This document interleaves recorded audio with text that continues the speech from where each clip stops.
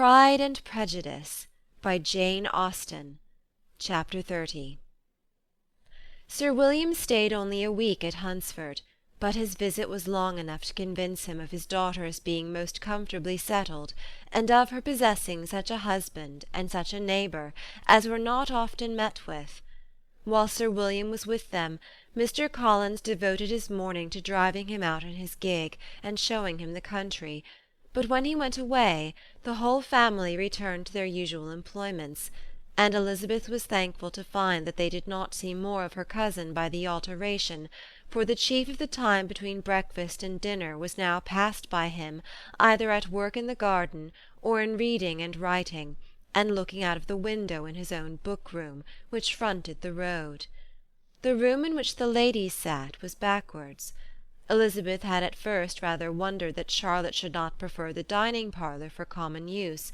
It was a better-sized room, and had a more pleasant aspect, but she soon saw that her friend had an excellent reason for what she did, for Mr. Collins would undoubtedly have been much less in his own apartment had they sat in one equally lively, and she gave Charlotte credit for the arrangement. From the drawing-room they could distinguish nothing in the lane, and were indebted to Mr. Collins for the knowledge of what carriages went along, and how often especially Miss de Bourgh drove by in her phaeton, which he never failed coming to inform them of, though it happened almost every day. She not unfrequently stopped at the parsonage, and had a few minutes' conversation with Charlotte, but was scarcely ever prevailed upon to get out. Very few days passed in which Mr. Collins did not walk to Rosings, and not many in which his wife did not think it necessary to go likewise, and till Elizabeth recollected that there might be other family livings to be disposed of, she could not understand the sacrifice of so many hours. Now and then they were honoured with a call from her ladyship, and nothing escaped her observation that was passing in the room during these visits. She examined into their employments, looked at their work, and advised them to do it differently, found fault with the arrangement of the furniture, or detected the housemaid in negligence, and if she accepted any refreshment, seemed to do it only for the sake of finding out that Mrs. Collins's joints of meat were too large for her family. Elizabeth soon perceived that though this great lady was not in commission of the peace of the county, she was a most active magistrate in her own parish, the minutest concerns of which were carried to her by Mr. Collins, and whenever any of the cottagers were disposed to be quarrelsome, discontented, or too poor, she sallied forth into the village to settle their differences, silence their complaints, and scold them into harmony and plenty. The entertainment of dining at Rosings was repeated about twice a week, and allowing for the loss of Sir William, and there being only one card-table in the evening, every such entertainment was the counterpart of the first. Their other engagements were few, as the style of living in the neighbourhood in general was beyond Mr. Collins's reach. This, however, was no evil to Elizabeth, and upon the whole she spent her time comfortably enough. There were half-hours of pleasant conversation with Charlotte, and the weather was so fine for the time of year that she had often great enjoyment out of doors. Her favourite walk, and where she frequently went while the others were calling on Lady Catherine, was along the open grove which edged that side of the park where there was a nice sheltered path, which no one seemed to value but herself, and where she felt beyond the reach of Lady Catherine's curiosity. In this quiet way the first fortnight of her visit soon passed away. Easter was approaching, and the week preceding it was to bring an addition to the family at Rosings, which in so small a circle must be important. Elizabeth had heard soon after her arrival that Mr. Darcy was expected there in the course of a few weeks, and though there were not many of her acquaintances whom she did not prefer, his coming would furnish one comparatively new to look at in their Rosings parties, and she might be amused in seeing how hopeless Miss Bingley's designs on him were by his behaviour to his cousin, for whom he was evidently destined by Lady Catherine, who talked of his coming with the greatest satisfaction, spoke of him in terms of the highest admiration, and seemed almost angry to find that he had already been frequently seen by Miss Lucas and herself. His arrival was soon known at the parsonage, for Mr. Collins was walking the whole morning within view of the lodges opening into Hunsford Lane, in order to have the earliest assurance of it, and after making his bow as the carriage turned into the park, hurried home with the great intelligence. On the following morning he hastened to Rosings to pay his respects. There were 2 nephews of Lady Catherine to require them, for Mr. Darcy had brought with him a Colonel Fitzwilliam, the younger son of his uncle, Lord Blank, and to the great surprise of all the party, when Mr. Collins returned, the gentlemen accompanied him. Charlotte had seen them from her husband's room, crossing the road, and immediately running into the other, told the girls what an honour they might expect, adding, "I may thank you, Eliza, for this piece of civility. Mr. Darcy would never have come so soon to wait upon me." Elizabeth had scarcely time to disclaim all right to the compliment before their approach was announced by the door-bell, and shortly afterwards the 3 gentlemen entered the room. Colonel Fitzwilliam, who led the way, was about 30, not handsome, but in person and address most truly the gentleman.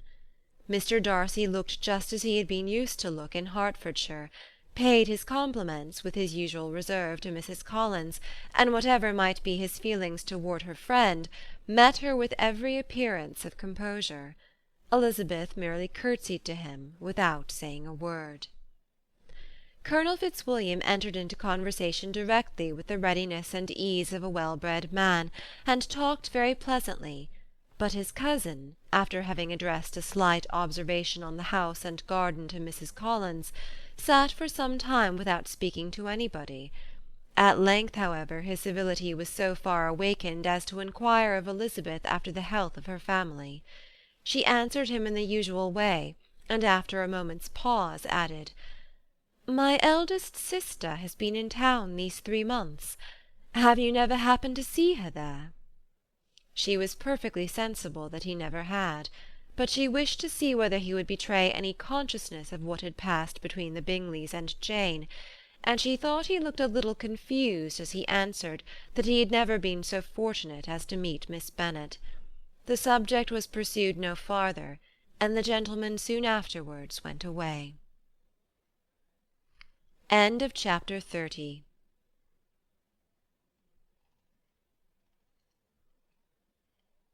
Pride and Prejudice by Jane Austen. Chapter 31.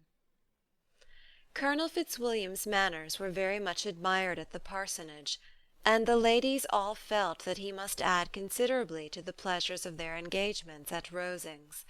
It was some days, however, before they received any invitation thither, for while there were visitors in the house they could not be necessary, and it was not till Easter Day, almost a week after the gentlemen's arrival, that they were honoured by such an attention, and then they were merely asked on leaving church to come there in the evening. For the last week they had seen very little of Lady Catherine or her daughter. Colonel Fitzwilliam had called at the parsonage more than once during the time, but Mr. Darcy they had only seen at church. The invitation was accepted, of course, and at a proper hour they joined the party in Lady Catherine's drawing-room. Her ladyship received them civilly, but it was plain that their company was by no means so acceptable as when she could get nobody else, and she was, in fact, almost engrossed by her nephews, speaking to them, especially to Darcy, much more than to any other person in the room. Colonel Fitzwilliam seemed really glad to see them. Anything was a welcome relief to him at Rosings, and Mrs. Collins' pretty friend had moreover caught his fancy very much. He now seated himself by her, and talked so agreeably of Kent and Hertfordshire, of travelling and staying at home, of new books and music, that Elizabeth had never been half so well entertained in that room before. And they conversed with so much spirit and flow as to draw the attention of Lady Catherine herself, as well as of Mr. Darcy. His eyes had been soon and repeatedly turned towards them with a look of curiosity, and that her ladyship after a while shared the feeling was more openly acknowledged, for she did not scruple to call out, "What is it that you are saying, Fitzwilliam? What is it you are talking of? What are you telling Miss Bennet? Let me hear what it is." "We are speaking of music, madam," said he, when no longer able to avoid a reply. "Of music? Then pray speak aloud. It is of all subjects my delight. I must have my share in the conversation if you are speaking of music. There are few people in England, I suppose, who have more true enjoyment of music than myself, or of a better natural taste. If I had ever learned, I should have been a great proficient, and so would Anne, if her health had allowed her to apply. I am confident that she would have performed delightfully. How does Georgiana get on, Darcy?" Mr. Darcy spoke with affectionate praise of his sister's proficiency. "I am very glad to hear such a good account of her," said Lady Catherine, "and pray tell her from me that she cannot expect to excel if she does not practise a good deal." "I assure you, madam," he replied, "that she does not need such advice. She practises very constantly." "So much the better. It cannot be done too much, and when I next write to her, I shall charge her not to neglect it on any account. I often tell young ladies that no excellence in music is to be acquired without constant practice. I have told Miss Bennet several times that she will never play really well unless she practises more, and though Mrs. Collins has no instrument, she is very welcome, as I have often told her, to come to Rosings every day and play on the pianoforte in Mrs. Jenkinson's room. She would be in nobody's way, you know, in that part of the house." Mr. Darcy looked a little ashamed of his aunt's ill-breeding, and made no answer. When coffee was over, Colonel Fitzwilliam reminded Elizabeth of having promised to play to him, and she sat down directly to the instrument. He drew a chair near her.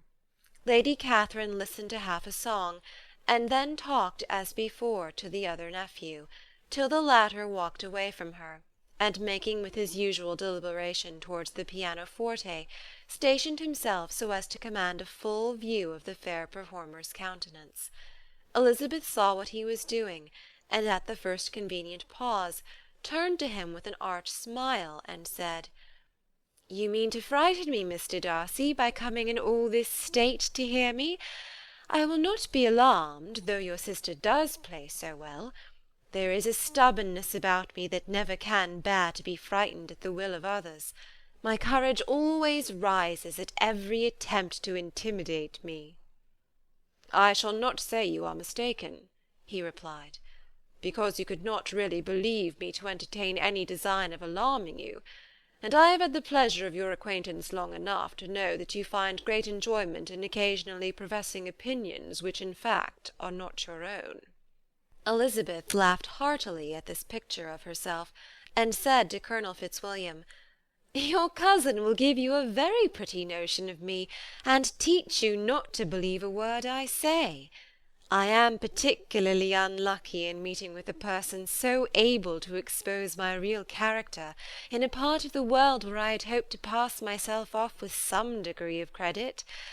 Indeed, Mr. Darcy, it is very ungenerous in you to mention all that you knew to my disadvantage in Hertfordshire, and give me leave to say, very impolitic too, for it is provoking me to retaliate, and such things may come out as will shock your relations to hear." "I am not afraid of you," said he, smilingly. "Pray let me hear what you have to accuse him of," cried Colonel Fitzwilliam. "I should like to know how he behaves among strangers." "You shall hear, then. But prepare yourself for something very dreadful. The first time of my ever seeing him in Hertfordshire, you must know, was at a ball. And at this ball, what do you think he did? He danced only 4 dances, though gentlemen were scarce, and to my certain knowledge more than one young lady was sitting down in want of a partner. Mr. Darcy, you cannot deny the fact." "I had not at that time the honour of knowing any lady in the assembly beyond my own party." "True, and nobody can ever be introduced in a ball-room. Well, Colonel Fitzwilliam, what do I play next? My fingers await your orders.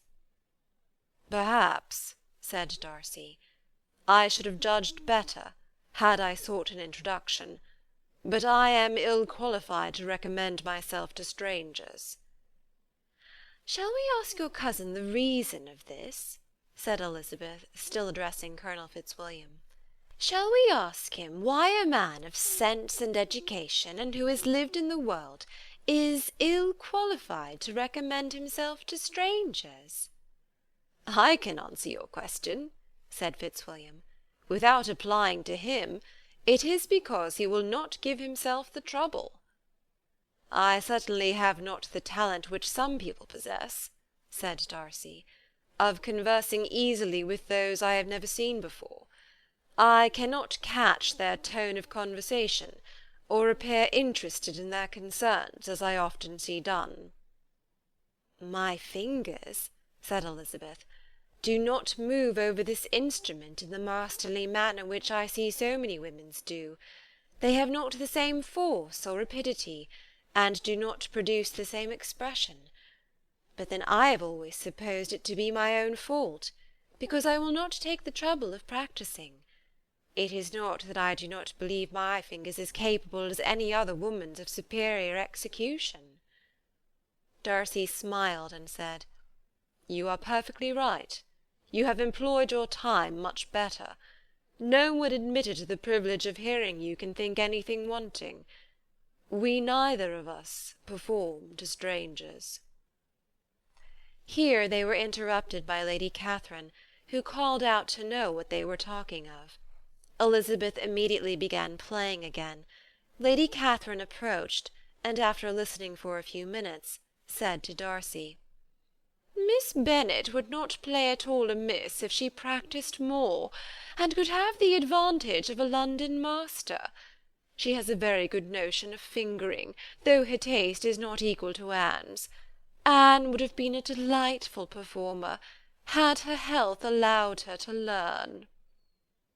Elizabeth looked at Darcy to see how cordially he assented to his cousin's praise, but neither at that moment nor at any other could she discern any symptom of love, and from the whole of his behaviour to Miss de Bourgh she derived this comfort for Miss Bingley, that he might have been just as likely to marry her had she been his relation. Lady Catherine continued her remarks on Elizabeth's performance, mixing with them many instructions on execution and taste. Elizabeth received them with all the forbearance of civility, and at the request of the gentleman remained at the instrument till her ladyship's carriage was ready to take them all home. Chapter 31.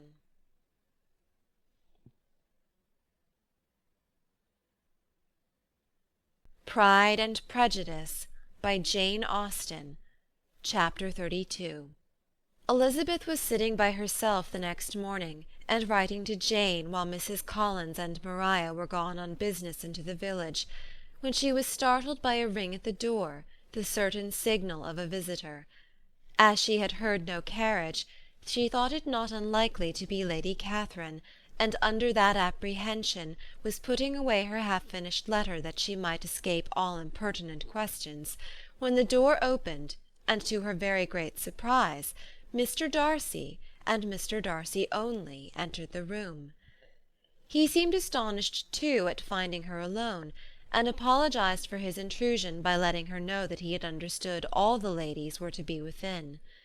They then sat down, and when her inquiries after Rosings were made, seemed in danger of sinking into total silence.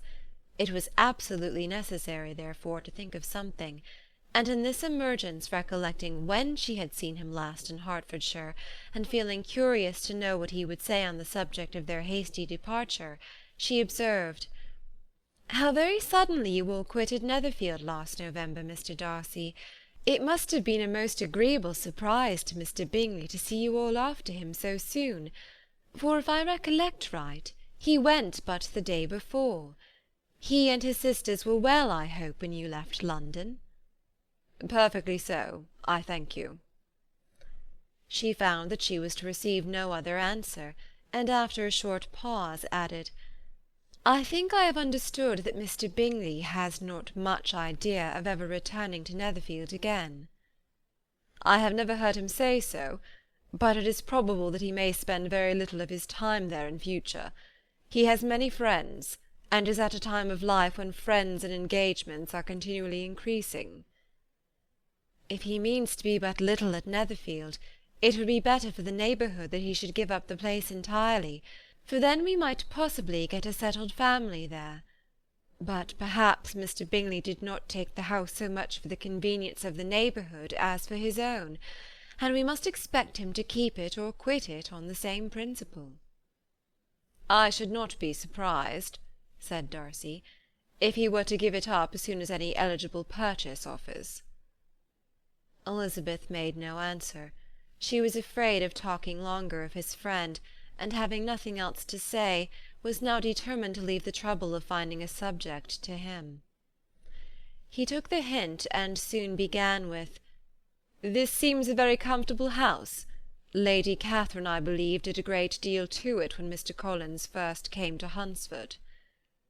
"I believe she did, and I am sure she could not have bestowed her kindness on a more grateful object." "Mr. Collins appears to be very fortunate in his choice of wife." "Yes, indeed. His friends may well rejoice in his having met with one of the very few sensible women who would have accepted him, or have made him happy if they had. My friend has an excellent understanding, though I am not certain that I consider her marrying Mr. Collins as the wisest thing she ever did. She seems perfectly happy, however, and in a prudential light it is certainly a very good match for her." "It must be very agreeable for her to be settled within so easy distance of her family and friends." "An easy distance, do you call it? It is nearly 50 miles." "And what is 50 miles of good road? Little more than half a day's journey. Yes, I call it a very easy distance." "I should never have considered the distance as one of the advantages of the match," cried Elizabeth. "I should never have said Mrs. Collins was settled near her family." "It is a proof of your own attachment to Hertfordshire. Anything beyond the very neighbourhood of Longbourn, I suppose, would appear far." As he spoke there was a sort of smile which Elizabeth fancied she understood.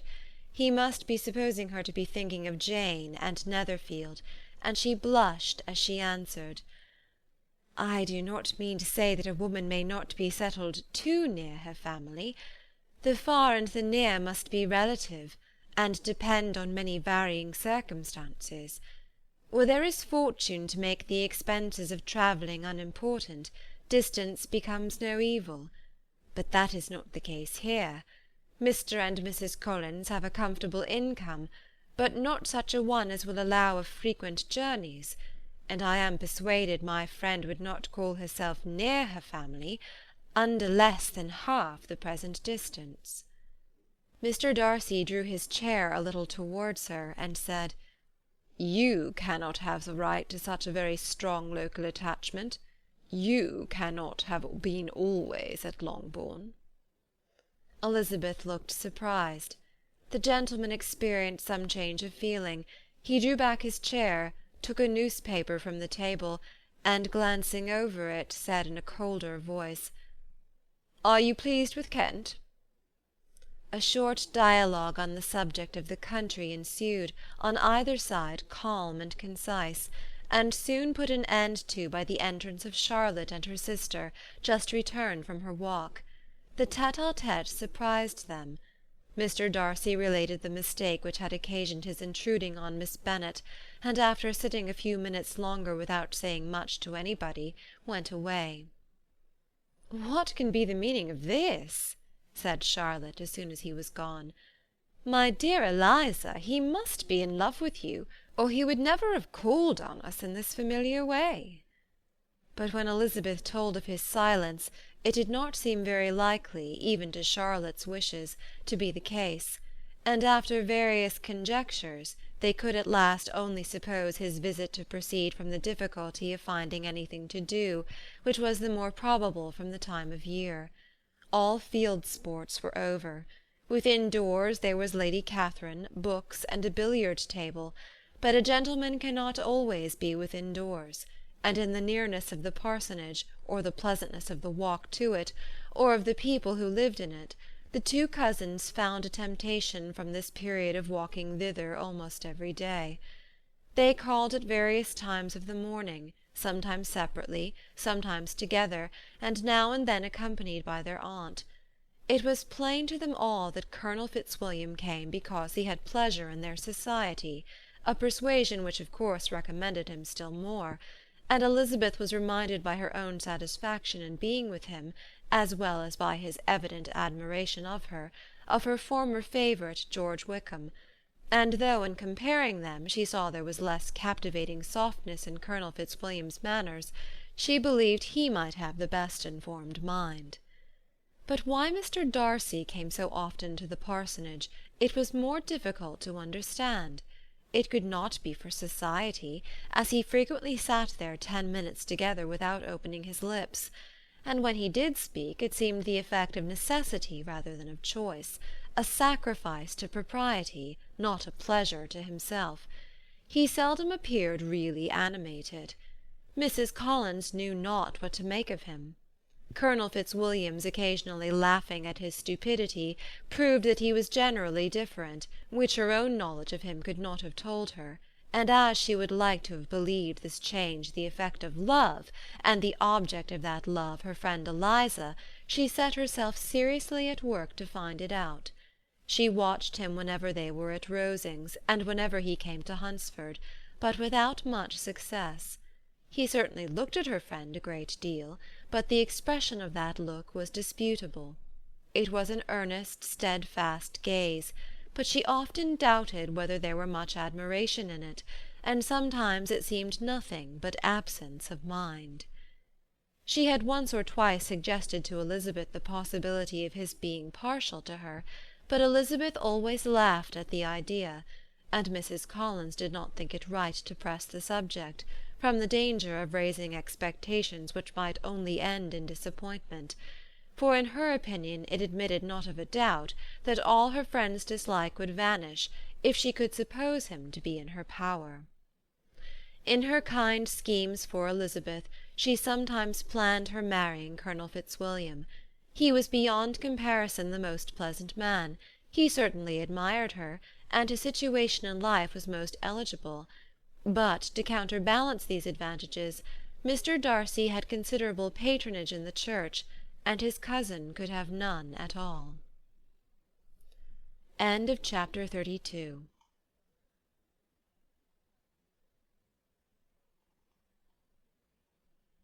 Pride and Prejudice by Jane Austen. Chapter 33. More than once did Elizabeth, in her ramble within the park, unexpectedly meet Mr. Darcy. She felt all the perverseness of the mischance that should bring him where no one else was brought, and to prevent its ever happening again, took care to inform him at first that it was a favourite haunt of hers. How it could occur a second time, therefore, was very odd. Yet it did, and even a third. It seemed like wilful ill-nature, or a voluntary penance, for on these occasions it was not merely a few formal inquiries and an awkward pause and then away, but he actually thought it necessary to turn back and walk with her. He never said a good deal, nor did she give herself the trouble of talking or of listening much, but it struck her in the course of their third rencontre that he was asking some odd, unconnected questions, about her pleasure in being at Hunsford, her love of solitary walks, and her opinion of Mr. and Mrs. Collins' happiness, and that in speaking of Rosings, and her not perfectly understanding the house, he seemed to expect that whenever she came into Kent again, she would be staying there too. His words seemed to imply it. Could he have Colonel Fitzwilliam in his thoughts? She supposed if he meant anything, he must mean an allusion to what might arise in that quarter. It distressed her a little, and she was quite glad to find herself at the gate in the pales opposite the parsonage. She was engaged one day as she walked in perusing Jane's last letter, and dwelling on some passages which proved that Jane had not written in spirits, when, instead of being again surprised by Mr. Darcy, she saw on looking up that Colonel Fitzwilliam was meeting her. Putting away her letter immediately, and forcing a smile, she said, "I did not know before that you ever walked this way." "I have been making the tour of the park," he replied, "as I generally do every year, and intend to close it with a call at the parsonage. Are you going much further?" "No, I should have turned in a moment." And accordingly she did turn, and they walked towards the parsonage together.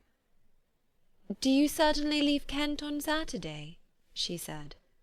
"Yes, if Darcy does not put it off again, but I am at his disposal. He arranges the business just as he pleases." "And if not able to please himself in the arrangement, he has at least pleasure in the great power of choice. I do not know anybody who seems more to enjoy the power of doing what he likes than Mr. Darcy." "He likes to have his own way very well," replied Colonel Fitzwilliam, "but so we all do. It is only that he has better means of having it than many others, because he is rich, and many others are poor. I speak feelingly. A younger son, you know, must be inured to self-denial and dependence." "In my opinion, the younger son of an earl can know very little of either. Now, seriously, what have you ever known of self-denial and dependence? When have you been prevented by want of money from going wherever you chose, or procuring anything you had a fancy for?" "These are home questions, and perhaps I cannot say that I have experienced many hardships of that nature. But in matters of greater weight I may suffer from want of money. Younger sons cannot marry where they like." "Unless where they like women of fortune, which I think very often they do." "Our habits of expense make us too dependent, and there are not many in my rank of life who can afford to marry without some attention to money." "Is this," thought Elizabeth, "meant for me?" And she coloured at the idea, but recovering herself, said in a lively tone, "And pray what is the usual price of an earl's younger son? Unless the elder brother is very sickly, I suppose you would not ask above 50,000 pounds." He answered her in the same style, and the subject dropped. To interrupt a silence which might make him fancy her affected with what had passed, she soon afterwards said, "I imagine your cousin brought you down with him chiefly for the sake of having someone at his disposal. I wonder he does not marry, to secure a lasting convenience of that kind. But perhaps his sister does as well for the present, and as she is under his sole care, he may do what he likes with her." "No," said Colonel Fitzwilliam, "that is an advantage which he must divide with me. I am joined with him in the guardianship of Miss Darcy." "Are you indeed? And pray what sort of guardians do you make? Does your charge give you much trouble? Young ladies of her age are sometimes a little difficult to manage, and if she has the true Darcy spirit, she may like to have her own way." As she spoke, she observed him looking at her earnestly, and the manner in which he immediately asked her why she supposed Miss Darcy likely to give them any uneasiness, convinced her that she had somehow or other got pretty near the truth. She directly replied, "You need not be frightened. I never heard any harm of her, and I dare say she is one of the most tractable creatures in the world. She is a very great favourite with some ladies of my acquaintance, Mrs. Hurst and Miss Bingley. I think I have heard you say that you know them." "I know them a little. Their brother is a pleasant, gentlemanlike man. He is a great friend of Darcy's." "Oh, yes," said Elizabeth dryly. "Mr. Darcy is uncommonly kind to Mr. Bingley, and takes a prodigious deal of care of him." "Care of him? Yes, I really believe Darcy does take care of him in those points where he most wants care. From something that he told me in our journey hither, I have reason to think Bingley very much indebted to him. But I ought to beg his pardon, for I have no right to suppose that Bingley was the person meant. It was all conjecture." "What is it you mean?" "It is a circumstance which Darcy could not wish to be generally known, because if it were to get round to the lady's family it would be an unpleasant thing." You may depend upon my not mentioning it. And remember that I have not much reason for supposing it to be Bingley. What he told me was merely this, that he congratulated himself on having lately saved a friend from the inconveniences of a most imprudent marriage, but without mentioning names or any other particulars, and I only suspected it to be Bingley from believing him the kind of young man to get into a scrape of that sort, and from knowing them to have been together the whole of last summer. Did Mr. Darcy give you reasons for this interference? I understood that there are some very strong objections against the lady. And what arts did he use to separate them? He did not talk to me of his own arts, said Fitzwilliam, smiling. He only told me what I have told you now. Elizabeth made no answer, and walked on, her heart swelling with indignation. After watching her a little, Fitzwilliam asked her why she was so thoughtful. "I am thinking of what you have been telling me," said she. "Your cousin's conduct does not suit my feelings. Why was he to be the judge?" You are rather disposed to call his interference officious. I do not see what right Mr. Darcy had to decide on the propriety of his friend's inclination, or why upon his own judgment alone he was to determine and direct in what manner his friend was to be happy. But, she continued, recollecting herself, as we know none of the particulars, it is not fair to condemn him. It is not to be supposed that there was much affection in the case. That is not an unnatural surmise, said Fitzwilliam, but it is a lessening of the honour of my cousin's triumph very sadly. This was spoken jestingly, but it appeared to her so just a picture of Mr. Darcy that she would not trust herself with an answer, and therefore, abruptly changing the conversation, talked on indifferent matters until they reached the parsonage. There, shut into her own room as soon as their visitor left them, she could think without interruption of all that she had heard. It was not to be supposed that any other people could be meant than those with whom she was connected. There could not exist in the world two men over whom Mr. Darcy could have such boundless influence. That he had been concerned in the measures taken to separate Bingley and Jane she had never doubted, but she had always attributed to Miss Bingley the principal design and arrangement of them. If his own vanity, however, did not mislead him, he was the cause, his pride and caprice were the cause, of all that Jane had suffered and still continued to suffer.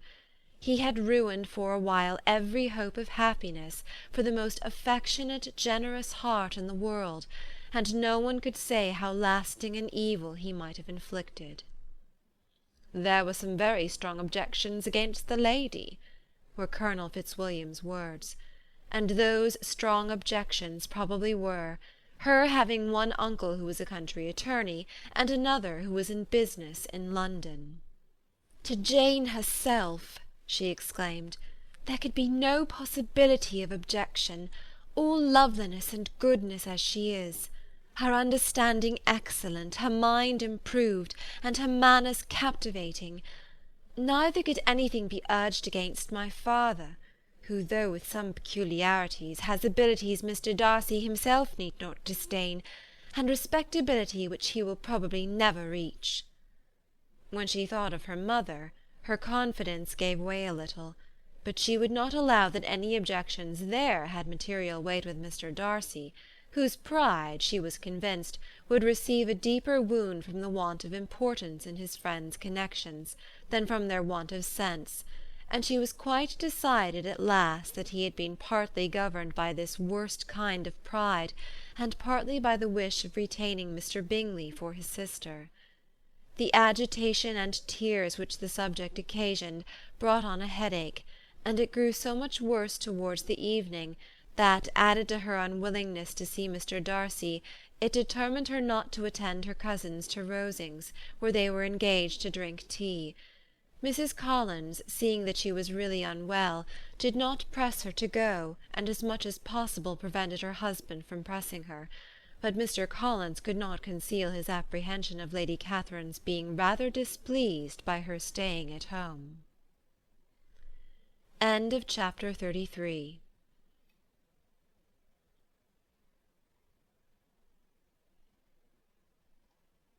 Pride and Prejudice by Jane Austen. Chapter 34. When they were gone, Elizabeth, as if intending to exasperate herself as much as possible against Mr. Darcy, chose for her employment the examination of all the letters which Jane had written to her since her being in Kent. They contained no actual complaint, nor was there any revival of past occurrences, or any communication of present suffering. But in all, and in almost every line of each, there was a want of that cheerfulness which had been used to characterize her style, and which, proceeding from the serenity of a mind at ease with itself, and kindly disposed towards every one, had been scarcely ever clouded. Elizabeth noticed every sentence conveying the idea of uneasiness, with an attention which it had hardly received on the first perusal. Mr. Darcy's shameful boast of what misery he had been able to inflict gave her a keener sense of her sister's sufferings. It was some consolation to think that his visit to Rosings was to end on the day after the next, and a still greater, that in less than a fortnight she should herself be with Jane again, and enabled to contribute to the recovery of her spirits by all that affection could do. She could not think of Darcy's leaving Kent without remembering that his cousin was to go with him, but Colonel Fitzwilliam had made it clear that he had no intentions at all, and agreeable as he was, she did not mean to be unhappy about him. While settling this point, she was suddenly roused by the sound of the door-bell, and her spirits were a little fluttered by the idea of its being Colonel Fitzwilliam himself, who had once before called late in the evening, and might now come to inquire particularly after her. But the idea was soon banished, and her spirits were very differently affected, when, to her utter amazement, she saw Mr. Darcy walk into the room. In an hurried manner he immediately began an inquiry after her health, imputing his visit to a wish of hearing that she were better. She answered him with cold civility. He sat down for a few moments, and then getting up, walked about the room. Elizabeth was surprised, but said not a word. After a silence of several minutes, he came towards her in an agitated manner, and thus began. "In vain I have struggled. It will not do. My feelings will not be repressed. You must allow me to tell you how ardently I admire and love you." Elizabeth's astonishment was beyond expression. She stared, coloured, doubted, and was silent. This he considered sufficient encouragement, and the avowal of all that he felt, and had long felt for her, immediately followed. He spoke well, but there were feelings besides those of the heart to be detailed, and he was not more eloquent on the subject of tenderness than of pride. His sense of her inferiority, of its being a degradation, of the family obstacles which had always opposed to inclination, were dwelt on with a warmth which seemed due to the consequence he was wounding, but was very unlikely to recommend his suit. In spite of her deeply rooted dislike, she could not be insensible to the compliment of such a man's affection, and though her intentions did not vary for an instant, she was at first sorry for the pain he was to receive, till, roused to resentment by his subsequent language, she lost all compassion in anger. She tried, however, to compose herself to answer him with patience, when he should have done. He concluded with representing to her the strength of that attachment which, in spite of all his endeavours, he had found impossible to conquer, and with expressing his hope that it would now be rewarded by her acceptance of his hand. As he said this, she could easily see that he had no doubt of a favourable answer. He spoke of apprehension and anxiety, but his countenance expressed real security. Such a circumstance could only exasperate further, and when he ceased, the colour rose into her cheeks, and she said, "In such cases as this, it is, I believe, the established mode to express a sense of obligation for the sentiments avowed, however unequally they may be returned. It is natural that obligation should be felt, and if I could feel gratitude, I would now thank you. But I cannot. I have never desired your good opinion, and you have certainly bestowed it most unwillingly. I am sorry to have occasioned pain to any one. It has been most unconsciously done, however, and I hope will be of short duration. The feelings which, you tell me, have long prevented the acknowledgment of your regard, can have little difficulty in overcoming it after this explanation. Mr. Darcy, who was leaning against the mantelpiece with his eyes fixed on her face, seemed to catch her words with no less resentment than surprise. His complexion became pale with anger, and the disturbance of his mind was visible in every feature. He was struggling for the appearance of composure, and would not open his lips till he believed himself to have attained it. The pause was to Elizabeth's feelings dreadful. At length, with a voice of forced calmness, he said, "And this is all the reply which I am to have the honour of expecting? I might perhaps wish to be informed why, with so little endeavour at civility, I am thus rejected, but it is of small importance." "I might as well inquire," replied she, "why, with so evident a desire of offending and insulting me, you chose to tell me that you liked me against your will, against your reason, and even against your character. Was not this some excuse for incivility, if I was incivil? But I have other provocations, you know I have. Had not my feelings decided against you, had they been indifferent, or had they even been favourable, do you think that any consideration would tempt me to accept the man who has been the means of ruining, perhaps for ever, the happiness of a most beloved sister?" As she pronounced these words, Mr. Darcy changed colour, but the emotion was short, and he listened without attempting to interrupt her while she continued. "I have every reason in the world to think ill of you. No motive can excuse the unjust and ungenerous part you acted there. You dare not, you cannot deny that you have been the principal, if not the only means of dividing them from each other, of exposing one to the censure of the world for caprice and instability, and the other to its derision for disappointed hopes, and involving them both in misery of the acutest kind." She paused, and saw with no slight indignation that he was listening with an air which proved him wholly unmoved by any feeling of remorse. He even looked at her with a smile of affected incredulity. "Can you deny that you have done it?" she repeated. With assumed tranquillity he then replied, "I have no wish of denying that I did everything in my power to separate my friend from your sister, or that I rejoice in my success. Towards him I have been kinder than towards myself." Elizabeth disdained the appearance of noticing this civil reflection, but its meaning did not escape, nor was it likely to conciliate her. "But it is not merely this affair," she continued, "on which my dislike is founded. Long before it had even taken place, my opinion of you was decided. Your character was unfolded in the recital which I received many months ago from Mr. Wickham. On this subject, what can you have to say? In what imaginary act of friendship can you here defend yourself? Or under what misrepresentation can you here impose upon others?" "You take an eager interest in that gentleman's concerns?" said Darcy in a less tranquil tone, and with a heightened colour. "Who that knows what his misfortunes have been can help feeling an interest in him?" "His misfortunes!" repeated Darcy contemptuously. "Yes, his misfortunes have been great indeed." "And of your infliction," cried Elizabeth with energy. "You have reduced him to his present state of poverty, comparative poverty.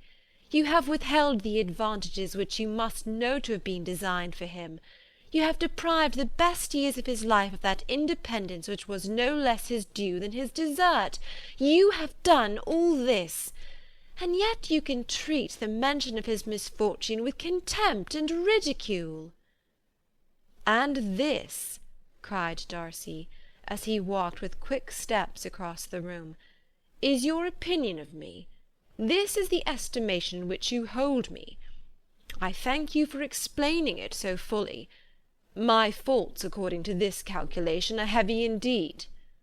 But perhaps," added he, stopping in his walk, and turning towards her, "these offences might have been overlooked, had not your pride been hurt by my honest confession of the scruples that had long prevented my forming any serious design. These bitter accusations might have been suppressed, had I, with greater policy, concealed my struggles, and flattered you into the belief of my being impelled by unqualified, unalloyed inclination, by reason, by reflection, by everything. But disguise of every sort is my abhorrence. Nor am I ashamed of the feelings I related. They were natural and just. Could you expect me to rejoice in the inferiority of your connections? To congratulate myself on the hope of relations whose condition in life is so decidedly beneath my own?" Elizabeth felt herself growing more angry every moment, yet she tried to the utmost to speak with composure when she said, "You are mistaken, Mr. Darcy, if you suppose that the mode of your declaration affected me in any other way than as it spared the concern which I might have felt in refusing you, had you behaved in a more gentlemanlike manner." She saw him start at this, but he said nothing, and she continued, "You could not have made the offer of your hand in any possible way that would have tempted me to accept it." Again his astonishment was obvious, and he looked at her with an expression of mingled incredulity and mortification. She went on, "From the very beginning, from the first moment, I may almost say, of my acquaintance with you, your manners, impressing me with the fullest belief of your arrogance, your conceit, and your selfish disdain for the feelings of others, were such as to form the groundwork of disapprobation, on which succeeding events have built so immovable a dislike; and I had not known you a month before I felt that you were the last man in the world whom I could ever be prevailed on to marry." "You have said quite enough, madam. I perfectly comprehend your feelings, and have now only to be ashamed of what my own have been. Forgive me for having taken up so much of your time, and accept my best wishes for your health and happiness." And with these words he hastily left the room, and Elizabeth heard him the next moment open the front door and quit the house. The tumult of her mind was now painfully great. She knew not how to support herself, and from actual weakness sat down and cried for half an hour. Her astonishment, as she reflected on what had passed, was increased by every review of it. That she should receive an offer of marriage from Mr. Darcy, that he should have been in love with her for so many months, so much in love as to wish to marry her in spite of all the objections which had made him prevent his friend's marrying her sister, and which must appear at least with equal force in his own case, was almost incredible. It was gratifying to have inspired unconsciously so strong an affection. But his pride, his abominable pride, his shameless avowal of what he had done with respect to Jane, his unpardonable assurance in acknowledging, though he could not justify it, and the unfeeling manner in which he had mentioned Mr. Wickham, his cruelty towards whom he had not attempted to deny, soon overcame the pity which the consideration of his attachment had for a moment excited. She continued in very agitated reflections, till the sound of Lady Catherine's carriage made her feel how unequal she was to encounter Charlotte's observation, and hurried her away to her room. Chapter 34.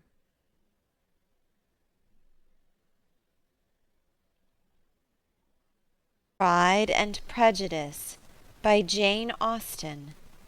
Chapter 35. Elizabeth awoke the next morning to the same thoughts and meditations which had at length closed her eyes. She could not yet recover from the surprise of what had happened.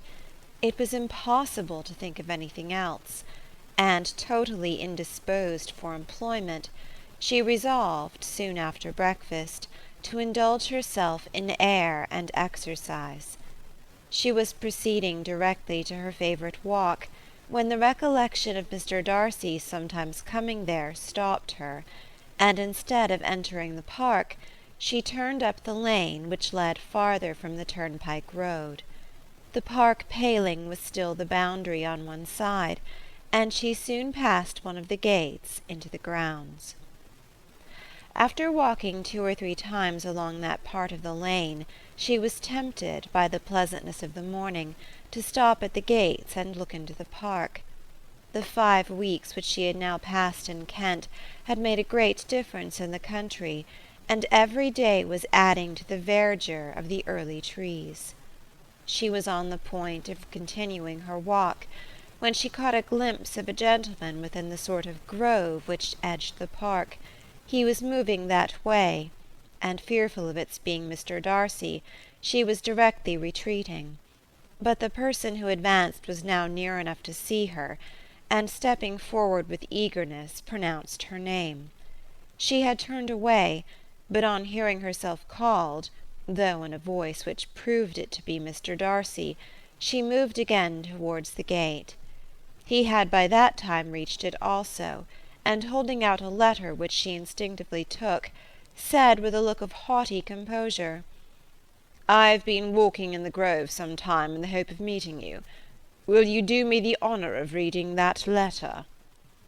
And then, with a slight bow, turned again into the plantation, and was soon out of sight. With no expectation of pleasure, but with the strongest curiosity, Elizabeth opened the letter, and to her still increasing wonder, perceived an envelope containing 2 sheets of letter-paper, written quite through in a very close hand.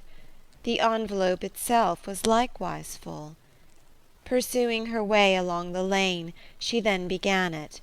It was dated from Rosings at 8 o'clock in the morning, and was as follows.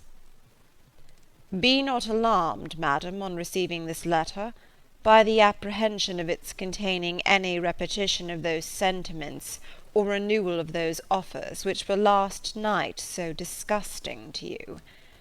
I write without any intention of paining you, or humbling myself, by dwelling on wishes which, for the happiness of both, cannot be too soon forgotten, and the effort which the formation and perusal of this letter must occasion should have been spared, had not my character required it to be written and read. You must, therefore, pardon the freedom with which I demand your attention. Your feelings, I know, will bestow it unwillingly, but I demand it of your justice. 2 offences of a very different nature, and by no means of equal magnitude, you last night laid to my charge. The first mentioned was, that regardless of the sentiments of either, I had detached Mr. Bingley from your sister, and the other, that I had, in defiance of various claims, in defiance of honour and humanity, ruined the immediate prosperity and blasted the prospects of Mr. Wickham. Wilfully and wantonly to have thrown off the companion of my youth, the acknowledged favourite of my father, a young man who had scarcely any other dependence than on our patronage, and who had been brought up to expect its exertion, would be a depravity, to which the separation of 2 young persons, whose affection could be the growth of only a few weeks, could bear no comparison.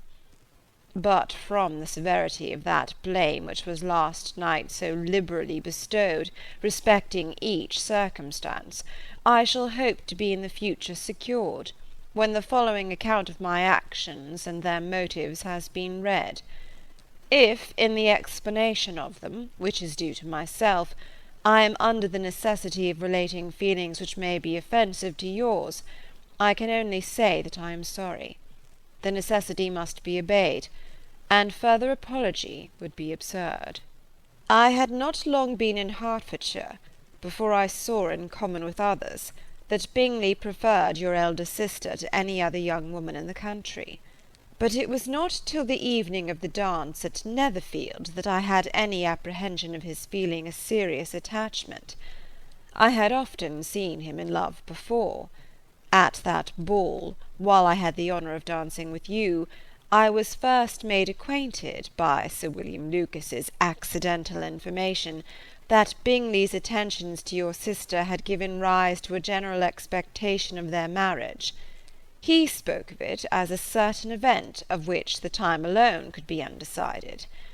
From that moment I observed my friend's behaviour attentively, and I could then perceive that his partiality for Miss Bennet was beyond what I had ever witnessed in him. Your sister I also watched.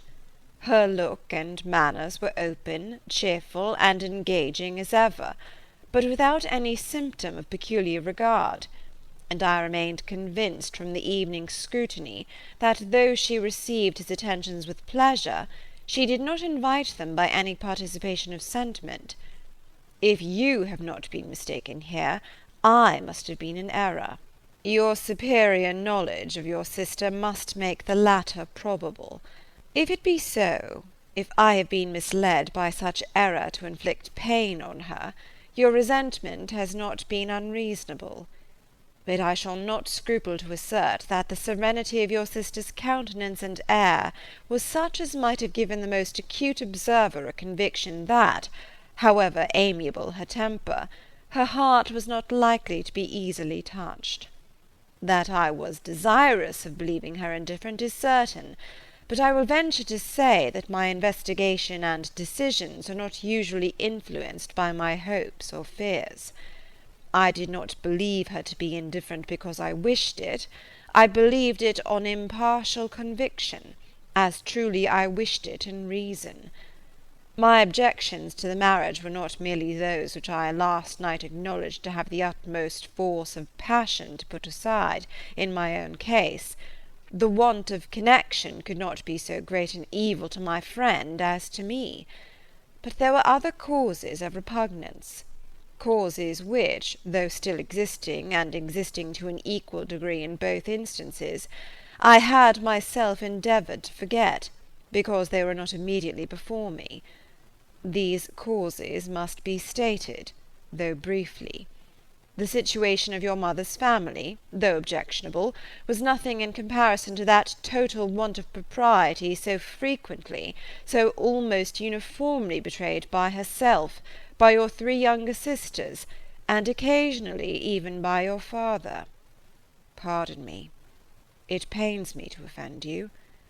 But amidst your concern for the defects of your nearest relations, and your displeasure at this representation of them, let it give you consolation to consider that, to have conducted yourselves so as to avoid any share of the like censure, is praise no less generally bestowed on you and your elder sister, than it is honourable to the sense and disposition of both.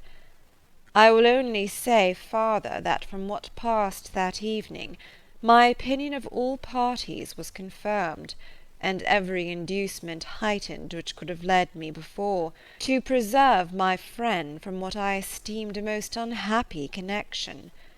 He left Netherfield for London on the day following, as you, I am certain, remember, with the design of soon returning.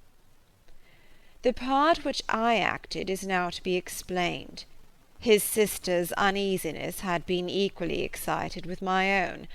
Our coincidence of feeling was soon discovered, and alike sensible that no time was to be lost in detaching their brother, we shortly resolved on joining him directly in London. We accordingly went, and there I readily engaged in the office of pointing out to my friend the certain evils of such a choice. I described and enforced them earnestly. But however this remonstrance might have staggered or delayed his determination, I do not suppose that it would ultimately have prevented the marriage, had it not been seconded by the assurance that I hesitated not in giving, of your sister's indifference. He had before believed her to return his affection with sincere, if not with equal regard. But Bingley has a great natural modesty, with a stronger dependence on my judgment than on his own. To convince him, therefore, that he had deceived himself was no very difficult point. To persuade him against returning into Hertfordshire, when that conviction had been given, was scarcely the work of a moment. I cannot blame myself for having done thus much. There is but one part of my conduct in the whole affair on which I do not reflect with satisfaction. It is that I condescended to adopt the measures of art so far as to conceal from him your sister's being in town. I knew it myself, as it was known to Miss Bingley, But her brother is even yet ignorant of it. That they might have met without ill consequence is perhaps probable, but his regard did not appear to me enough extinguished for him to see her without some danger. Perhaps this concealment, this disguise, was beneath me. It is done, however, and it was done for the best. On this subject I have nothing more to say, no other apology to offer. If I have wounded your sister's feelings, it was unknowingly done, and though the motives which governed me may to you very naturally appear insufficient, I have not yet learnt to condemn them. With respect to that other, more weighty accusation of having injured Mr. Wickham, I can only refute it by laying before you the whole of his connection with my family. Of what he has particularly accused me, I am ignorant, but of the truth of what I shall relate, I can summon more than one witness of undoubted veracity. Mr. Wickham is the son of a very respectable man, who had for many years the management of all the Pemberley estates, and whose good conduct in the discharge of his trust naturally inclined my father to be of service to him, and on George Wickham, who was his godson, his kindness was therefore liberally bestowed. My father supported him at school, and afterwards at Cambridge. Most important assistance, as his own father, always poor from the extravagance of his wife, would have been unable to give him a gentleman's education. My father was not only fond of this young man's society, whose manners were always engaging, he had also the highest opinion of him, and hoping the church would be his profession, intended to provide for him in it. As for myself, it is many, many years since I first began to think of him in a very different manner. The vicious propensities, the want of principle, which he was careful to guard from the knowledge of his best friend, could not escape the observation of a young man of nearly the same age with himself, and who had opportunities of seeing him in unguarded moments, which Mr. Darcy could not have. Here again I shall give you pain, to what degree you only can tell. But whatever may be the sentiments which Mr. Wickham has created, a suspicion of their nature shall not prevent me from unfolding his real character. It adds even another motive. My excellent father died about 5 years ago, and his attachment to Mr. Wickham was to the last so steady that in his will he particularly recommended it to me to promote his advancement in the best manner that his profession might allow, and if he took orders, desired that a valuable family living might be his as soon as it became vacant. There was also a legacy of £1,000. His own father did not long survive mine, and within half a year from these events, Mr. Wickham wrote to inform me that finally, having resolved against taking orders, he hoped I should not think it unreasonable for him to expect some more immediate pecuniary advantage, in lieu of the preferment, by which he could not be benefited. He had some intention, he added, of studying law, and I must be aware that the interest of £1,000 would be a very insufficient support therein. I rather wished than believed him to be sincere, but at any rate was perfectly ready to accede to his proposal. I knew that Mr. Wickham ought not to be a clergyman. The business was therefore soon settled. He resigned all claim to assistance in the church, were it possible that he could ever be in a situation to receive it, and accepted in return £3,000. All connection between us seemed now dissolved. I thought too ill of him to invite him to Pemberley, or admit his society in town. In town I believe he chiefly lived, but his studying the law was a mere pretence, and being now free from all restraint, his life was a life of idleness and dissipation. For about 3 years I heard little of him, but on the decease of the incumbent of the living which had been designed for him, he applied to me again by letter for the presentation. His circumstances, he assured me, and I had no difficulty in believing it, were exceedingly bad. He had found the law a most unprofitable study, and was now absolutely resolved on being ordained if I would present him to the living in question, of which he trusted there could be little doubt, as he was well assured that I had no other person to provide for, and I could not have forgotten my revered father's intentions. You will hardly blame me for refusing to comply with this entreaty, or for resisting every repetition to it. His resentment was in proportion to the distress of his circumstances, and he was doubtless as violent in his abuse of me to others as in his reproaches to myself. After this period every appearance of acquaintance was dropped. How he lived I know not, but last summer he was again most painfully obtruded on my notice. I must now mention a circumstance which I would wish to forget myself, and which no obligation less than the present should induce me to unfold to any human being. Having said thus much, I feel no doubt of your secrecy. My sister, who is more than 10 years my junior, was left to the guardianship of my mother's nephew, Colonel Fitzwilliam, and myself. About a year ago she was taken from school, and an establishment formed for her in London, and last summer she went with the lady who presided over it to Ramsgate, and thither also went Mr. Wickham, undoubtedly by design, for there proved to have been a prior acquaintance between him and Mrs. Young, in whose character we were most unhappily deceived, and by her connivance and aid he so far recommended himself to Georgiana, whose affectionate heart retained a strong impression of his kindness to her as a child, that she was persuaded to believe herself in love, and to consent to an elopement. She was then but 15, which must be her excuse, and after stating her imprudence, I am happy to add that I owed the knowledge of it to herself.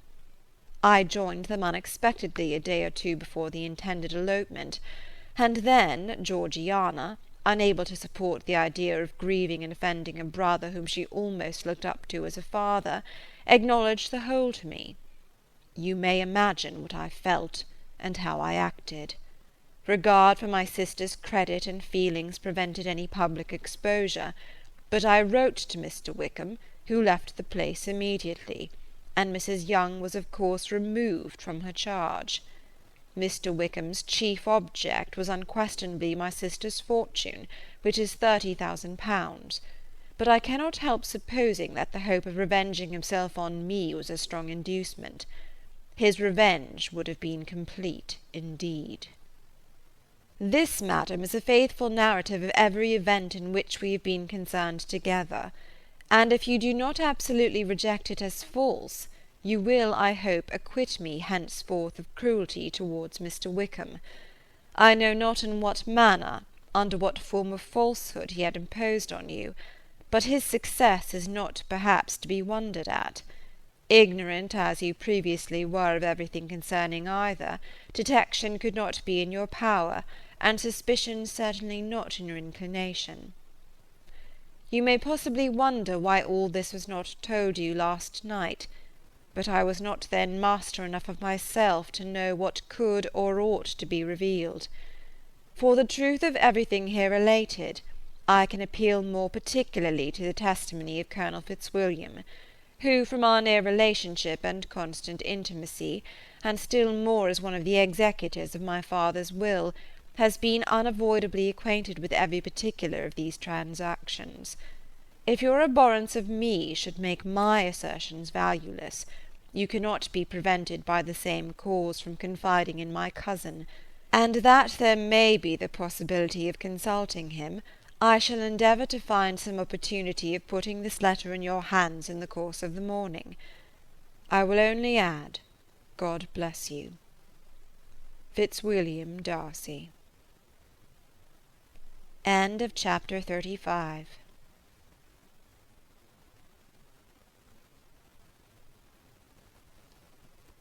Pride and Prejudice by Jane Austen. Chapter 36.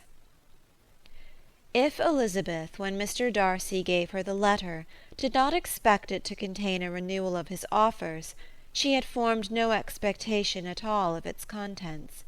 But such as they were, It may well be supposed how eagerly she went through them, and what a contrariety of emotion they excited. Her feelings, as she read, were scarcely to be defined. With amazement did she first understand that he believed any apology to be in his power, and steadfastly was she persuaded that he could have no explanation to give which a just sense of shame would not conceal. With a strong prejudice against everything he might say, she began his account of what had happened at Netherfield. She read with an eagerness which hardly left her power of comprehension, and from impatience of knowing what the next sentence might bring, was incapable of attending to the sense of the one before her eyes. His belief of her sister's insensibility she instantly resolved to be false, and his account of the real, the worst objections to the match, made her too angry to have any wish of doing him justice. He expressed no regret for what he had done which satisfied her. His style was not penitent, but haughty. It was all pride and insolence. But when this subject was succeeded by his account of Mr. Wickham, when she read with somewhat clearer attention a relation of events which, if true, must overthrow every cherished opinion of his worth, and which bore so alarming an affinity to his own history of himself, her feelings were yet more acutely painful and more difficult of definition. Astonishment, apprehension, and even horror oppressed her. She wished to discredit it entirely, repeatedly exclaiming, "This must be false! This cannot be! This must be the grossest falsehood!" And when she had gone through the whole letter, though scarcely knowing anything of the last page or two, put it hastily away, protesting that she would not regard it, that she would never look in it again. In this perturbed state of mind, with thoughts that could not rest on anything, she walked on, but it would not do. In half a minute the letter was unfolded again, and collecting herself as well as she could, she again began the mortifying perusal of all that related to Wickham, and commanded herself so far as to examine the meaning of every sentence. The account of his connection with the Pemberley family was exactly what he had related himself, and the kindness of the late Mr. Darcy, though she had not before known its extent, agreed equally well with his own words. So far each recital confirmed the other, but when she came to the will, the difference was great. What Wickham had said of the living was fresh in her memory, and as she recalled his very words, it was impossible not to feel that there was gross duplicity on one side or the other, and for a few moments she flattered herself that her wishes did not err. But when she read and re-read with the closest attention the particulars immediately following of Wickham's resigning all pretences to the living, of his receiving in lieu so considerable a sum as £3,000, again was she forced to hesitate. She put down the letter, weighed every circumstance with what she meant to be impartiality, deliberated on the probability of each statement, but with little success. On both sides it was only assertion. Again she read on, but every line proved more clearly that the affair, which she had believed it impossible that any contrivance could so represent as to render Mr. Darcy's conduct in it less than infamous, was capable of a turn which must make him entirely blameless throughout the whole. The extravagance and general profligacy which he scrupled not to lay at Mr. Wickham's charge exceedingly shocked her, the more so as she could bring no proof of its injustice. She had never heard of him before his entrance into the Blankshire militia, in which he had engaged at the persuasion of the young man who, on meeting him accidentally in town, had there renewed a slight acquaintance. Of his former way of life nothing had been known in Hertfordshire but what he told himself. As to his real character, had information been in her power, she had never felt a wish of inquiring. His countenance, voice, and manner had established him at once in the possession of every virtue. She tried to recollect some instance of goodness, some undistinguished trait of integrity or benevolence, that might rescue him from the attacks of Mr. Darcy, or at least, by the predominance of virtue, atone for those casual errors under which she would endeavour to class what Mr. Darcy had described as the idleness and vice of many years' continuance. But no such recollection befriended her. She could see him instantly before her, in every charm of air and address, but she could remember no more substantial good than the general approbation of the neighbourhood, and the regard which his social powers had gained him in the mess. After pausing on this point a considerable while, she once more continued to read. But alas! the story which followed, of his designs on Miss Darcy, received some confirmation from what had passed between Colonel Fitzwilliam and herself only the morning before, and at last she was referred for the truth of every particular to Colonel Fitzwilliam himself, from whom she had previously received the information of his near concern in all his cousin's affairs, and whose character she had no reason to question. At one time she had almost resolved on applying to him, but the idea was checked by the awkwardness of the application, and at length wholly banished by the conviction that Mr. Darcy would never have hazarded such a proposal if he had not been well assured of his cousin's corroboration. She perfectly remembered everything that had passed in conversation between Wickham and herself, in their first evening at Mr. Phillips's. Many of his expressions were still fresh in her memory. She was now struck with the impropriety of such communications to a stranger, and wondered it had escaped her before. She saw the indelicacy of putting himself forward as he had done, and the inconsistency of his professions with his conduct. She remembered that he had boasted of having no fear of seeing Mr. Darcy, that Mr. Darcy might leave the country, but that he should stand his ground. Yet he had avoided the Netherfield ball the very next week. She remembered also that, till the Netherfield family had quitted the country, he had told his story to no one but herself, and that after their removal it had been everywhere discussed, that he had then no reserves, no scruples in sinking Mr. Darcy's character, though he had assured her that respect for the father would always prevent his exposing the son. How differently did everything now appear in which he was concerned! His attentions to Miss King were now the consequence of views solely and hatefully mercenary, and the mediocrity of her fortune proved no longer the moderation of his wishes, but his eagerness to grasp at anything. His behaviour to herself could now have had no tolerable motive. He had either been deceived with regard to her fortune, or had been gratifying his vanity by encouraging the preference which she believed she had most incautiously shown. Every lingering struggle in his favour grew fainter and fainter, and in farther justification of Mr. Darcy, she could not but allow Mr. Bingley, when questioned by Jane, had long ago asserted his blamelessness in the affair, that proud and repulsive as were his manners, she had never, in the whole course of their acquaintance, an acquaintance which had latterly brought them much together, and given her a sort of intimacy with his ways, seen anything that betrayed him to be unprincipled or unjust, anything that spoke him of irreligious or immoral habits, that among his own connections he was esteemed and valued, that even Wickham had allowed him merit as a brother, and that she had often heard him speak so affectionately of his sister as to prove him capable of some amiable feeling, that had his actions been what Mr. Wickham represented them, so gross a violation of everything right could hardly have been concealed from the world, and that friendship between a person capable of it and such an amiable man as Mr. Bingley was incomprehensible. She grew absolutely ashamed of herself. Of neither Darcy nor Wickham could she think without feeling she had been blind, partial, prejudiced, absurd. "How despicably have I acted!" she cried. "I who prided myself on my discernment, I who have valued myself on my abilities, who have often disdained the generous candour of my sister, and gratified my vanity in useless or blameable mistrust. How humiliating is this discovery! Yet how just a humiliation! Had I been in love, I could not have been more wretchedly blind.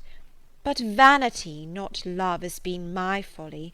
pleased with the preference of one and offended by the neglect of the other, on the very beginning of our acquaintance, I have courted prepossession and ignorance, and driven reason away where either were concerned. Till this moment I never knew myself. From herself to Jane, from Jane to Bingley, her thoughts were in a line which soon brought to her recollection that Mr. Darcy's explanation there had appeared very insufficient, and she read it again. Widely different was the effect of a second perusal. How could she deny that credit to his assertions in one instance which she had been obliged to give it in the other? He declared himself to be totally unsuspicious of her sister's attachment, and she could not help remembering what Charlotte's opinion had always been. Neither could she deny the justice of his description of Jane.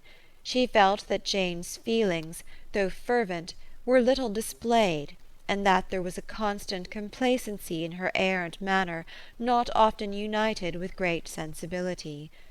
When she came to that part of the letter in which her family were mentioned in terms of such mortifying yet merited reproach, her sense of shame was severe.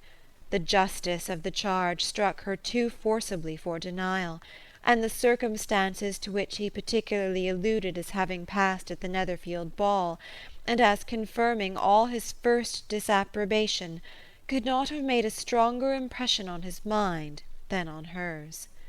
The compliment to herself and her sister was not unfelt. It soothed but could not console her for the contempt which had thus been self-attracted by the rest of her family, and as she considered that Jane's disappointment had in fact been the work of her nearest relations, and reflected how materially the credit of both must be hurt by such impropriety of conduct, she felt depressed beyond anything she had ever known before. After wandering along the lane for 2 hours, giving way to every variety of thought, to reconsidering events, determining probabilities, and reconciling herself, as well as she could, to a change so sudden and so important, fatigue and a recollection of her long absence made her at length return home, and she entered the house with the wish of appearing cheerful as usual, and the resolution of repressing such reflections as must make her unfit for conversation. She was immediately told that the 2 gentlemen from Rosings had each called during her absence, Mr. Darcy only for a few minutes to take leave, but that Colonel Fitzwilliam had been sitting with them at least an hour, hoping for her return, and almost resolving to walk after her till she could be found. Elizabeth could but just affect concern in missing him. She really rejoiced at it. Colonel Fitzwilliam was no longer an object. She could think only of her letter. End of chapter 36.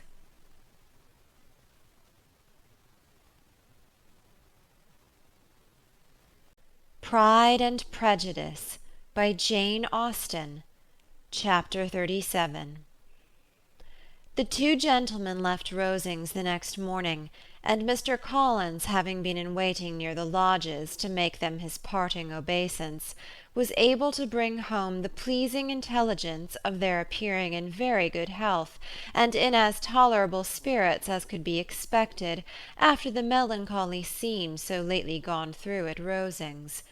To Rosings he then hastened, to console Lady Catherine and her daughter, and on his return brought back, with great satisfaction, a message from her ladyship, importing that she felt herself so dull as to make her very desirous of having them all to dine with her. Elizabeth could not see Lady Catherine without recollecting that, had she chosen it, she might by this time have been presented to her as her future niece. Nor could she think without a smile of what her ladyship's indignation would have been. What would she have said? How would she have behaved? Were questions with which she amused herself. Their first subject was the diminution of the Rosings party.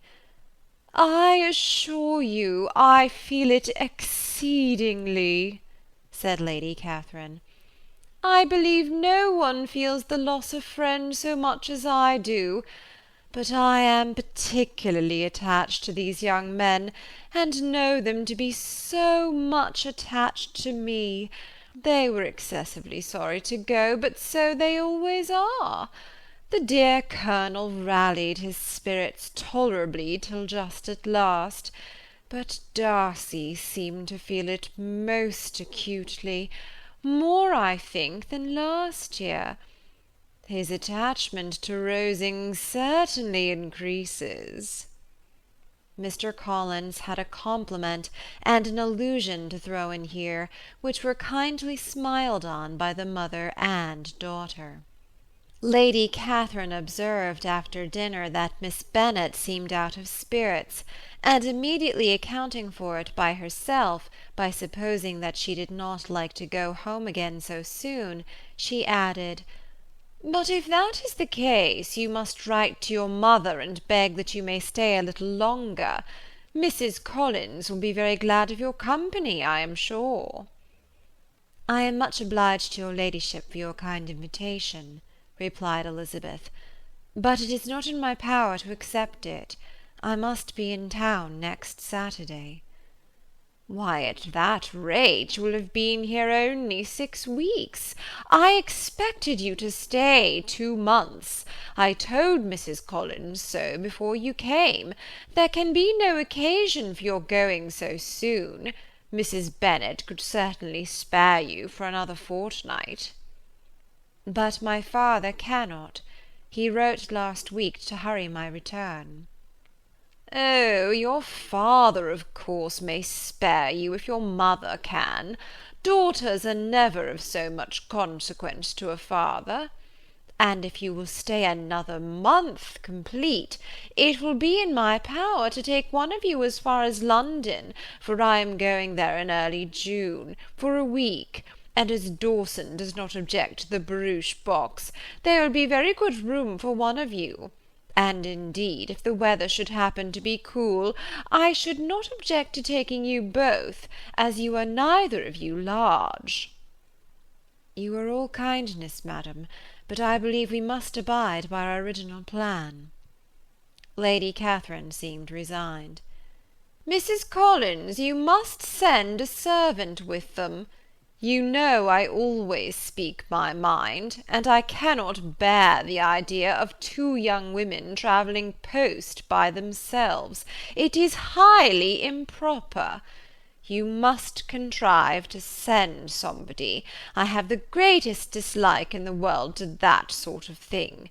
Young women should always be properly guarded and attended, according to their situation in life. When my niece Georgiana went to Ramsgate last summer, I made a point of her having 2 men servants to go with her. Miss Darcy, the daughter of Mr. Darcy of Pemberley, and Lady Anne, could not have appeared with propriety in a different manner. I am excessively attentive to all those things. You must send John with the young ladies, Mrs. Collins. I am glad it occurred to me to mention it, for it would really be discreditable to you to let them go alone." "My uncle is to send a servant for us." "No, your uncle? He keeps a manservant, does he? I am very glad you have somebody who thinks of these things. Where shall you change horses? Oh, Bromley, of course. If you mention my name at the bell, you will be attended to." Lady Catherine had many other questions to ask respecting their journey, and as she did not answer them all herself, attention was necessary, which Elizabeth believed to be lucky for her, or with a mind so occupied she might have forgotten where she was. Reflection must be reserved for solitary hours.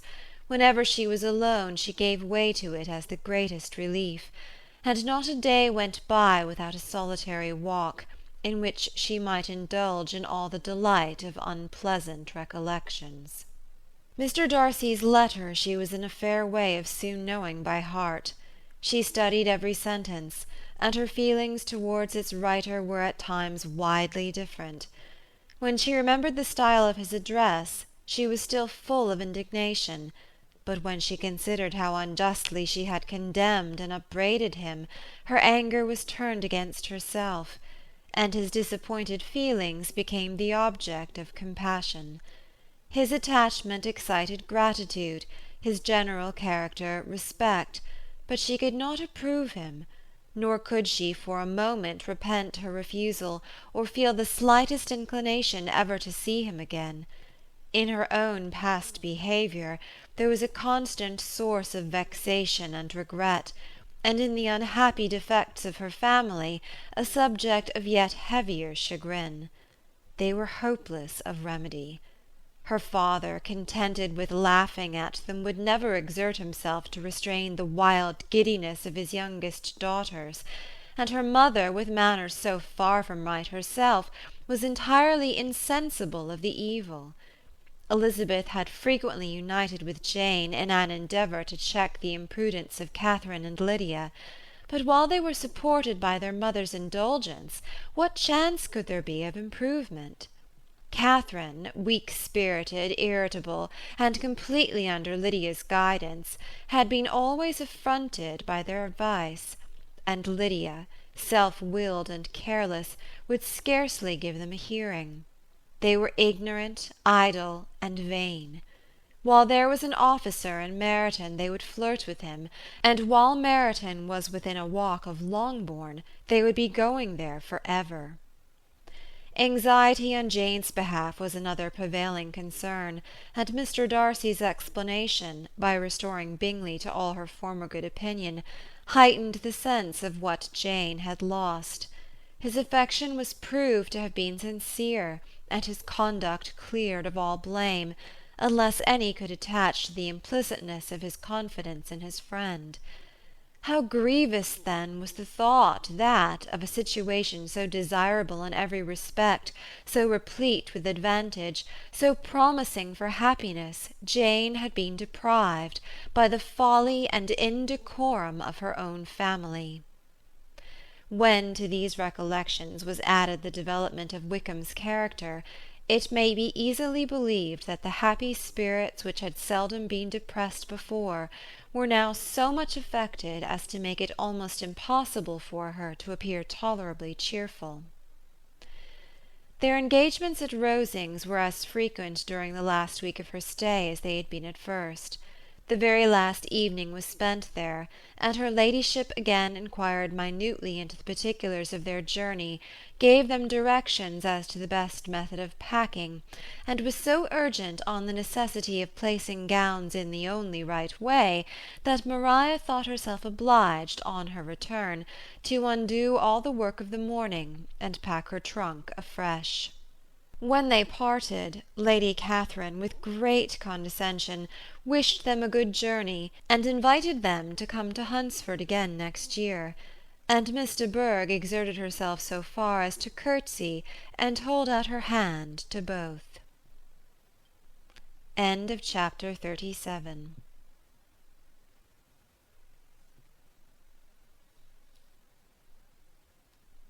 Pride and Prejudice by Jane Austen.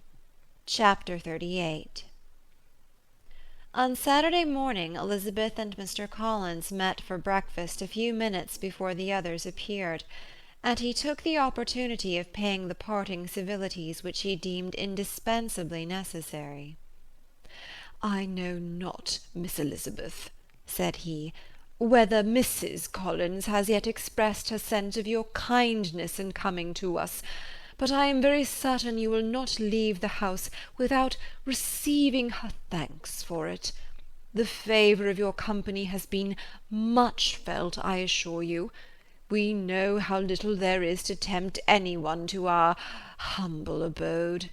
Our plain manner of living, our small rooms and few domestics, and the little we see of the world, must make Hunsford extremely dull to a young lady like yourself, but I hope you will believe us grateful for the condescension, and that we have done everything in our power to prevent your spending your time unpleasantly."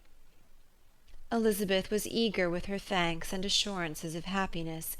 She had spent 6 weeks with great enjoyment, and the pleasure of being with Charlotte, and the kind attentions she had received, must make her feel the obliged.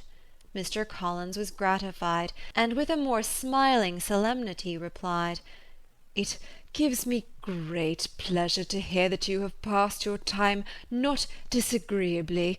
We have certainly done our best, and most fortunately having it in our power to introduce you to very superior society, and from our connection with Rosings, the frequent means of varying the humble home scene, I think we may flatter ourselves that your Hunsford visit cannot have been entirely irksome. Our situation with regard to Lady Catherine's family is indeed the sort of extraordinary advantage and blessing which few can boast. You see on what a footing we are, you see how continually we are engaged there. In truth, I must acknowledge that, with all the disadvantages of this humble parsonage, I should not think any one abiding in it an object of compassion, while they are sharers of our intimacy at Rosings." Words were insufficient for the elevation of his feelings, and he was obliged to walk about the room, while Elizabeth tried to unite civility and truth in a few short sentences. "You may, in fact, carry a very favourable report of us into Hertfordshire, my dear cousin.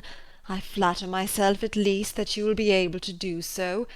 Lady Catherine's great attentions to Mrs. Collins you have been a daily witness of, and altogether, I trust, it does not appear that your friend has drawn an unfortunate...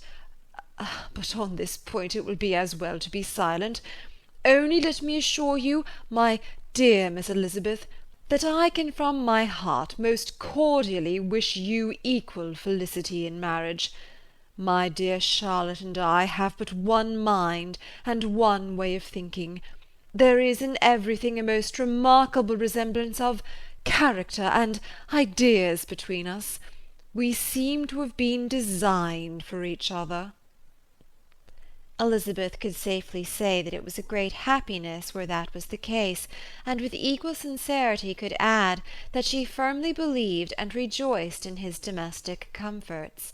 She was not sorry, however, to have the recital of them interrupted by the lady from whom they sprang. Poor Charlotte! It was melancholy to leave her to such society, but she had chosen it with her eyes open, and though evidently regretting that her visitors were to go, she did not seem to ask for compassion. Her home and her housekeeping, her parish and her poultry, and all their dependent concerns, had not yet lost their charms.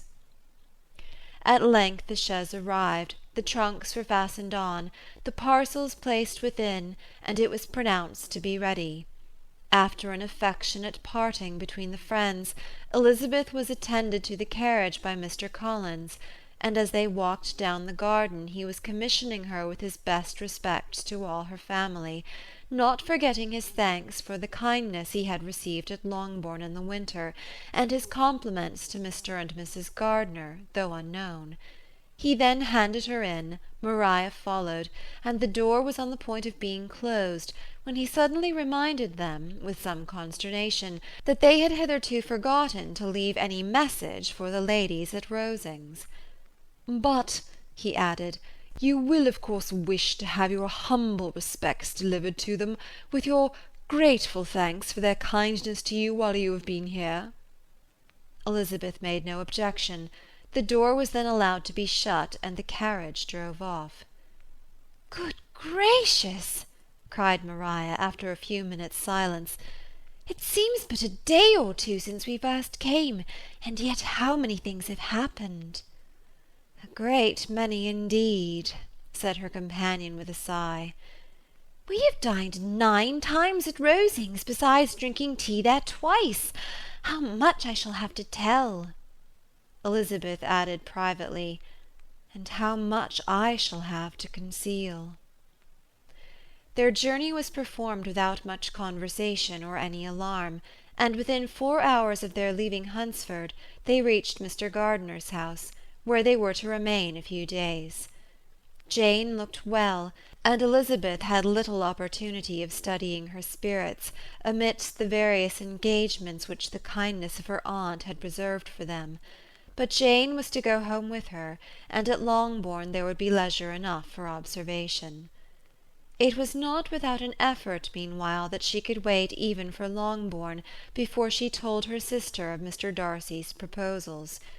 To know that she had the power of revealing what would so exceedingly astonish Jane, and must at the same time so highly gratify whatever of her own vanity she had not yet been able to reason away, was such a temptation to openness as nothing could have conquered but the state of indecision in which she remained as to the extent of what she should communicate, and her fear, if she once entered on the subject, of being hurried into repeating something of Bingley which might only grieve her sister further.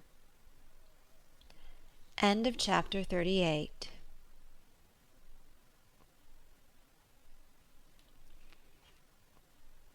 Pride and Prejudice by Jane Austen. Chapter 39. It was the second week in May, in which the three young ladies set out together from Gracechurch Street for the town of in Hertfordshire, and as they drew near the appointed inn where Mr. Bennet's carriage was to meet them, they quickly perceived, in token of the coachman's punctuality, both Kitty and Lydia looking out of a dining-room upstairs. These two girls had been above an hour in the place, happily employed in visiting an opposite milliner, watching the sentinel on guard, and dressing a salad and cucumber. After welcoming their sisters, they triumphantly displayed a table set out with such cold meat as an inn larder usually affords, exclaiming, "Is not this nice? Is not this an agreeable surprise?" "And we mean to treat you all," added Lydia, "but you must lend us the money, for we have just spent ours at the shop out there." Then showing her purchases, "Look here, I've bought this bonnet. I do not think it is very pretty, but I thought I might as well buy it as not. I shall pull it to pieces as soon as I get home, and see if I can make it up any better." And when her sisters abused it as ugly, she added with perfect unconcern, "Oh, but there were 2 or 3 much uglier in the shop, and when I have bought some prettier coloured satin to trim it with fresh, I think it will be very tolerable. Besides, it will not much signify what one wears this summer, after the Blankshire have left Meryton, and they are going in a fortnight." "Are they indeed?" cried Elizabeth with the greatest satisfaction. "They are going to be encamped near Brighton, and I do so want papa to take us all there for the summer. It would be such a delicious scheme, and I dare say it would cost hardly anything at all. Mamma would like to go too, of all things. Only think what a miserable summer else we shall have."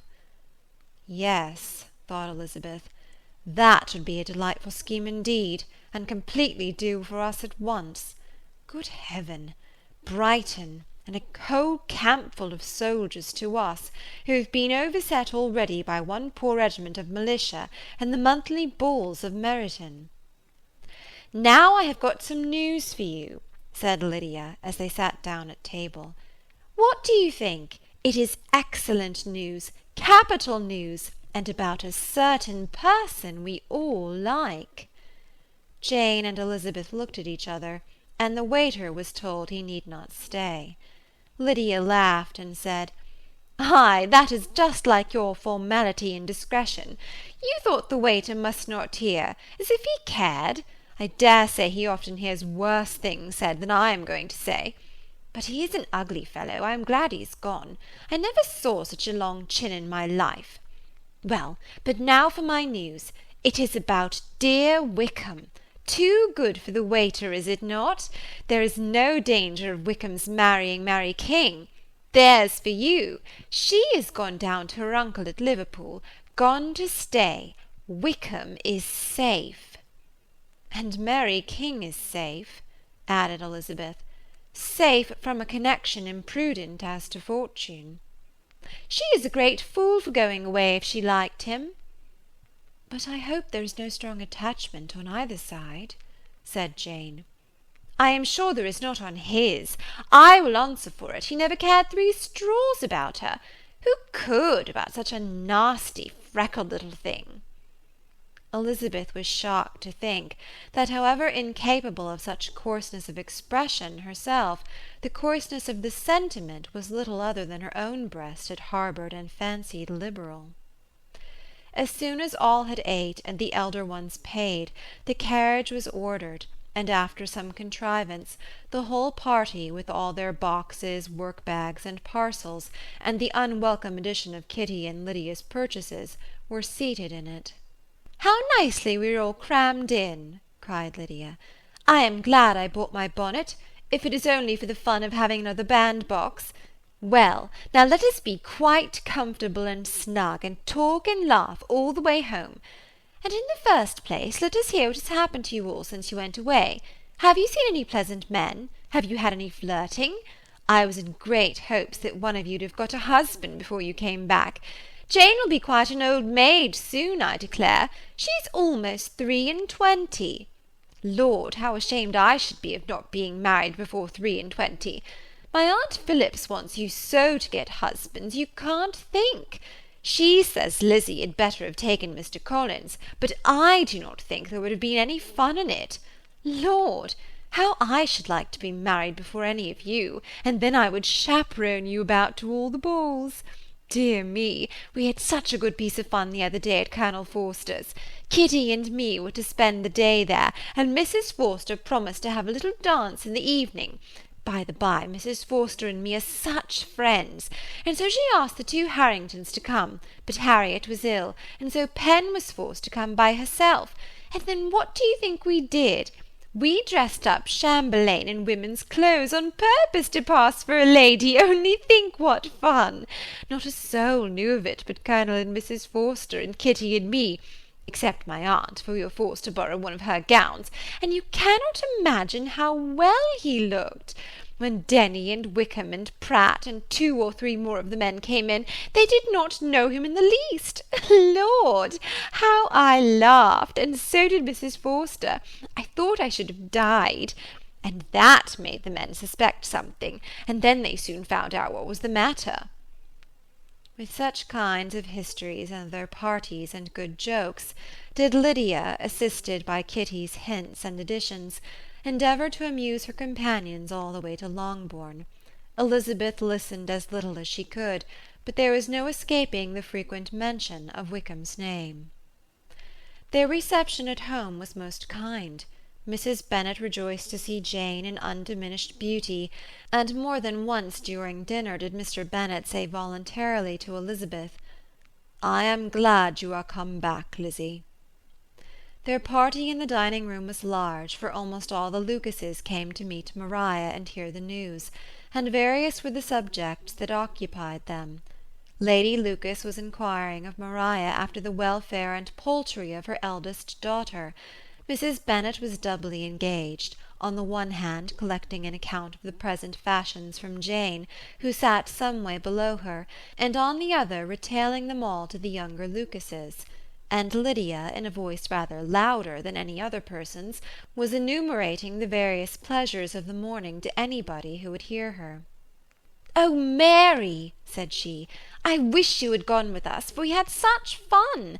As we went along, Kitty and I drew up the blinds, and pretended there was nobody in the coach, and I should have gone so all the way, if Kitty had not been sick.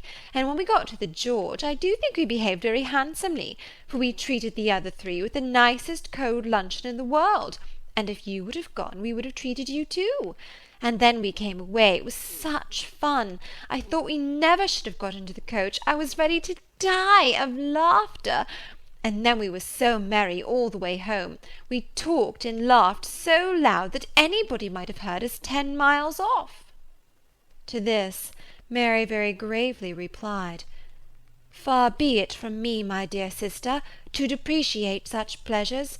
They would doubtless be congenial with the generality of female minds, but I confess they would have no charms for me. I should infinitely prefer a book." But of this answer Lydia heard not a word. She seldom listened to anybody for more than half a minute, and never attended to Mary at all. In the afternoon Lydia was urgent with the rest of the girls to walk to Meryton, and to see how everybody went on, but Elizabeth steadily opposed the scheme. It should not be said that the Miss Bennets could not be at home half a day before they were in pursuit of the officers. There was another reason too for her opposition. She dreaded seeing Mr. Wickham again, and was resolved to avoid it as long as possible. The comfort to her of the regiment's approaching removal was indeed beyond expression. In a fortnight they were to go, and once gone, she hoped there could be nothing more to plague her on his account. She had not been many hours at home before she found that the Brighton scheme, of which Lydia had given them a hint at the inn, was under frequent discussion between her parents.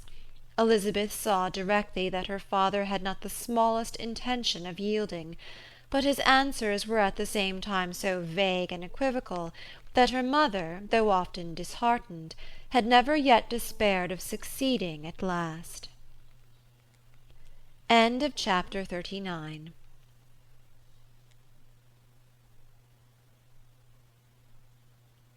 Pride and Prejudice by Jane Austen. Chapter 40. Elizabeth's impatience to acquaint Jane with what had happened could no longer be overcome, and at length, resolving to suppress every particular in which her sister was concerned, and preparing her to be surprised, she related to her the next morning the chief of the scene between Mr. Darcy and herself.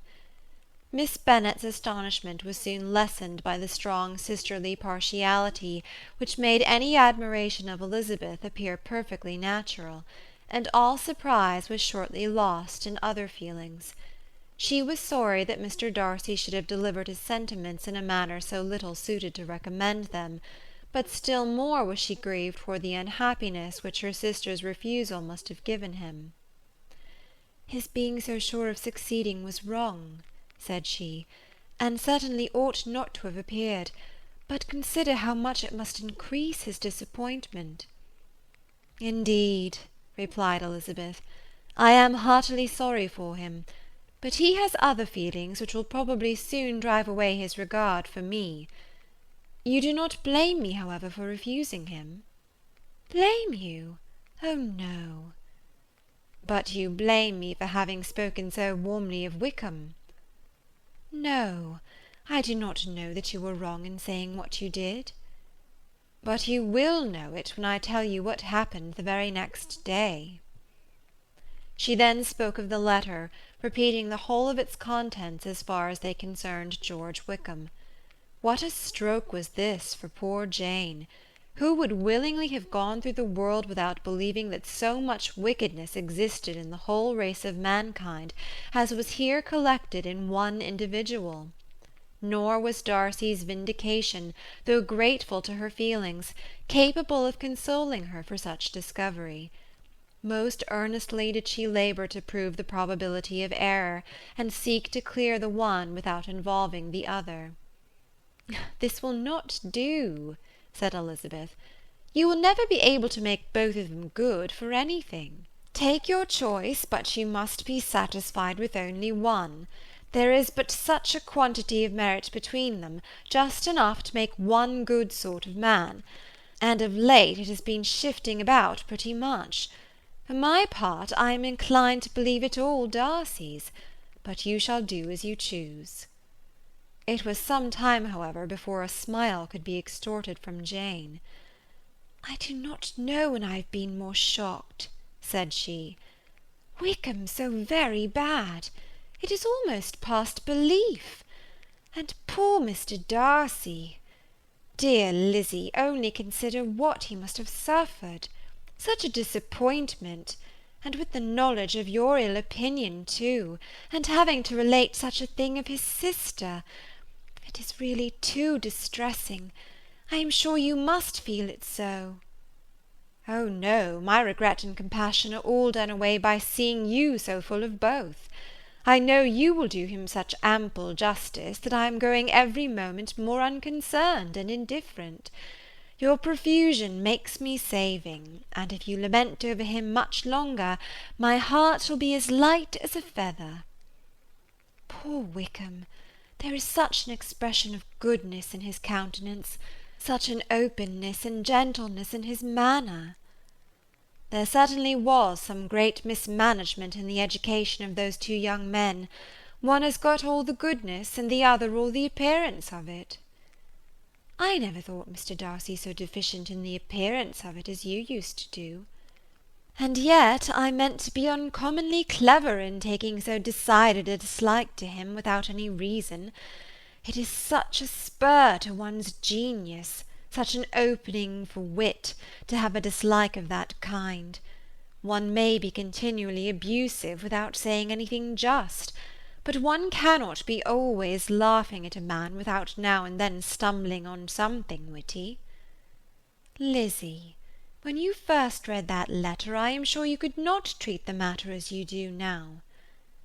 "Indeed, I could not. I was uncomfortable enough, I may say unhappy, and with no one to speak to about what I felt, no Jane to comfort me and say that I had not been so very weak and vain and nonsensical as I knew I had. Oh, how I wanted you!" "How unfortunate that you should have used so very strong expressions in speaking of Wickham to Mr. Darcy, for now they do appear so wholly undeserved." "Certainly. But the misfortune of speaking with bitterness is a most natural consequence of the prejudices I had been encouraging. There is one point on which I want your advice. I want to be told whether I ought, or ought not, to make our acquaintance in general understand Wickham's character." Miss Bennet paused a little, and then replied, "Surely there can be no occasion for exposing him so dreadfully. What is your opinion?" "That it ought not to be attempted. Mr. Darcy has not authorized me to make his communication public. On the contrary, every particular relative to his sister was meant to be kept as much as possible to myself, and if I endeavour to undeceive people as to the rest of his conduct, who will believe me? The general prejudice against Mr. Darcy is so violent, that it would be the death of half the good people in Meryton to attempt to place him in an amiable light. I am not equal to it. Wickham will soon be gone, and therefore it will not signify to any one here what he really is. Some time hence it will all be found out, and then we may laugh at their stupidity in not knowing it before. At present I will say nothing about it." "You are quite right. To have his errors made public might ruin him for ever. He is now perhaps sorry for what he has done, and anxious to re-establish a character. We must not make him desperate." The tumult of Elizabeth's mind was allayed by this conversation. She had got rid of two of the secrets which had weighed on her for a fortnight, and was certain of a willing listener in Jane, whenever she might wish to talk again of either. But there was still something lurking behind, of which prudence forbade the disclosure. She dared not relate the other half of Mr. Darcy's letter, nor explain to her sister how sincerely she had been valued by her friend. Here was knowledge in which no one could partake, and she was sensible that nothing less than a perfect understanding between the parties could justify her in throwing off this last encumbrance of mystery. "And then," said she, "if that very improbable event should ever take place, I shall merely be able to tell what Bingley may tell in a much more agreeable manner himself. The liberty of communication cannot be mine till it has lost all its value." She was now, on being settled at home, at leisure to observe the real state of her sister's spirits. Jane was not happy. She still cherished a very tender affection for Bingley. Having never even fancied herself in love before, her regard had all the warmth of first attachment, and from her age and disposition, greater steadiness than most first attachments often boast, and so fervently did she value his remembrance, and prefer him to every other man, that all her good sense, and all her attention to the feelings of her friends, were requisite to check the indulgence of those regrets which must have been injurious to her own health and their tranquillity. "Well, Lizzy," said Mrs. Bennet one day, What is your opinion now of this sad business of Jane's? For my part, I am determined never to speak of it again to anybody. I told my sister Phillips so the other day, but I cannot find out that Jane saw anything of him in London. Well, he is a very undeserving young man, and I do not suppose there's the least chance in the world of her ever getting him now. There is no talk of him coming to Netherfield again in the summer, and I have inquired of everybody, too, who is likely to know. I do not believe he will ever live at Netherfield any more. Oh, well, it is just as he chooses. Nobody wants him to come. Though I shall always say he used my daughter extremely ill, and if I was her I would not have put up with it.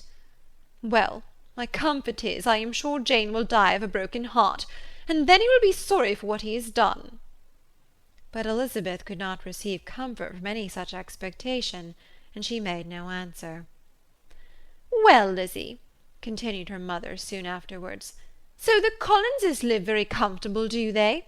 Well, well, I only hope it will last. And what sort of table do they keep? Charlotte is an excellent manager, I dare say. If she is half as sharp as her mother, she is saving enough. There is nothing extravagant in their housekeeping, I dare say. No, nothing at all. A great deal of good management, depend upon it. Yes, yes, they will take care not to outrun their income. They will never be distressed for money. Well, much good may it do them. And so, I suppose, they often talk of having Longbourn when your father is dead. They look upon it quite as their own, I dare say, whenever that happens. It was a subject which they could not mention before me. No, it would have been strange if they had, but I make no doubt they often talk of it between themselves. Well, if they can be easy with an estate that is not lawfully their own, so much the better. I should be ashamed of having one that was only entailed on me. End of chapter 40.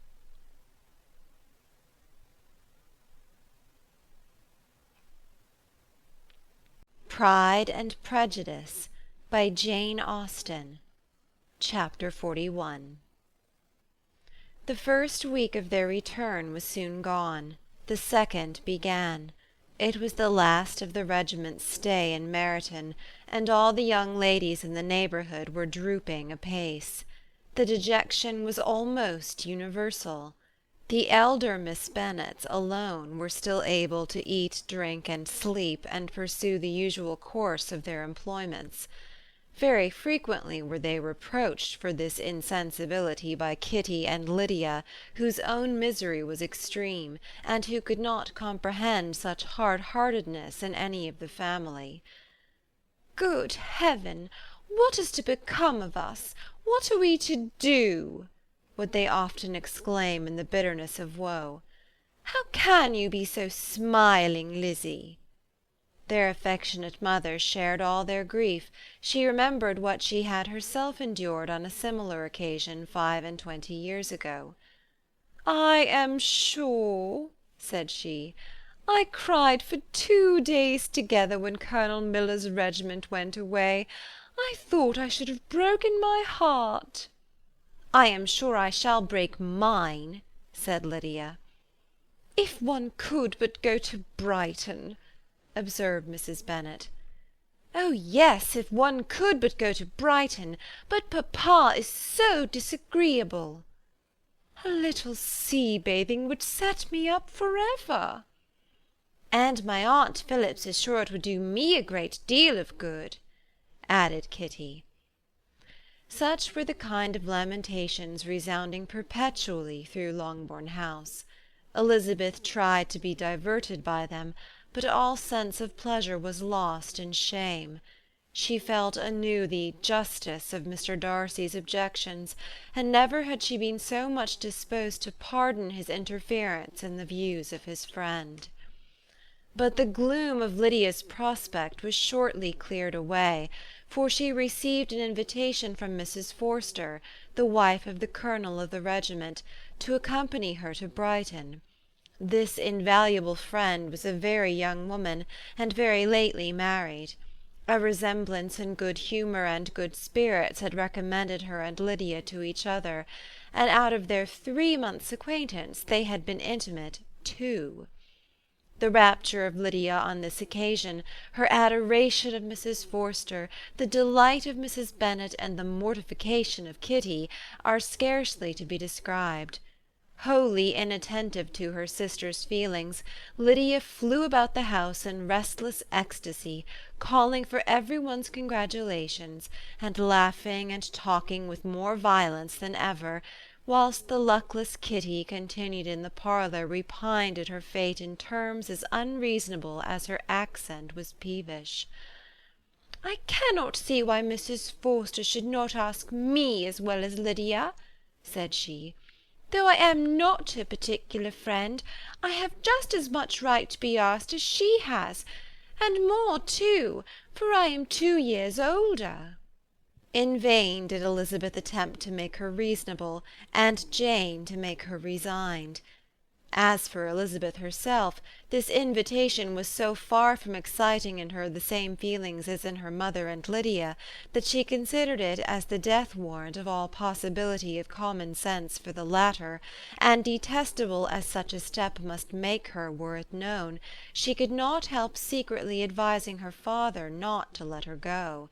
She represented to him all the improprieties of Lydia's general behaviour, the little advantage she could derive from the friendship of such a woman as Mrs. Forster, and the probability of her being yet more imprudent with such a companion at Brighton, where the temptations must be greater than at home. He heard her attentively, and then said, "Lydia will never be easy until she has exposed herself in some public place or other, and we can never expect her to do it with so little expense or inconvenience to her family as under the present circumstances." "If you were aware," said Elizabeth, "of the very great disadvantage to us all which must arise from the public notice of Lydia's unguarded and imprudent manner, nay, which has already arisen from it, I am sure you would judge differently in this affair." "Already arisen?" repeated Mr. Bennet. "What, has she frightened away some of your lovers? Poor little Lizzy! But do not be cast down. Such squeamish youths as cannot bear to be connected with a little absurdity are not worth a regret. Come, let me see the list of pitiful fellows who have been kept aloof by Lydia's folly." "Indeed you are mistaken. I have no such injuries to resent. It is not of particular, but of general evils which I am now complaining. Our importance, our respectability in the world must be affected by the wild volatility, the assurance and disdain of all restraint which marks Lydia's character. Excuse me, for I must speak plainly. If you, my dear father, will not take the trouble of checking her exuberant spirits, and of teaching her that her present pursuits are not to be to the business of her life, she will soon be beyond the reach of amendment. Her character will be fixed, and she will at 16 be the most determined flirt that ever made herself or her family ridiculous.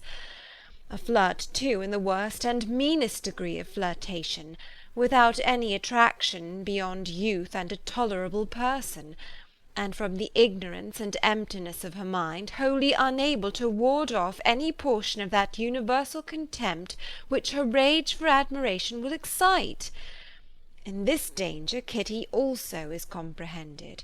She will follow wherever Lydia leads. Vain, ignorant, idle, and absolutely uncontrolled. Oh, my dear father, can you suppose it possible that they will not be censured and despised wherever they are known, and that their sisters will not be often involved in the disgrace?" Mr. Bennet saw that her whole heart was in the subject, and affectionately taking her hand, said in reply, "Do not make yourself uneasy, my love. Wherever you and Jane are known, you must be respected and valued, and you will not appear to less advantage for having a couple of, or I may say 3, very silly sisters. We shall have no peace at Longbourn if Lydia does not go to Brighton. Let her go, then. Colonel Forster is a sensible man, and will keep her out of any real mischief, and she is luckily too poor to be an object of prey to anybody. At Brighton she will be of less importance even as a common flirt than she has been here. The officers will find women better worth their notice. Let us hope, therefore, that her being there may teach her her own insignificance. At any rate, she cannot grow many degrees worse without authorizing us to lock her up for the rest of her life." With this answer Elizabeth was forced to be content, but her own opinion continued the same, and she left him disappointed and sorry. It was not in her nature, however, to increase her vexations by dwelling on them. She was confident of having performed her duty, and to fret over unavoidable evils, or augment them by anxiety, was no part of her disposition. Had Lydia and her mother known the substance of her conference with her father, their indignation would hardly have found expression in their united volubility. In Lydia's imagination, a visit to Brighton comprised every possibility of earthly happiness. She saw with the creative eye of fancy the streets of that gay bathing-place covered with officers. She saw herself the object of attention to tens and scores of them at present unknown. She saw all the glories of the camp, its tents stretched forth in beauteous uniformity of lines, crowded with the young and the gay, and dazzling with scarlet. And to complete the view, she saw herself seated beneath a tent, tenderly flirting with at least 6 officers at once. Had she known her sister sought to tear her from such prospects and such realities as these, what would have been her sensations? They could have been only understood by her mother, who might have felt nearly the same. Lydia's going to Brighton was all that consoled her for her melancholy conviction of her husband's never intending to go there himself. But they were entirely ignorant of what had passed, and their raptures continued, with little intermission, to the very day of Lydia's leaving home. Elizabeth was now to see Mr. Wickham for the last time. Having been frequently in company with him since her return, agitation was pretty well over. The agitations of formal partiality entirely so. She had even learnt to detect, in the very gentleness which had first delighted her, an affectation and a sameness to disgust and weary. In his present behaviour to herself, moreover, she had a fresh source of displeasure, for the inclination he soon testified of renewing those intentions which had marked the early part of their acquaintance could only serve, after what had since passed, to provoke her. She lost all concern for him in finding herself thus selected as the object of such idle and frivolous gallantry, and while she steadily repressed it, could not but feel the reproof contained in his believing that however long, and for whatever cause, his attentions had been withdrawn, her vanity would be gratified, and her preference secured at any time by their renewal. On the very last day of the regiment's remaining at Meryton, he dined with the other officers at Longbourn, and so little was Elizabeth disposed to part from him in good humour, that on his making some inquiry as to the manner in which her time had passed at Hunsford, she mentioned Colonel Fitzwilliam's and Mr. Darcy's having both spent 3 weeks at Rosings, and asked him if he was acquainted with the former. He looked surprised, displeased, alarmed, but with a moment's recollection and a returning smile, replied that he had formerly seen him often, and after observing that he was a very gentlemanlike man, asked her how she had liked him. Her answer was warmly in his favour.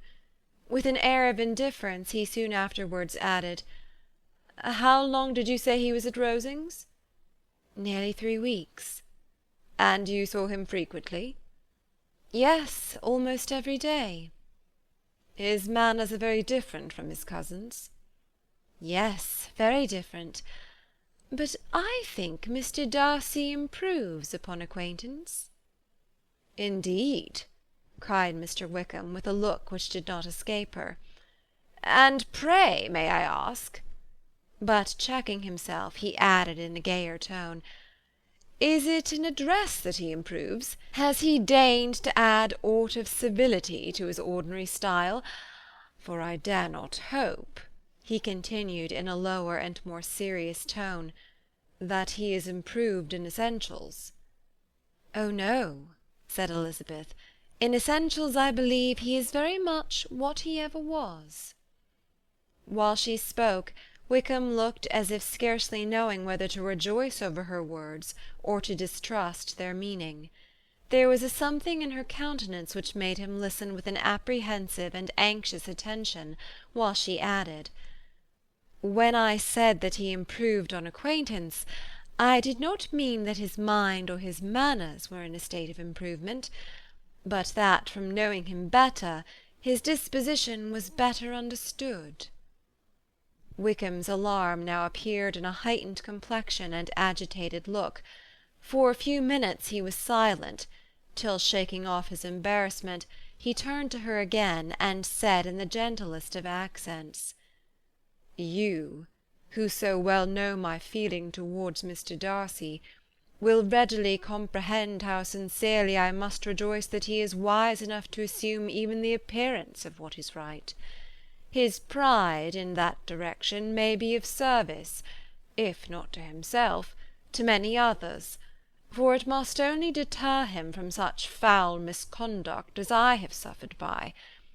I only fear that the sort of cautiousness to which you, I imagine, have been alluding, is merely adopted on his visits to his aunt, of whose good opinion and judgment he stands much in awe.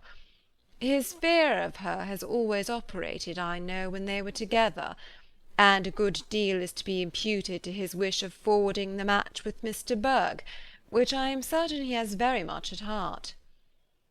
Elizabeth could not repress a smile at this, but she answered only by a slight inclination of the head. She saw that he wanted to engage her on the old subject of his grievances, and she was in no humour to indulge him.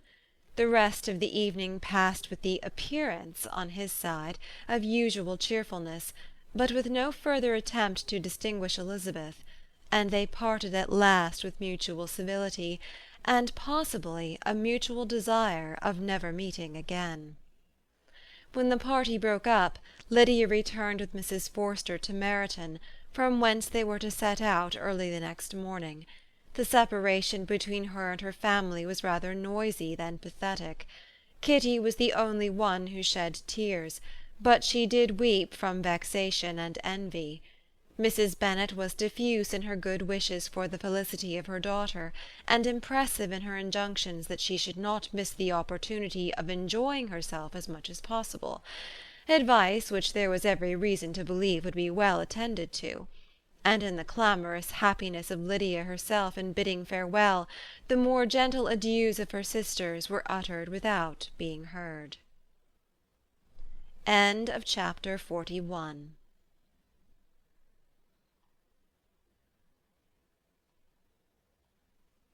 Pride and Prejudice by Jane Austen. Chapter 42. Had Elizabeth's opinion been all drawn from her own family, she could not have formed a very pleasing opinion of conjugal felicity or domestic comfort. Her father, captivated by youth and beauty, and that appearance of good humour which youth and beauty generally give, had married a woman whose weak understanding and illiberal mind had very early in their marriage put an end to all real affection for her. Respect, esteem, and confidence had vanished forever, and all his views of domestic happiness were overthrown. But Mr. Bennet was not of a disposition to seek comfort for the disappointment which his own imprudence had brought on, in any of those pleasures which too often console the unfortunate for their folly or their vice. He was fond of the country and of books, and from these tastes had arisen his principal enjoyments. To his wife he was very little otherwise indebted than as her ignorance and folly had contributed to his amusement. This is not the sort of happiness which a man would in general wish to owe to his wife, But where other powers of entertainment are wanting, the true philosopher will derive benefit from such as are given. Elizabeth, however, had never been blind to the impropriety of her father's behaviour as a husband. She had always seen it with pain, but respecting his abilities, and grateful for his affectionate treatment of herself, she endeavoured to forget what she could not overlook, and to banish from her thoughts that continual breach of conjugal obligation and decorum, which, in exposing his wife to the contempt of her own children, was so highly reprehensible. But she had never felt so strongly as now the disadvantages which must attend the children of so unsuitable a marriage, nor ever been so fully aware of the evils arising from so ill-judged a direction of talents. Talents which, rightly used, might at least have preserved the respectability of his daughters, even if incapable of enlarging the mind of his wife. When Elizabeth had rejoiced over Wickham's departure, she found little other cause for satisfaction in the loss of the regiment. Their parties abroad were less varied than before, and at home she had a mother and sister whose constant repinings at the dullness of everything around them threw a real gloom over their domestic circle. And though Kitty might in time regain her natural degree of sense, since the disturbers of her brain were removed, her other sister, from whose disposition greater evil might be apprehended, was likely to be hardened in all her folly and assurance by a situation of such double danger as a watering-place and a camp. Upon the whole, therefore, she found, what has been sometimes found before, that an event to which she had been looking forward with impatient desire did not, in taking place, bring all the satisfaction she had promised herself. It was consequently necessary to name some other period for the commencement of actual felicity, to have some other point on which her wishes and hopes might be fixed, and by again enjoying the pleasure of anticipation, console herself for the present, and prepare for another disappointment. Her tour to the Lakes was now the object of her happiest thoughts. It was the best consolation for all the uncomfortable hours which the discontentedness of her mother and Kitty made inevitable, and could she have included Jane in the scheme, every part of it would have been perfect. "But it is fortunate," thought she, "that I have something to wish for. Were the whole arrangement complete, my disappointment would be certain. But here, by carrying with me one ceaseless source of regret in my sister's absence, I may reasonably hope to have all my expectations of pleasure realized. A scheme of which every part promises delight can never be successful, and general disappointment is only warded off by the defence of some little peculiar vexation." When Lydia went away she promised to write very often and very minutely to her mother and Kitty, but her letters were always long expected and always very short. Those to her mother contained little else than that they were just returned from the library, where such and such officers had attended them, and where she had seen such beautiful ornaments as made her quite wild, that she had a new gown, or a new parasol, which she would have described more fully, but was obliged to leave off in a violent hurry, as Mrs. Forster called her, and they were going off to the camp. And from her correspondence with her sister there was still less to be learnt, for her letters to Kitty, though rather longer, were much too full of lines under the words to be made public. After the first fortnight or 3 weeks of her absence, health, good humour, and cheerfulness began to reappear at Longbourn. Everything wore a happier aspect. The families who had been in town for the winter came back again, and summer finery and summer engagements arose. Mrs. Bennet was restored to her usual querulous serenity, and by the middle of June Kitty was so much recovered as to be able to enter Meryton without tears, an event of such happy promise as to make Elizabeth hope that by the following Christmas she might be so tolerably reasonable as to not mention an officer above once a day, unless by some cruel and malicious arrangement at the War Office another regiment should be quartered in Meryton. The time fixed for the beginning of their northern tour was now fast approaching, and a fortnight only was wanting of it, when a letter arrived from Mrs. Gardiner, which at once delayed its commencement and curtailed its extent. Mr. Gardiner would be prevented by business from setting out till a fortnight later in July, and must be in London again within a month, and as that left too short a period for them to go so far and see so much as they had proposed, or at least to see it with the leisure and comfort they had built on, they were obliged to give up the Lakes, and substitute a more contracted tour, and according to the present plan were to go no farther northwards than Derbyshire. In that country there was enough to be seen to occupy the chief of their 3 weeks, and to Mrs. Gardiner it had a peculiarly strong attraction. The town where she had formerly passed some years of her life, and where they were now to spend a few days, was probably as great an object of her curiosity as all the celebrated beauties of Matlock, Chatsworth, Dovedale, or the Peak. Elizabeth was excessively disappointed. She had set her heart on seeing the Lakes, and still thought there might have been time enough. But it was her business to be satisfied, and certainly her temper to be happy, and all was soon right again. With the mention of Derbyshire there were many ideas connected. It was impossible for her to see the word without thinking of Pemberley and its owner. "But surely," said she, "I may enter his county without impunity, and rob it of a few petrified spars without his perceiving me." The period of expectation was now doubled.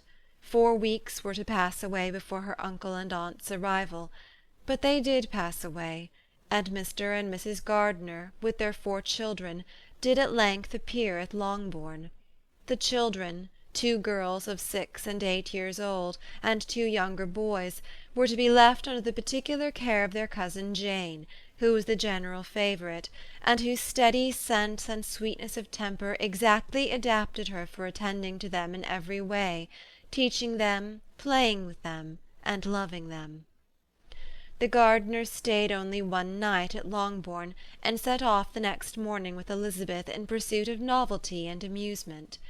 One enjoyment was certain, that of suitableness of companions, a suitableness which comprehended health and temper to bear inconveniences, cheerfulness to enhance every pleasure, and affection and intelligence, which might supply it among themselves if there were disappointments abroad. It is not the object of this work to give a description of Derbyshire, nor of any of the remarkable places through which their route thither lay, Oxford, Blenheim, Warwick, Kenilworth, Birmingham, etc., are sufficiently known. A small part of Derbyshire is all the present concern. To the little town of Lambton, the scene of Mrs. Gardiner's former residence, and where she had lately learned some acquaintance still remained, they bent their steps, after having seen all the principal wonders of the country, and within 5 miles of Lambton, Elizabeth found from her aunt that Pemberley was situated. It was not in their direct road, nor more than a mile or 2 out of it. In talking over their route the evening before, Mrs. Gardiner expressed an inclination to see the place again. Mr. Gardiner declared his willingness, and Elizabeth was applied to for her approbation. "My love, should not you like to see a place of which you have heard so much?" said her aunt. "A place, too, with which so many of your acquaintances are connected. Wickham passed all his youth there, you know." Elizabeth was distressed. She felt that she had no business at Pemberley, and was obliged to assume a disinclination for seeing it. She must own that she was tired of seeing great houses. After going over so many, she really had no pleasure in fine carpets or satin curtains. Mrs. Gardiner abused her stupidity. "If it were merely a fine house richly furnished," said she, "I should not care about it myself, but the grounds are delightful. They have some of the finest woods in the country." Elizabeth said no more, but her mind could not acquiesce. The possibility of meeting Mr. Darcy, while viewing the place, instantly occurred. It would be dreadful. She blushed at the very idea, and thought it would be better to speak openly to her aunt than to run such a risk. But against this there were objections, and she finally resolved that it could be the last resource if her private inquiries to the absence of the family were unfavourably answered. Accordingly, when she retired at night, she asked the chambermaid whether Pemberley were not a very fine place, what was the name of its proprietor, and, with no little alarm, whether the family were down for the summer. A most welcome negative followed the last question, and her alarms now being removed, she was at leisure to feel a great deal of curiosity to see the house herself, and when the subject was revived the next morning, and she was again applied to, could readily answer, and with a proper air of indifference, that she had not really any dislike to the scheme. To Pemberley, therefore, they were to go. Chapter 42.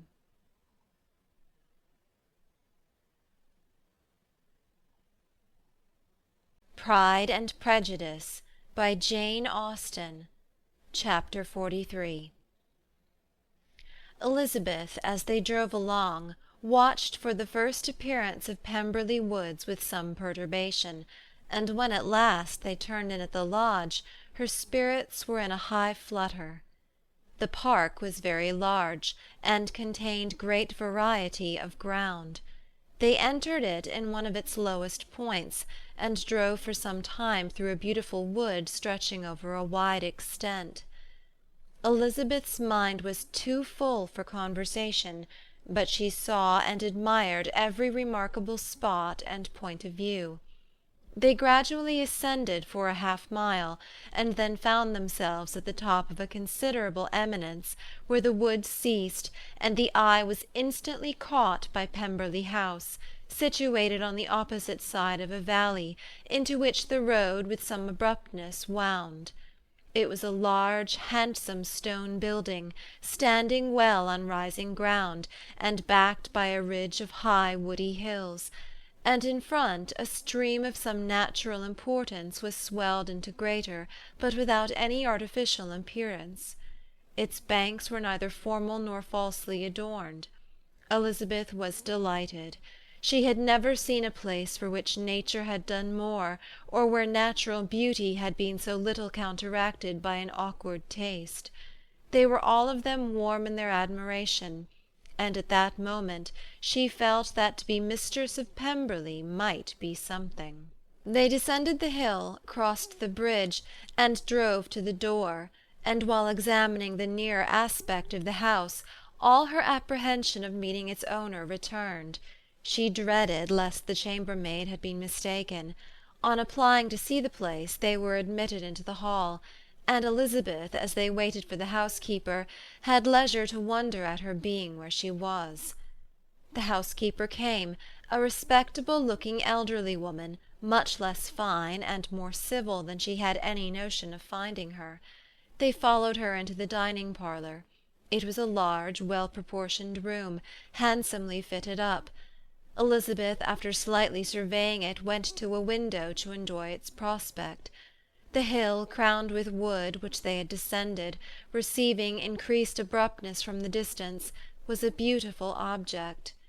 Every disposition of the ground was good, and she looked on the whole scene, the river, the trees scattered on its banks, and the winding of the valley as far as she could trace it, with delight. As they passed into other rooms, these objects were taking different positions, but from every window there were beauties to be seen. The rooms were lofty and handsome, and their furniture suitable to the fortunes of its proprietor. But Elizabeth saw, with admiration of his taste, that it was neither gaudy nor uselessly fine, with less of splendour and more real elegance than the furniture of Rosings. "And of this place," thought she, "I might have been mistress. With these rooms I might now have been familiarly acquainted. Instead of viewing them as a stranger, I might have rejoiced in them as my own, and welcomed to them as visitors my aunt and uncle.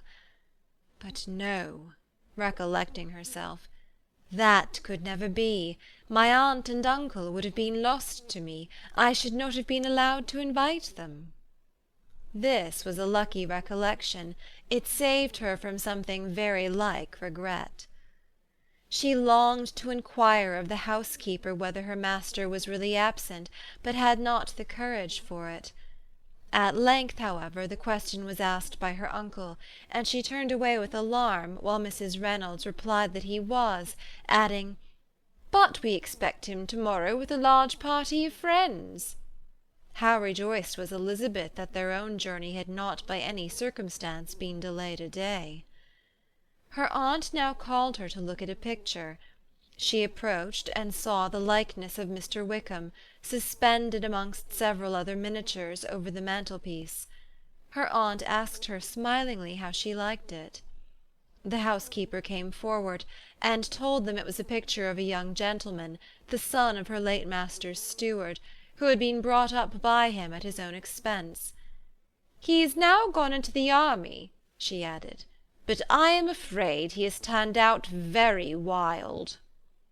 Mrs. Gardiner looked at her niece with a smile, but Elizabeth could not return it.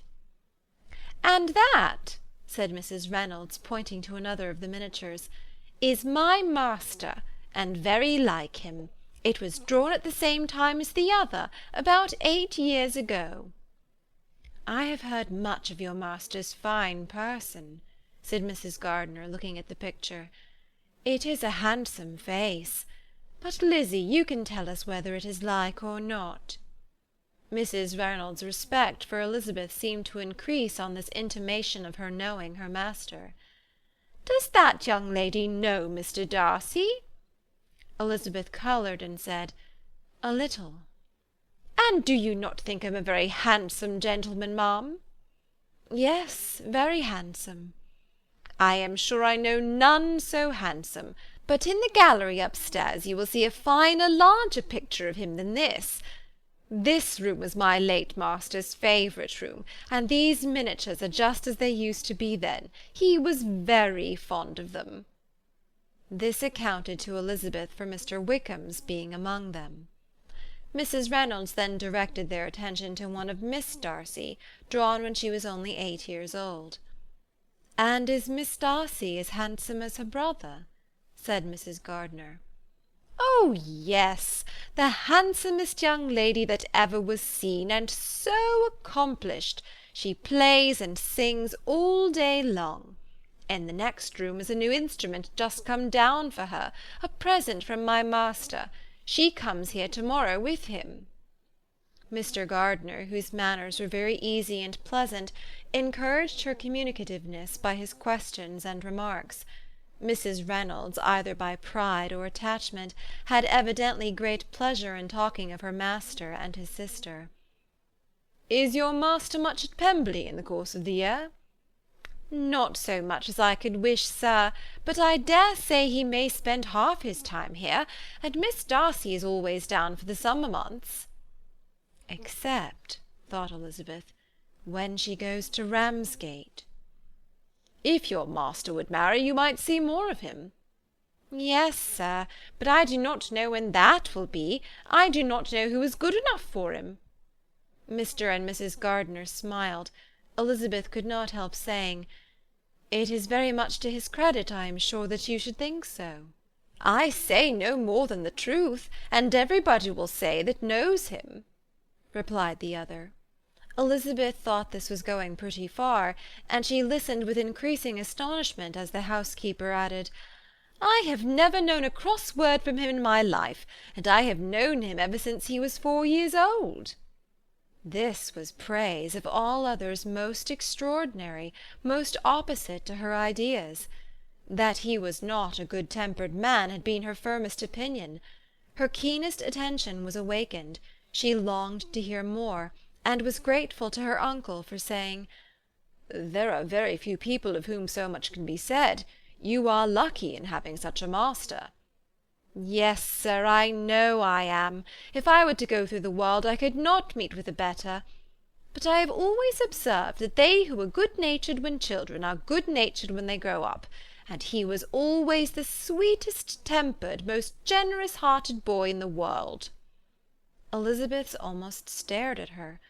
"Can this be Mr. Darcy?" thought she. "His father was an excellent man," said Mrs. Gardiner. "Yes, ma'am, that he was indeed, and his son will be just like him, just as affable to the poor." Elizabeth listened, wondered, doubted, and was impatient for more. Mrs. Reynolds could interest her on no other point. She related the subjects of the pictures, the dimensions of the rooms, and the price of the furniture in vain.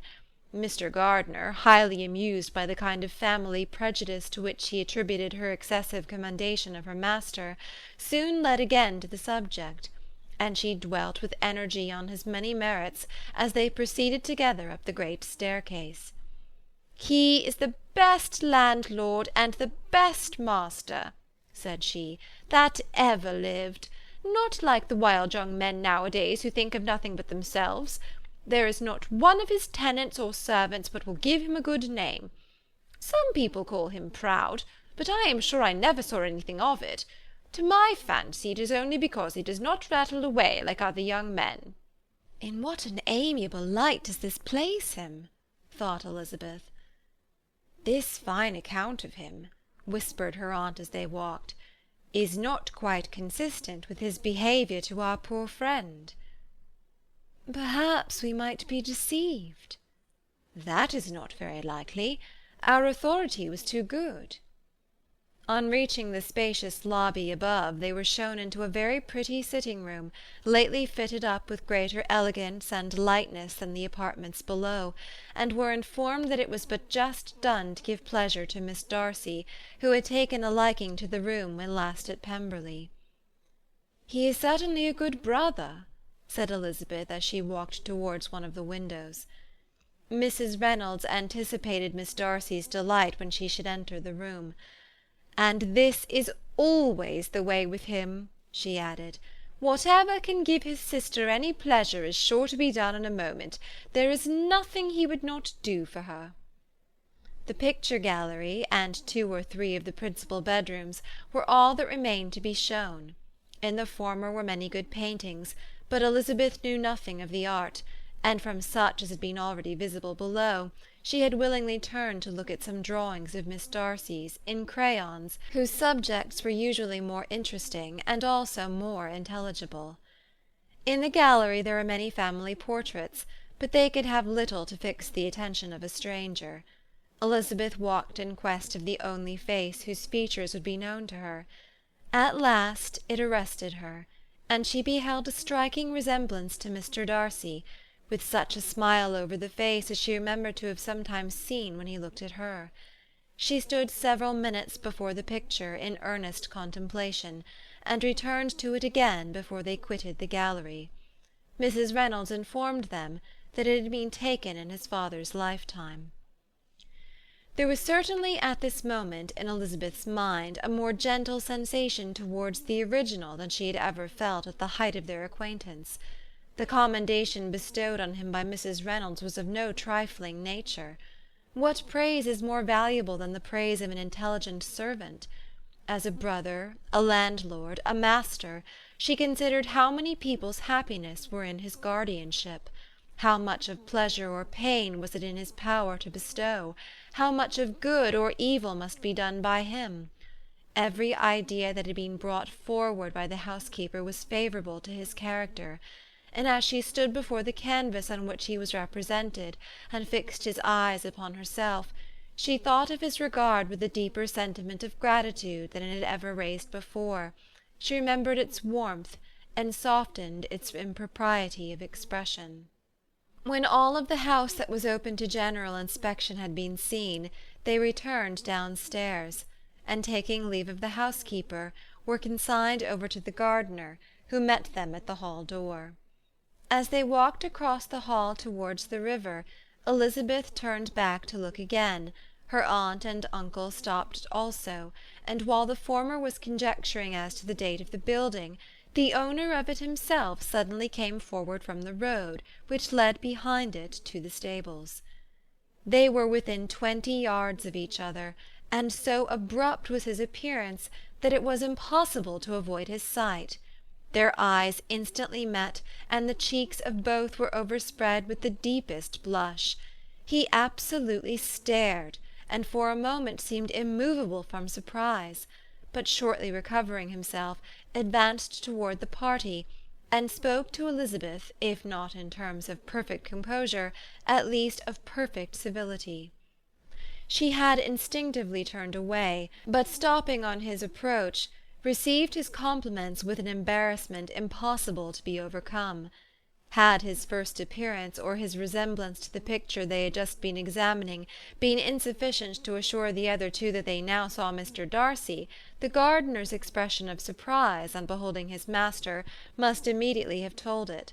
They stood a little aloof while he was talking to their niece, who, astonished and confused, scarcely dared lift her eyes to his face, and knew not what answer she returned to his civil inquiries after her family.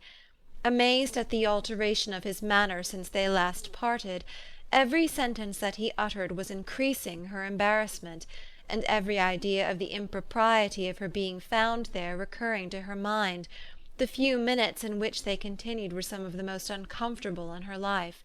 Nor did he seem much more at ease. When he spoke, his accent had none of its usual sedateness, and he repeated his inquiries as to the time of her having left Longbourn, and of her having stayed in Derbyshire, so often and in so hurried a way as plainly spoke the distraction of his thoughts. At length every idea seemed to fail him, and after standing a few moments without saying a word, he suddenly recollected himself and took leave.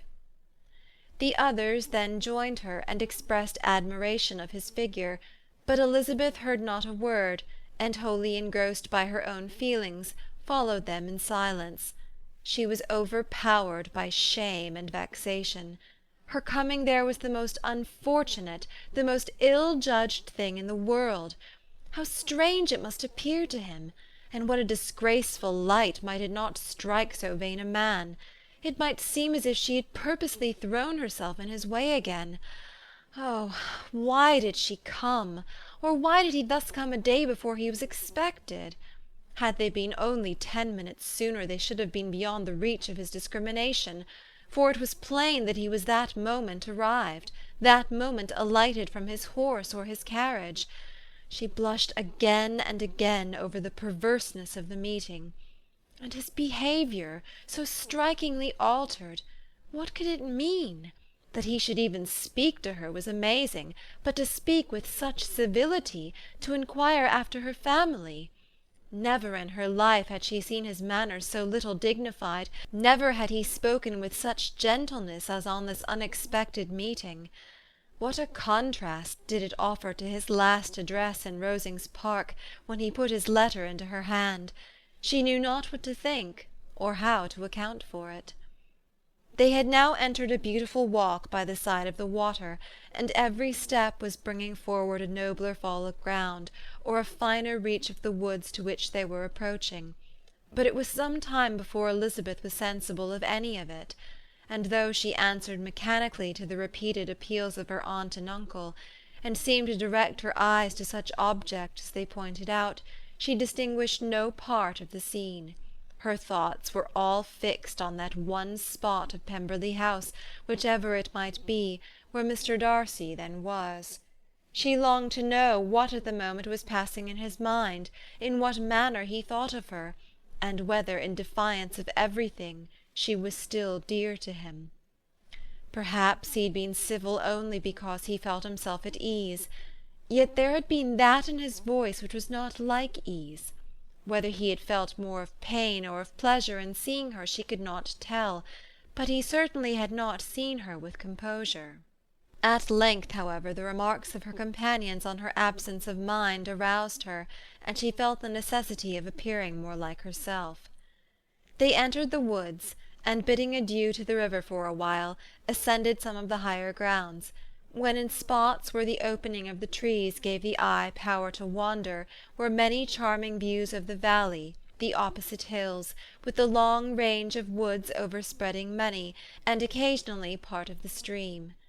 Mr. Gardiner expressed a wish of going round the whole park, but feared it might be beyond a walk. With a triumphant smile they were told that it was 10 miles round.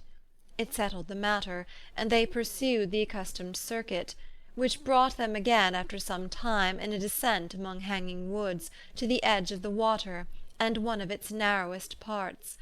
They crossed it by a simple bridge, in character with the general air of the scene. It was a spot less adorned than any they had yet visited, and the valley, here contracted into a glen, allowed room only for the stream and a narrow walk amidst the rough coppice wood which bordered it. Elizabeth longed to explore its windings, but when they had crossed the bridge and perceived their distance from the house, Mrs. Gardiner, who was not a great walker, could go no further, and thought only of returning to the carriage as quickly as possible. Her niece was therefore obliged to submit, and they took their way towards the house on the opposite side of the river, in the nearest direction. But their progress was slow, for Mr. Gardiner, though seldom able to indulge the taste, was very fond of fishing, and was so much engaged in watching the occasional appearance of some trout in the water, and talking to the man about them, that he advanced but little. Whilst wandering on in this slow manner, they were again surprised, and Elizabeth's astonishment was quite equal to what it had been at first, by the sight of Mr. Darcy approaching them, and at no great distance. The walk being here less sheltered than on the other side, allowed them to see him before they met. Elizabeth, however astonished, was at least more prepared for an interview than before, and resolved to appear and to speak with calmness if he really intended to meet them. For a few moments, indeed, she felt that he would probably strike into some other path. The idea lasted while a turning in the walk concealed him from their view. The turning past, he was immediately before them. With a glance she saw that he had lost none of his recent civility, and to imitate his politeness, she began, as they met, to admire the beauty of the place. But she had not got beyond the words "delightful" and "charming," when some unlucky recollections obtruded, and she fancied that praise of Pemberley from her might be mischievously construed. Her colour changed, and she said no more. Mrs. Gardiner was standing a little behind, and on her pausing, he asked her if she would do him the honour of introducing him to her friends. This was a stroke of civility for which she was quite unprepared, and could hardly suppress a smile at his being now seeking the acquaintance of some of those very people against whom his pride had revolted in his offer to herself. "What will be his surprise," thought she, "when he knows who they are? He takes them now for people of fashion."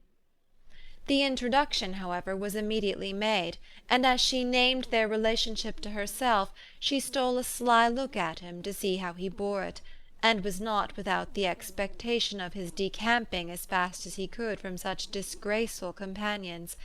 That he was surprised by the connection was evident. He sustained it, however, with fortitude, and so far from going away, turned his back with them and entered into conversation with Mr. Gardiner. Elizabeth could not but be pleased, could not but triumph. It was consoling that he should know she had some relations for whom there was no need to blush. She listened most attentively to all that passed between them, and gloried in every expression, every sentence of her uncle, which marked his intelligence, his taste, or his good manners. The conversation soon turned upon fishing, and she heard Mr. Darcy invite him with the greatest civility to fish there as often as he chose while he continued in the neighbourhood, offering at the same time to supply him with fishing tackle, and pointing out those parts of the stream where there was most usually sport. Mrs. Gardiner, who was walking arm in arm with Elizabeth, gave her a look expressive of wonder. Elizabeth said nothing, but it gratified her exceedingly. The compliment must be all for herself. Her astonishment, however, was extreme, and continually was she repeating, "Why is he so altered? From what can it proceed? It cannot be for me, it cannot be for my sake that his manners are thus softened. My reproofs at Hunsford could not work such a change as this. It is impossible that he should still love me." After walking some time in this way, the two ladies in front, the two gentlemen behind, on resuming their places, after descending to the brink of the river for the better inspection of some curious water plant, there chanced to be a little alteration. It originated in Mrs. Gardiner, who, fatigued by the exercise of the morning, found Elizabeth's arm inadequate to her support, and consequently preferred her husband's. Mr. Darcy took her place by her niece, and they walked on together. After a short silence the lady first spoke. She wished him to know that she had been assured of his absence before she came to the place, and accordingly began by observing that his arrival had been very unexpected. "For your housekeeper," she added, "informed us that you would certainly not be here till tomorrow, and indeed before we left Bakewell we understood that you were not immediately expected in the country."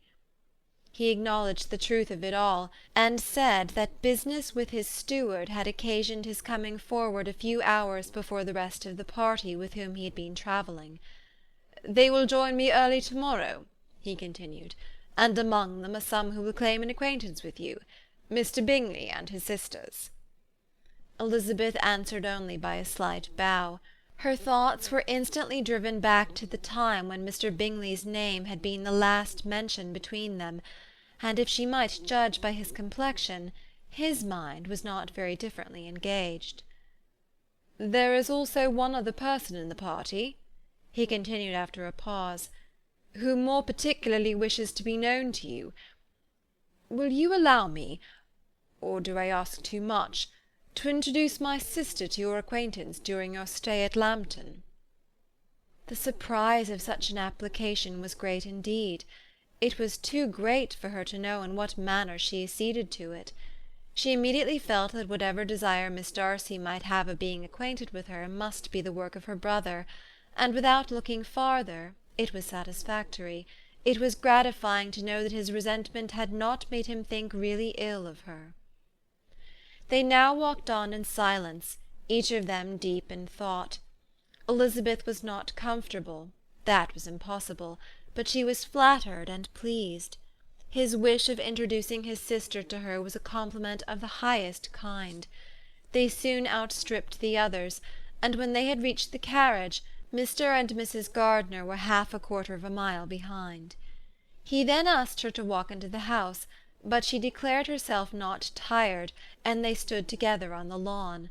At such a time much might have been said, and silence was very awkward. She wanted to talk, but there seemed to be an embargo on every subject. At last she recollected that she had been travelling, and they talked of Matlock and Dovedale with great perseverance.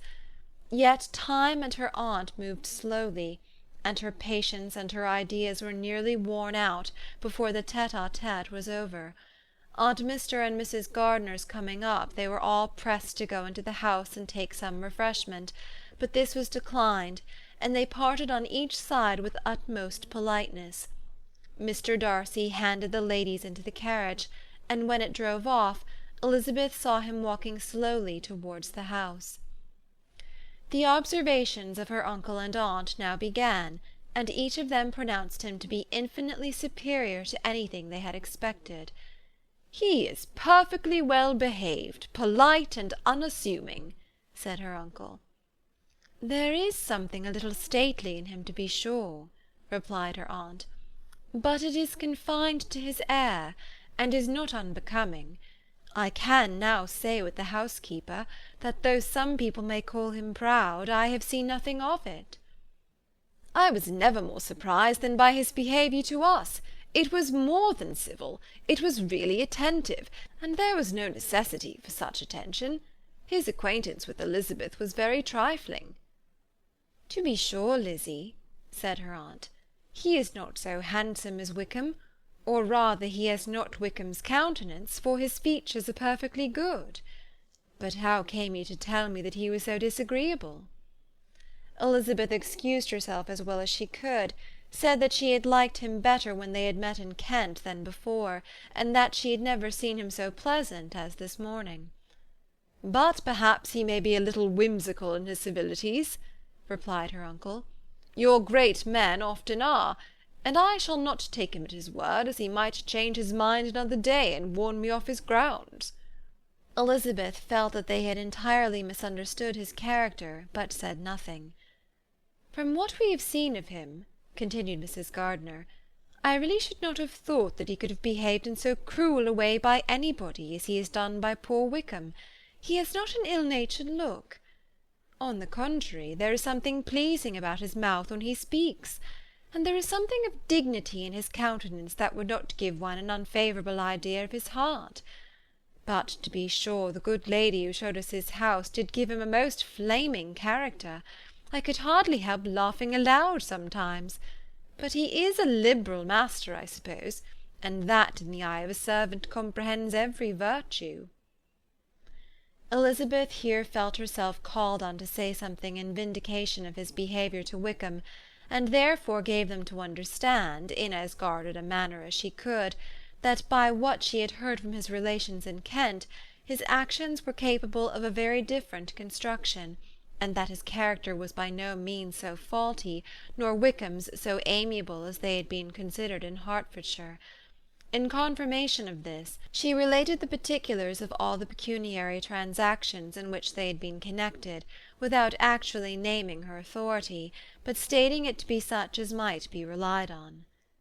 Mrs. Gardiner was surprised and concerned, but as they were now approaching the scene of her former pleasures, every idea gave way to the charm of recollection, and she was too much engaged in pointing out to her husband all the interesting spots in its environs to think of anything else. Fatigued as she had been by the morning's walk, they had no sooner dined than she set off again in quest of her former acquaintance, and the evening was spent in the satisfactions of an intercourse renewed after many years' discontinuance. The occurrences of the day were too full of interest to leave Elizabeth much attention for any of these new friends, and she could do nothing but think, and think with wonder, of Mr. Darcy's civility, and above all, of his wishing her to be acquainted with his sister. Chapter 43.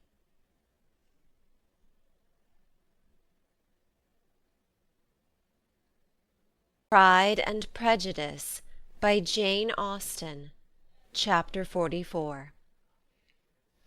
Elizabeth had settled it that Mr. Darcy would bring his sister to visit her the very day after her reaching Pemberley, and was consequently resolved not to be out of sight of the inn the whole of that morning.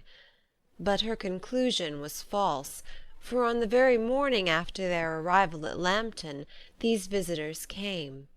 They had been walking about the place with some of their new friends, and were just returning to the inn to dress themselves for dining with the same family, when the sound of a carriage drew them to the window, and they saw a gentleman and a lady in a curricle driving up the street. Elizabeth, immediately recognizing the livery, guessed what it meant, and imparted no small degree of her surprise to her relations by acquainting them with the honour which she expected. Her uncle and aunt were all amazement, and the embarrassment of her manner as she spoke, joined to the circumstance itself, and many of the circumstances of the preceding day, opened to them a new idea on the business. Nothing had ever suggested it before, but they felt that there was no other way of accounting for such attentions from such a quarter than by supposing a partiality for their niece. While these newly born notions were passing in their heads, the perturbation of Elizabeth's feelings was at every moment increasing. She was quite amazed at her own discomposure, but amongst other causes of disquiet, she dreaded lest the partiality of the brother should have said too much in her favour, and more than commonly anxious to please, she naturally suspected that every power of pleasing would fail her. She retreated from the window, fearful of being seen, and as she walked up and down the room, endeavouring to compose herself, saw such looks of inquiring surprise in her uncle and aunt as made everything worse. Miss Darcy and her brother appeared, and this formidable introduction took place. With astonishment did Elizabeth see that her new acquaintance was at least as much embarrassed as herself. Since her being at Lambton, she had heard that Miss Darcy was exceedingly proud, but the observation of a very few minutes convinced her that she was only exceedingly shy. She found it difficult to obtain even a word from her beyond a monosyllable. Miss Darcy was tall, and on a larger scale than Elizabeth, and though little more than 16, her figure was formed and her appearance womanly and graceful. She was less handsome than her brother, but there was sense and good humour in her face, and her manners were perfectly unassuming and gentle. Elizabeth, who had expected to find in her as acute and unembarrassed an observer as ever Mr. Darcy had been, was much relieved by discerning such different feelings. They had not long been together before Mr. Darcy told her that Bingley was also coming to wait on her, and she had barely time to express her satisfaction and prepare for such a visitor, when Bingley's quick step was heard on the stairs, and in a moment he entered the room. All Elizabeth's anger against him had been long done away, but had she still felt any, it could hardly have stood its ground against the unaffected cordiality with which he expressed himself on seeing her again. He inquired in a friendly, though general way, after her family, and looked and spoke with the same good-humoured ease that he had ever done. To Mr. and Mrs. Gardiner he was scarcely a less interesting personage than to herself. They had long wished to see him. The whole party before them, indeed, excited a lively attention. The suspicions which had just arisen of Mr. Darcy and their niece directed their observation towards each with an earnest though guarded inquiry, and they soon drew from those inquiries the full conviction that one of them at least knew what it was to love. Of the ladies' sensations they remained a little in doubt, but that the gentleman was overflowing with admiration was evident enough. Elizabeth, on her side, had much to do. She wanted to ascertain the feelings of each of her visitors, she wanted to compose her own, and to make herself agreeable to all, and in the latter object, where she feared most to fail, she was most sure of success, for those to whom she endeavoured to give pleasure were prepossessed in her favour. Bingley was ready, Georgiana was eager, and Darcy determined to be pleased. In seeing Bingley her thoughts naturally flew to her sister, and oh, how ardently did she long to know whether any of his were directed in a like manner. Sometimes she could fancy that he talked less than on former occasions, and once or twice pleased herself with the notion that, as he looked at her, he was trying to trace a resemblance. But though this might be imaginary, she could not be deceived as to his behaviour to Miss Darcy, who had been set up as a rival to Jane. No look appeared on either side that spoke particular regard. Nothing occurred between them that could justify the hopes of his sister. On this point she was soon satisfied, and 2 or 3 little circumstances occurred ere they parted, which in her anxious interpretation denoted a recollection of Jane not untinctured by tenderness, and a wish of saying more that might lead to the mention of her, had he dared. He observed to her at a moment when the others were talking together, and in a tone which had something of real regret, that "it was a very long time since he had had the pleasure of seeing her," and before she could reply he added, "It is above 8 months. We have not met since the 26th of November, when we were all dancing together at Netherfield." Elizabeth was pleased to find his memory so exact, and he afterwards took occasion to ask her, when unattended to by any of the rest, whether all her sisters were at Longbourn. There was not much in the question, nor in the preceding remark, but there was a look and a manner which gave them meaning. It was not often that she could turn her eyes on Mr. Darcy himself, but whenever she did catch a glimpse, she saw an expression of general complaisance, and in all that he said she heard an accent so removed from hauteur or disdain of his companions as convinced her that the improvement of manners which she had yesterday witnessed, however temporary its existence might prove, had at least outlived one day. When she saw him thus seeking the acquaintance and courting the good opinion of people with whom any intercourse a few months ago would have been a disgrace, when she saw him thus civil, not only to herself, but to the very relations whom he had openly disdained, and recollected their last lively scene in Hunsford parsonage, the difference, the change, was so great, and struck so forcibly on her mind, that she could hardly restrain her astonishment from being visible. Never, even in the company of his dear friends at Netherfield, or his dignified relations at Rosings, had she seen him so desirous to please, so free from self-consequence or unbending reserve, as now, when no importance could result from the success of his endeavours, and when even the acquaintance of those to whom his attentions were addressed would draw down the ridicule and censure of the ladies both of Netherfield and Rosings. Their visitors stayed with them above half an hour, and when they arose to depart, Mr. Darcy called on his sister to join him in expressing their wish of seeing Mr. and Mrs. Gardiner and Miss Bennet to dinner at Pemberley before they left the country. Miss Darcy, though with a diffidence which marked her little in the habit of giving invitations, readily obeyed. Mrs. Gardiner looked at her niece, desirous of knowing how she, whom the invitation most concerned, felt disposed as to its acceptance, but Elizabeth had turned away her head. Presuming, however, that this studied avoidance spoke rather a momentary embarrassment than any dislike of the proposal, and seeing in her husband, who was fond of society, a perfect willingness to accept it, she ventured to engage for their attendance, and the day after the next was fixed on. Bingley expressed great pleasure in the certainty of seeing Elizabeth again, having still a great deal to say to her, and many inquiries to make after all their Hertfordshire friends.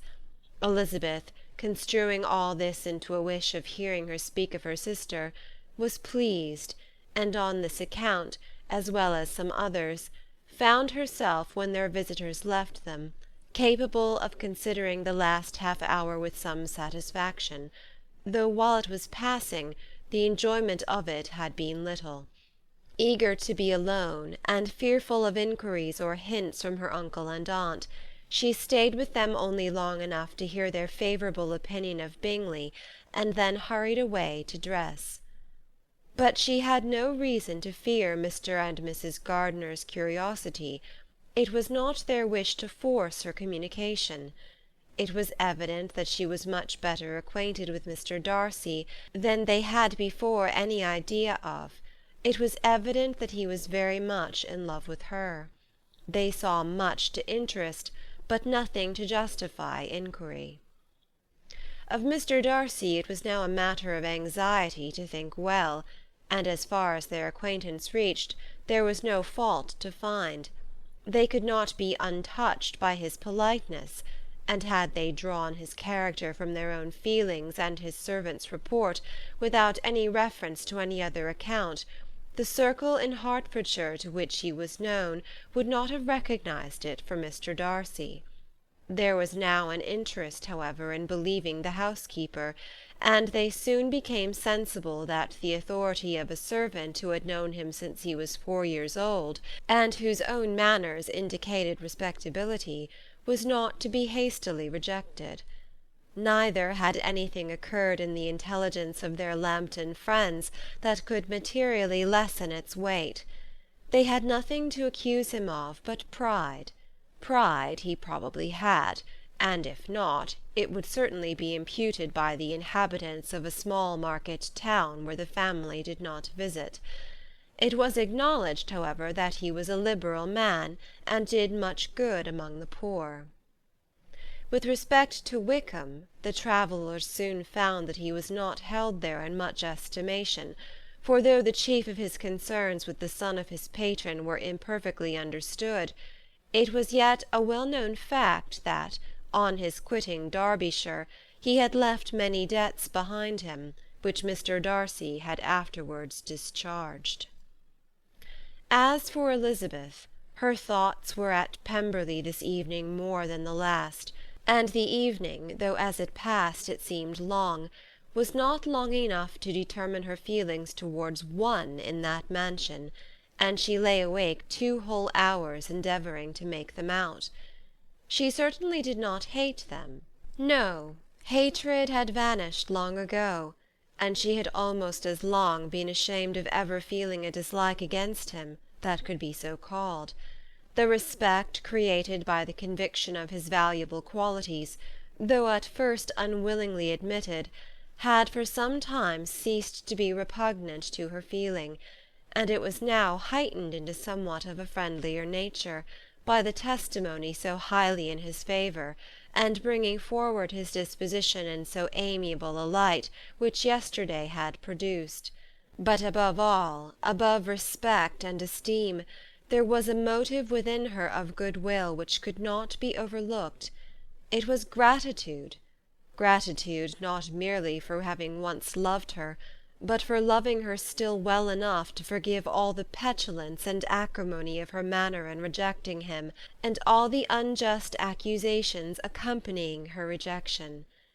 He, who, she had been persuaded, would avoid her as his greatest enemy, seemed on this accidental meeting most eager to preserve the acquaintance, and without any indelicate display of regard, or any peculiarity of manner, where their 2 selves only were concerned, was soliciting the good opinion of her friends, and bent on making her known to his sister.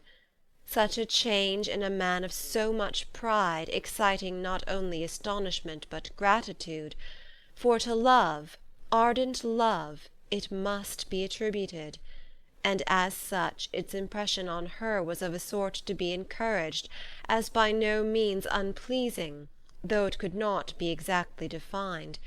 She respected, she esteemed, she was grateful to him, she felt a real interest in his welfare, and she only wanted to know how far she wished that welfare to depend upon herself, and how far it would be for the happiness of both that she should employ the power, which her fancy told her she still possessed, of bringing on her the renewal of his addresses. It had been settled in the evening between the aunt and the niece that such a striking civility as Miss Darcy's in coming to see them on the very day of her arrival at Pemberley, for she had reached it only to a late breakfast, ought to be imitated, though it could not be equalled, by some exertion of politeness on their side, and consequently that it would be highly expedient to wait on her at Pemberley the following morning. They were therefore to go. Elizabeth was pleased, though when she asked herself the reason, she had very little to say in reply. Mr. Gardiner left them soon after breakfast. The fishing scheme had been renewed the day before, and a positive engagement made of his meeting some of the gentlemen at Pemberley before noon. End of chapter 44.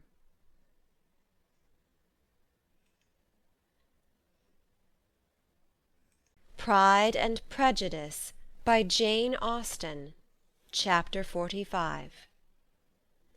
Convinced as Elizabeth now was that Miss Bingley's dislike of her had originated in jealousy, she could not help feeling how unwelcome her appearance at Pemberley must be to her, and was curious to know with how much civility on that lady's side the acquaintance would now be renewed. On reaching the house, they were shown through the hall into the saloon, whose northern aspect rendered it delightful for summer. Its windows opening to the ground admitted a most refreshing view of the high woody hills behind the house, and of the beautiful oaks and Spanish chestnuts which were scattered over the intermediate lawn. In this house they were received by Miss Darcy, who was sitting there with Mrs. Hurst and Miss Bingley, and the lady with whom she lived in London. Georgiana's reception of them was very civil, but attended with all the embarrassment which, though proceeding from shyness and the fear of doing wrong, would easily give to those who felt themselves inferior the belief of her being proud and reserved. Mrs. Gardiner and her niece, however, did her justice, and pitied her. By Mrs. Hurst and Miss Bingley they were noticed only by a curtsy, and on their being seated, a pause, awkward as such pauses must always be, succeeded for a few moments. It was first broken by Mrs. Annesley, a genteel, agreeable-looking woman, whose endeavour to introduce some kind of discourse proved her to be more truly well-bred than either of the others; and between her and Mrs. Gardiner, with occasional help from Elizabeth, the conversation was carried on. Miss Darcy looked as if she wished for courage enough to join in it, and sometimes did venture a short sentence when there was least danger of its being heard. Elizabeth soon saw that she was herself closely watched by Miss Bingley, and that she could not speak a word, especially to Miss Darcy, without calling her attention. This observation would not have prevented her from trying to talk to the latter, had they not been seated at an inconvenient distance, but she was not sorry to be spared the necessity of saying much. Her own thoughts were employing her. She expected every moment that some of the gentlemen would enter the room. She wished, she feared that the master of the house might be amongst them, and whether she wished or feared it most, she could scarcely determine. After sitting in this manner a quarter of an hour without hearing Miss Bingley's voice, Elizabeth was roused by receiving from her a cold inquiry after the health of her family. She answered with equal indifference and brevity, and the others said no more.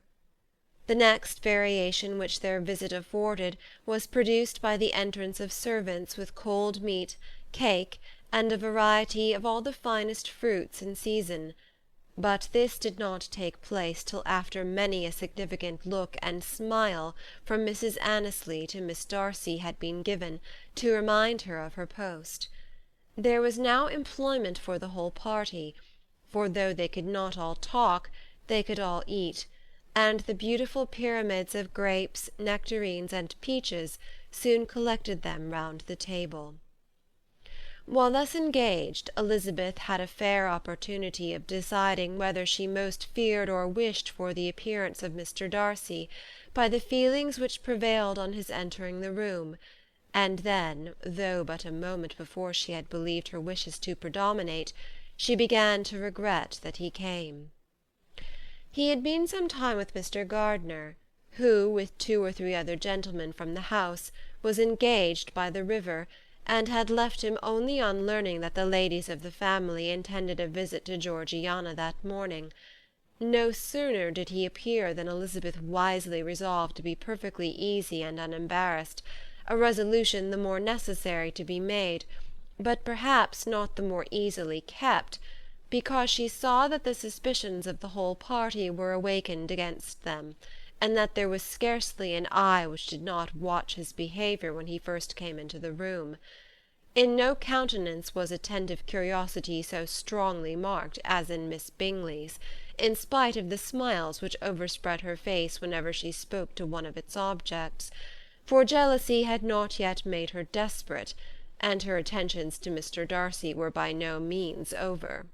Miss Darcy, on her brother's entrance, exerted herself much more to talk, and Elizabeth saw that he was anxious for his sister and herself to get acquainted, and forwarded as much as possible every attempt at conversation on either side. Miss Bingley saw all this likewise, and in the imprudence of anger took the first opportunity of saying, with sneering civility, "Pray, Miss Eliza, are not the shire militia removed from Meryton? They must be a great loss to your family." In Darcy's presence she dared not mention Wickham's name, but Elizabeth instantly comprehended that he was uppermost in her thoughts, and the various recollections connected with him gave her a moment's distress, but exerting herself vigorously to repel the ill-natured attack, she presently answered the question in a tolerably detached tone. While she spoke, an involuntary glance showed her Darcy, with a heightened complexion, earnestly looking at her, and his sister overcome with confusion, and unable to lift up her eyes. Had Miss Bingley known what pain she was then giving her beloved friend, she undoubtedly would have refrained from the hint, but she had merely intended to discompose Elizabeth by bringing forward the idea of a man to whom she believed her partial, and to make her betray a sensibility which might injure her in Darcy's opinion, and perhaps to remind the latter of all the follies and absurdities by which some part of her family were connected with that corps. Not a syllable had ever reached her of Miss Darcy's meditated elopement. To no creature had it been revealed, where secrecy was possible, except to Elizabeth, and from all Bingley's connections her brother was particularly anxious to conceal it, from the very wish which Elizabeth had long ago attributed to him, of their becoming hereafter her own. He had certainly formed such a plan, and without meaning that it should affect his endeavour to separate him from Miss Bennet, it is probable that it might add something to his lively concern for the welfare of his friend. Elizabeth's collected behaviour, however, soon quieted his emotion, and as Miss Bingley, vexed and disappointed, dared not approach nearer to Wickham, Georgiana also recovered in time, though not enough to be able to speak any more. Her brother, whose eyes she feared to meet, scarcely recollected her interest in the affair, and the very circumstance which had been designed to turn his thoughts from Elizabeth seemed to have fixed them on her more and more cheerfully. Their visit did not continue long after the question and answer above mentioned, and while Mr. Darcy was attending them to their carriage, Miss Bingley was venting her feelings in criticisms on Elizabeth's person, behaviour, and dress. But Georgiana would not join her. Her brother's recommendation was enough to ensure her favour, his judgment could not err. And as he had spoken in such terms of Elizabeth as to leave Georgiana without the power of finding her otherwise than lovely and amiable. When Darcy returned to the saloon, Miss Bingley could not help repeating to him some part of what she had been saying to his sister. "How very ill Miss Eliza Bennet looks this morning, Mr. Darcy," she cried. "I never in my life saw anyone so much altered as she is since the winter. She is grown so brown and coarse. Louisa and I were agreeing that we should not have known her again." However little Mr. Darcy might have liked such an address, he contented himself with coolly replying that he perceived no other alteration than her being rather tanned, no miraculous consequence of travelling in the summer. "For my own part," she rejoined, "I must confess that I never saw any beauty in her. Her face is too thin, her complexion has no brilliancy, and her features are not at all handsome. Her nose wants character, there is nothing marked in its lines. Her teeth are tolerable, but not out of the common way.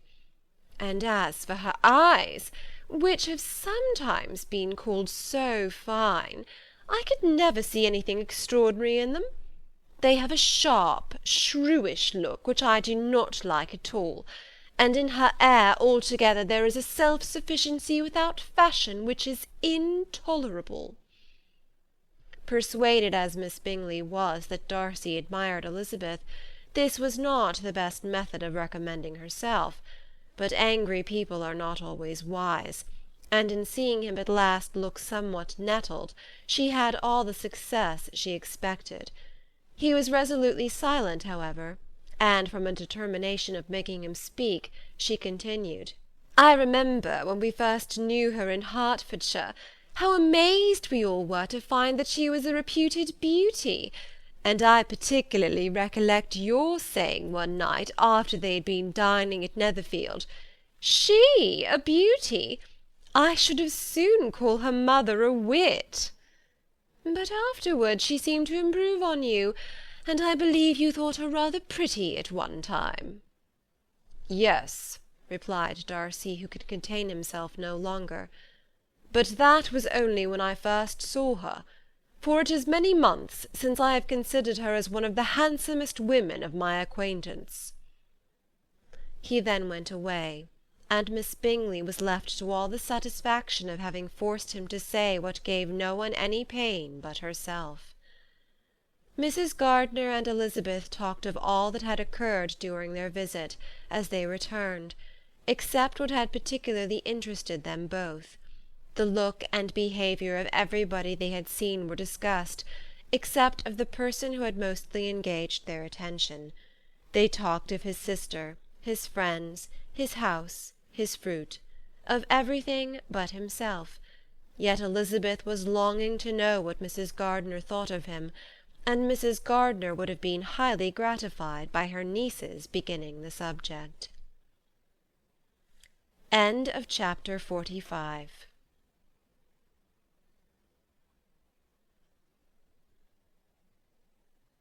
Pride and Prejudice by Jane Austen. Chapter 46.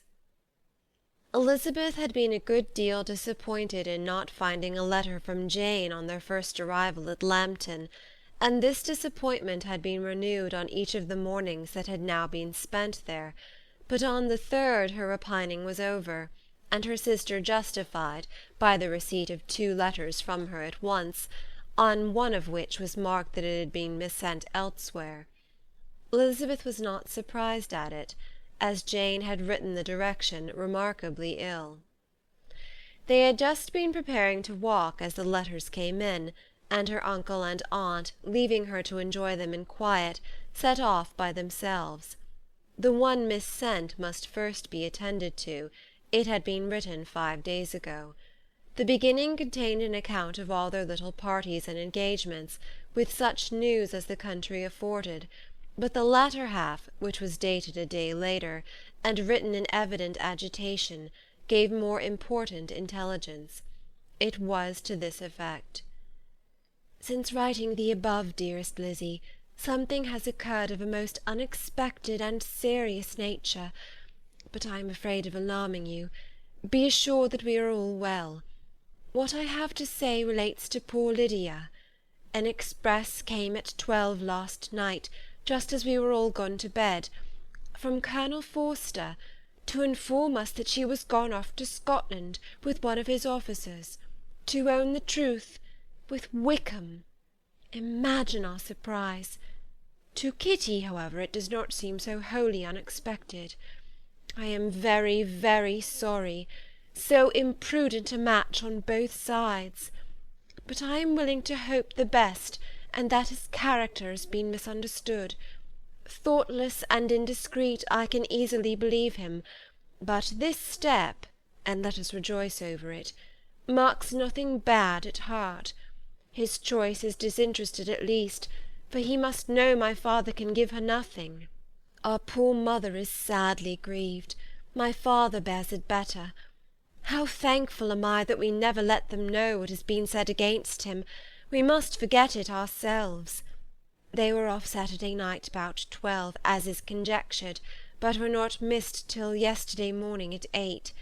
The express was sent off directly. My dear Lizzie, they must have passed within 10 miles of us. Colonel Forster gives us reason to expect him here soon. Lydia left a few lines for his wife, informing her of their intention. I must conclude, for I cannot be long from our poor mother. I am afraid you will not be able to make it out, but I hardly know what I have written." Without allowing herself time for consideration, and scarcely knowing what she felt, Elizabeth, on finishing this letter, instantly seized the other, and opening it with the utmost impatience, read as follows. It had been written a day later than the conclusion of the first. "By this time, my dearest sister, you have received my hurried letter. I wish this may be more intelligible, but though not confined for time, my head is so bewildered that I cannot answer for being coherent. Dearest Lizzie, I hardly know what I would write, but I have bad news for you, and it cannot be delayed. Imprudent as the marriage between Mr. Wickham and our poor Lydia would be, we are now anxious to be assured that it has taken place, for there is but too much reason to fear they are not gone to Scotland.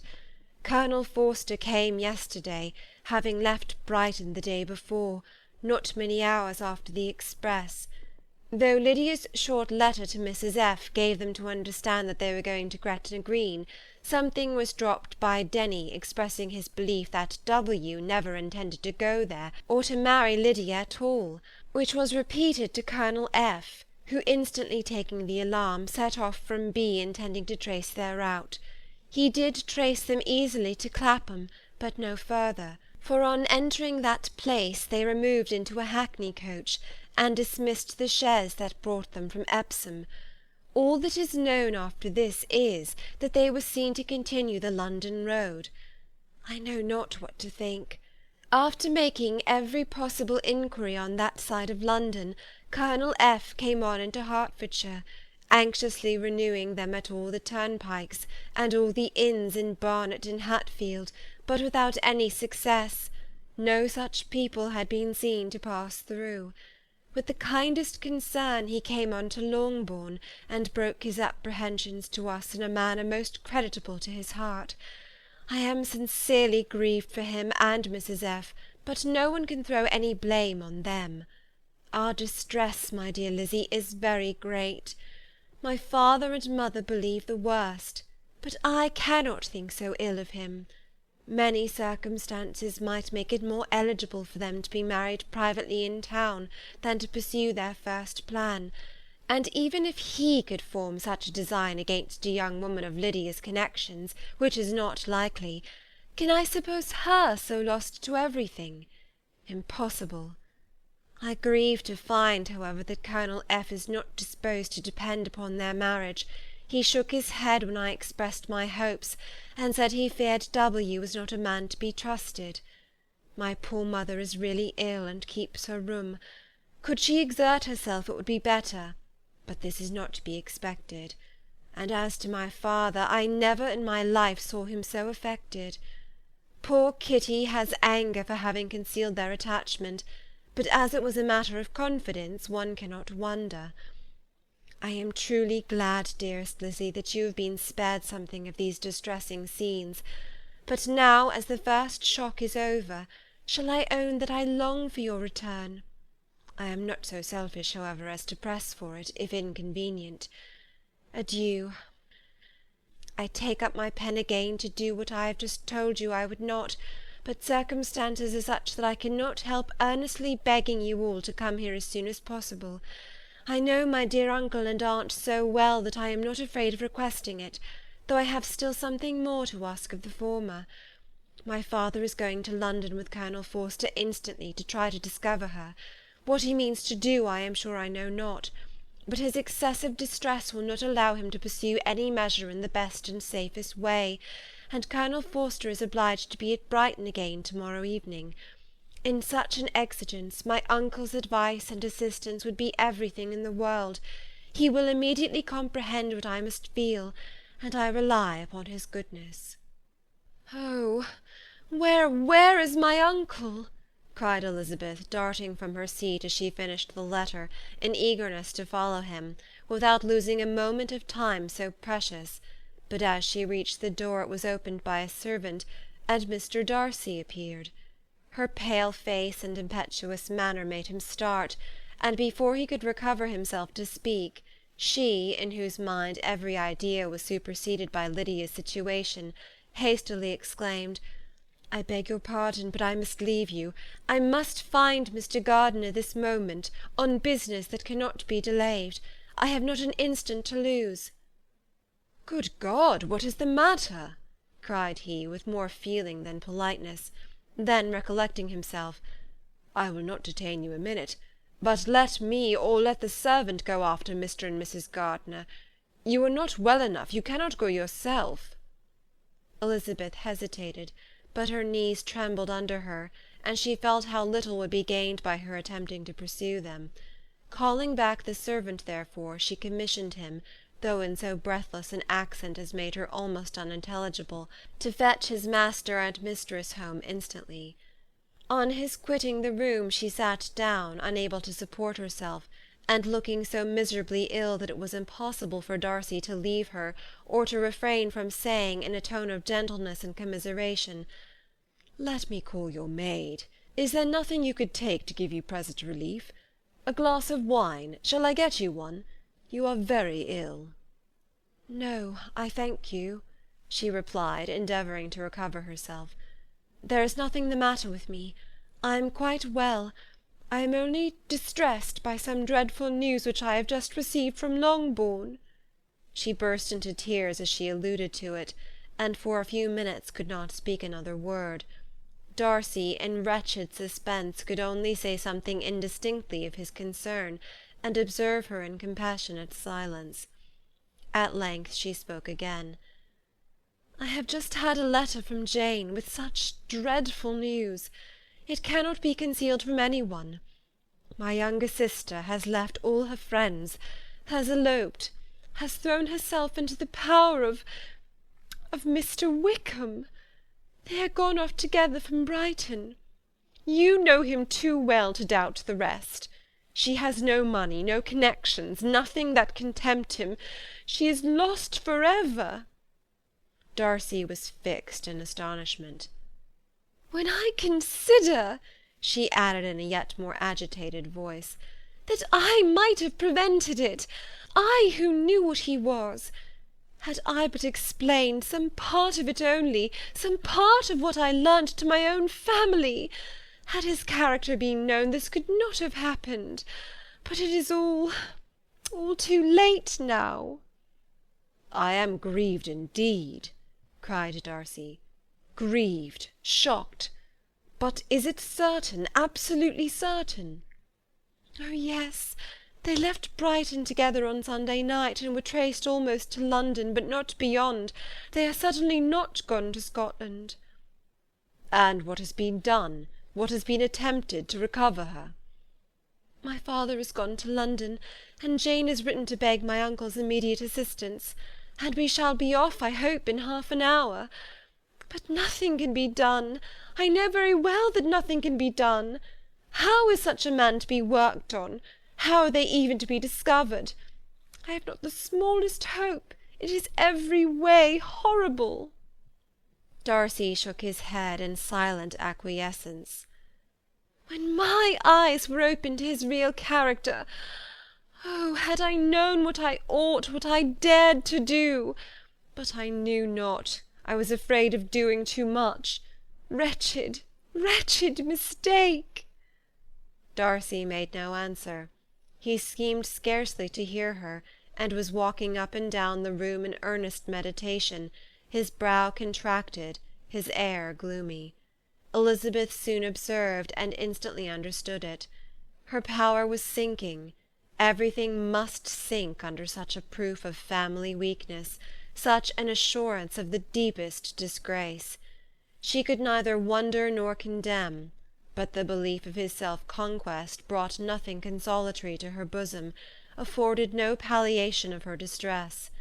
It was, on the contrary, exactly calculated to make her understand her own wishes, and never had she so honestly felt that she could have loved him as now, when all love must be in vain. But self, though it would intrude, could not engross her.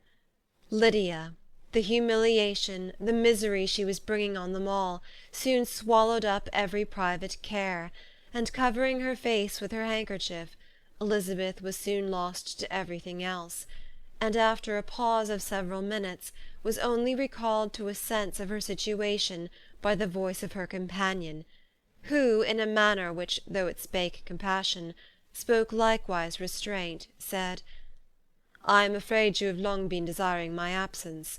Nor have I anything to plead in excuse of my stay, but real, though unavailing concern.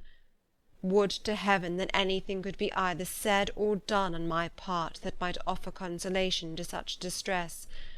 But I will not torment you with vain wishes, which may seem purposely to ask for your thanks. This unfortunate affair will, I fear, prevent my sister's having the pleasure of seeing you at Pemberley to-day." "Oh, yes. Be so kind as to apologize for us to Miss Darcy. Say that urgent business calls us home immediately. Conceal the unhappy truth as long as it is possible. I know it cannot be long." He readily assured her of his secrecy, again expressed his sorrow for her distress, wished it a happier conclusion than there was at present reason to hope, and leaving his compliments for her relations, with only one serious parting look, went away. As he quitted the room, Elizabeth felt how improbable it was that they should ever see each other again on such terms of cordiality as had marked their several meetings in Derbyshire, and as she threw a retrospective glance over the whole of their acquaintance, so full of contradictions and varieties, sighed at the perverseness of those feelings which would have now promoted its continuance, and would formerly have rejoiced in its termination. If gratitude and esteem are good foundations of affection, Elizabeth's change of sentiment will be neither improbable nor faulty; but if otherwise, if regard springing from such sources is unreasonable or unnatural, in comparison of what is so often described as arising on a first interview with its object, and even before two words have been exchanged, nothing can be said in her defence, except that she had given somewhat of a trial to the latter method in her partiality for Wickham, and that its ill success might, perhaps, authorize her to seek the other less interesting mode of attachment. Be that as it may, she saw him go with regret, and in this early example of what Lydia's infamy must produce, found additional anguish as she reflected on that wretched business. Never, since reading Jane's second letter, had she entertained a hope of Wickham's meaning to marry her. No one but Jane, she thought, could flatter herself with such an expectation. Surprise was the least of her feelings on this development. While the contents of the first letter remained in her mind, she was all surprise, all astonishment that Wickham should marry a girl whom it was impossible he could marry for money, and how Lydia could ever have attached him had appeared incomprehensible. But now it was all too natural. For such an attachment as this she might have sufficient charms, and though she did not suppose Lydia to be deliberately engaging in an elopement without the intention of marriage, she had no difficulty in believing that neither her virtue nor her understanding would preserve her from falling an easy prey. She had never perceived, while the regiment was in Hertfordshire, that Lydia had any partiality for him, but she was convinced that Lydia wanted only encouragement to attach herself to anybody. Sometimes one officer, sometimes another, had been her favourite, as their attentions raised them in her opinion. Her affections had continually been fluctuating, but never without an object. The mischief of neglect and mistaken indulgence towards such a girl, oh, how acutely did she now feel it! She was wild to be at home, to hear, to see, to be upon the spot to share with Jane in the cares that must now fall wholly upon her, in a family so deranged, a father absent, a mother incapable of exertion and requiring constant attendance; and though almost persuaded that nothing could be done for Lydia, her uncle's interference seemed of the utmost importance, and till he entered the room her impatience was severe. Mr. and Mrs. Gardiner had hurried back in alarm, supposing by the servant's account that their niece was taken suddenly ill, but satisfying them instantly on that head, she eagerly communicated the cause of their summons, reading the two letters aloud, and dwelling on the postscript of the last with trembling energy. Though Lydia had never been a favourite with them, Mr. and Mrs. Gardiner could not be but deeply afflicted. Not Lydia only, but all were concerned in it, and after the first exclamations of surprise and horror, Mr. Gardiner promised every assistance in his power. Elizabeth, though expecting no less, thanked him with tears of gratitude, and all three being actuated by one spirit, everything relating to their journey was speedily settled. They were to be off as soon as possible. "But what is to be done about Pemberley?" cried Mrs. Gardiner. "John told us Mr. Darcy was here when you sent for us. Was it so?" "Yes, and I told him we should not be able to keep our engagement. That is all settled." "What is all settled?" repeated the other, as she ran into her room to prepare. "And are they upon such terms as for her to disclose the real truth? Oh, that I knew how it was!" But wishes were vain, or at least could only serve to amuse her in the hurry and confusion of the following hour.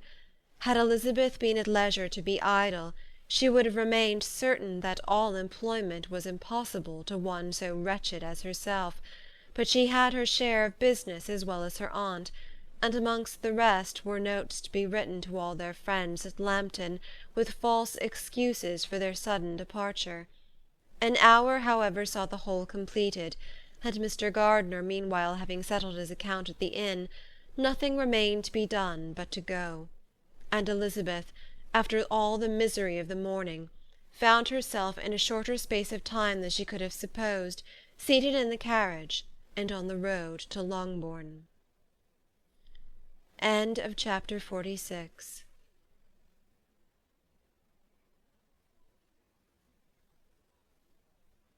Pride and Prejudice by Jane Austen. Chapter 47. "I have been thinking it over again, Elizabeth," said her uncle as they drove from the town, "and really, upon serious consideration, I am much more inclined than I was to judge as your eldest sister does on the matter.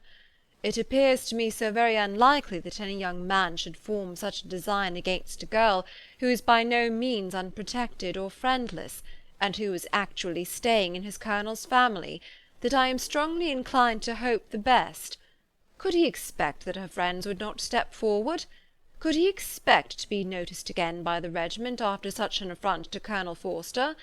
His temptation is not adequate to the risk." "Do you really think so?" cried Elizabeth, brightening up for a moment. "Upon my word," said Mrs. Gardiner, "I begin to be of your uncle's opinion. It is really too great a violation of decency, honour, and interest, for him to be guilty of. I cannot think so very ill of Wickham. Can you yourself, Lizzie, so wholly give him up, as to believe him capable of it?" "Not, perhaps, of neglecting his own interest, but of every other neglect I can believe him capable, if indeed it should be so. But I dare not hope it. Why should they not go on to Scotland, if that have been the case?" "In the first place," replied Mr. Gardiner, "there is no absolute proof that they are not gone to Scotland." "Oh, but their removing from the chaise into a hackney coach is such a presumption! And besides, no traces of them were to be found on the Barnet road." "Well, then, supposing them to be in London, they may be there, though for the purpose of concealment, for no more exceptional purpose.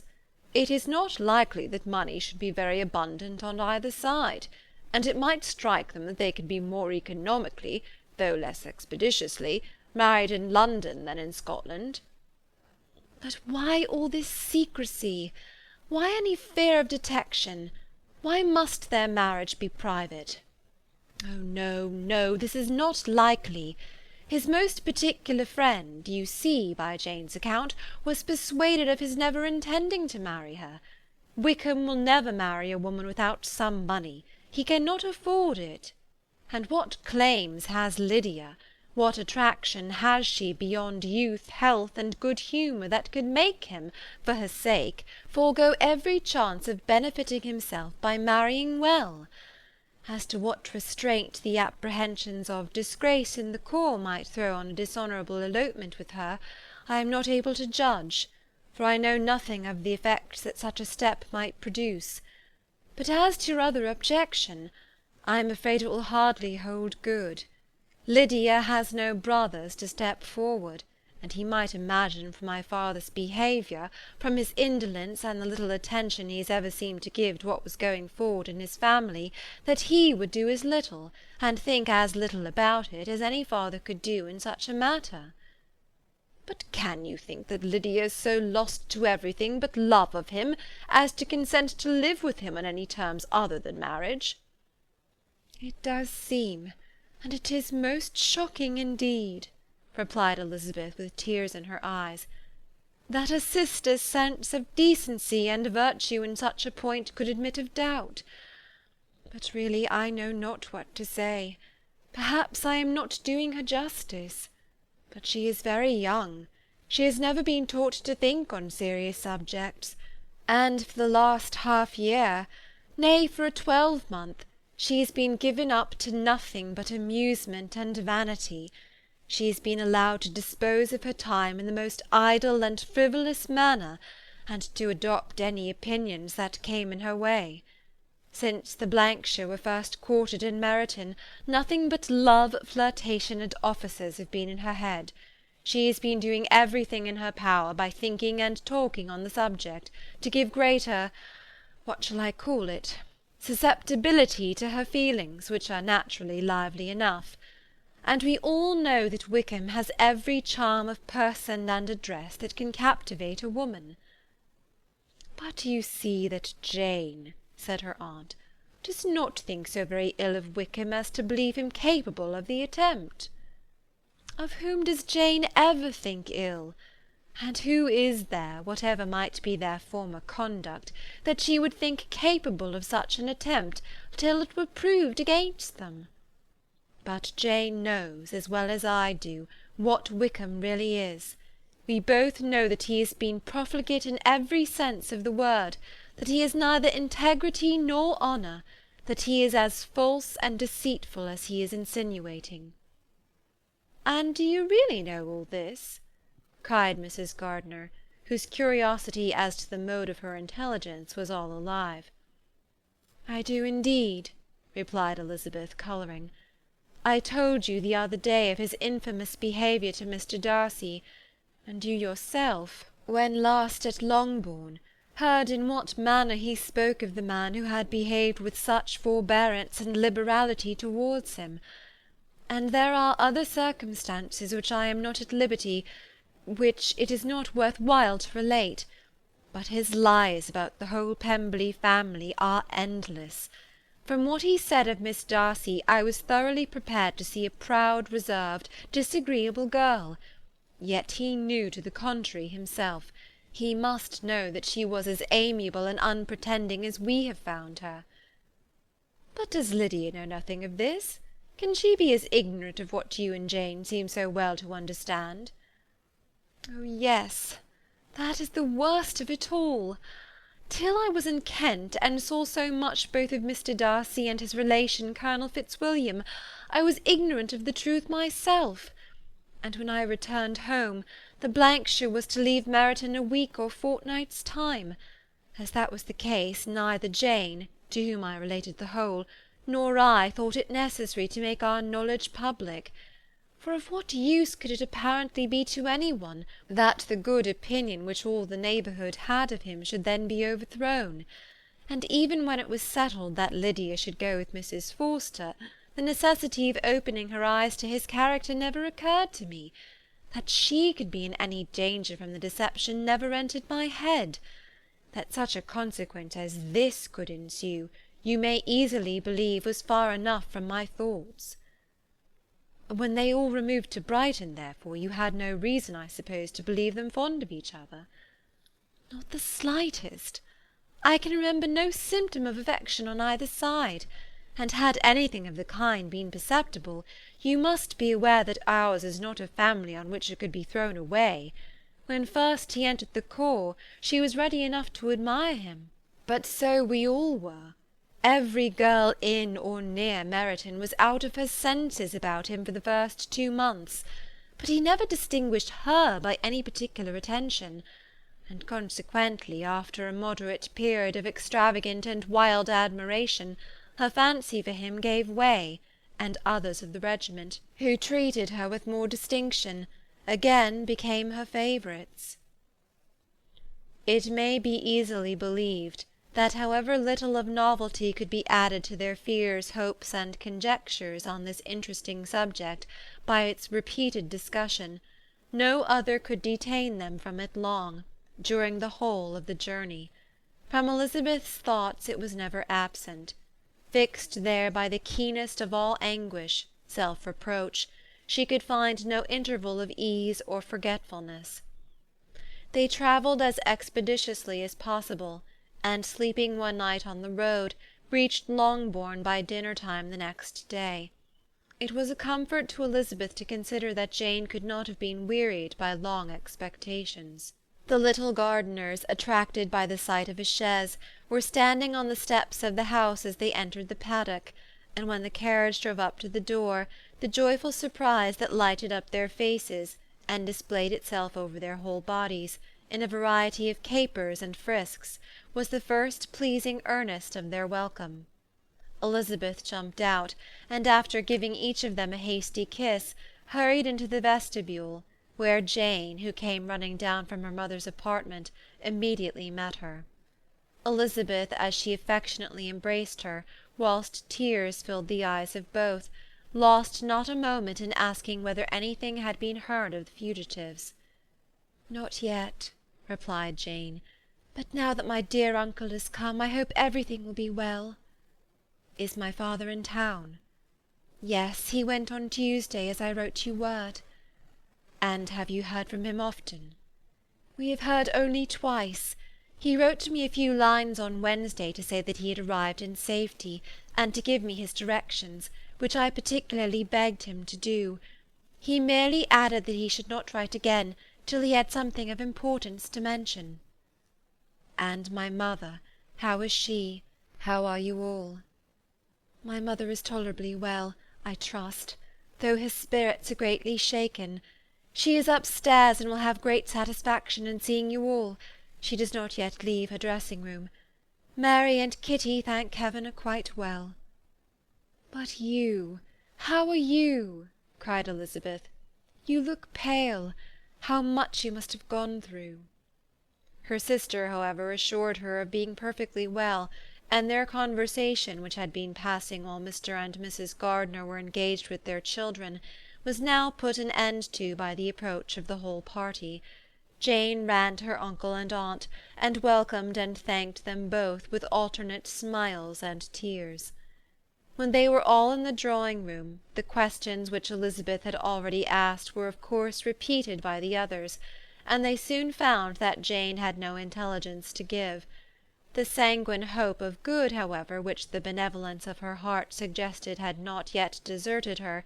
She still expected that it would all end well, and that every morning would bring some letter, either from Lydia or her father, to explain their proceedings, and perhaps announce their marriage.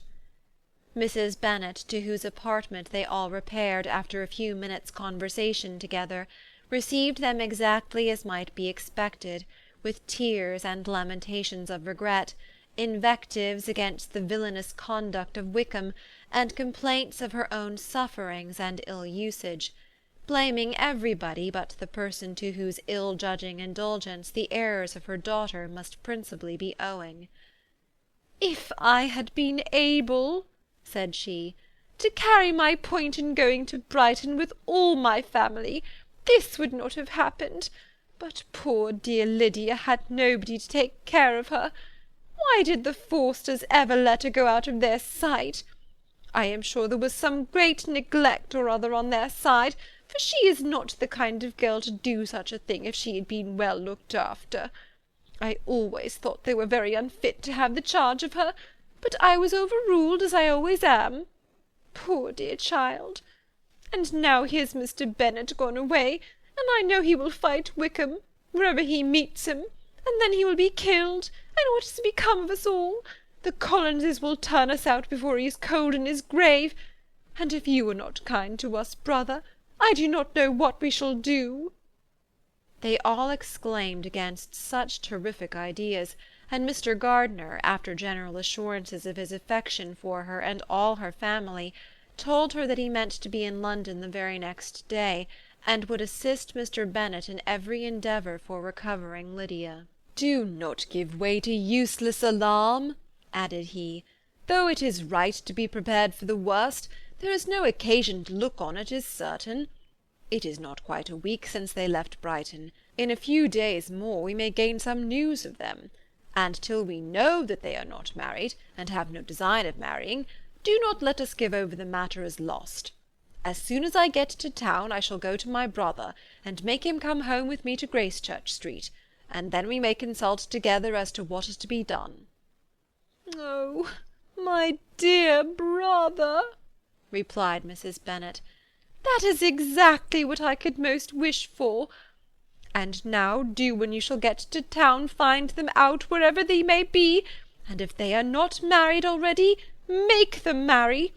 And as for wedding clothes, do not let them wait for that, but tell Lydia she shall have as much money as she chooses to buy them after they are married. And above all, keep Mr. Bennet from fighting.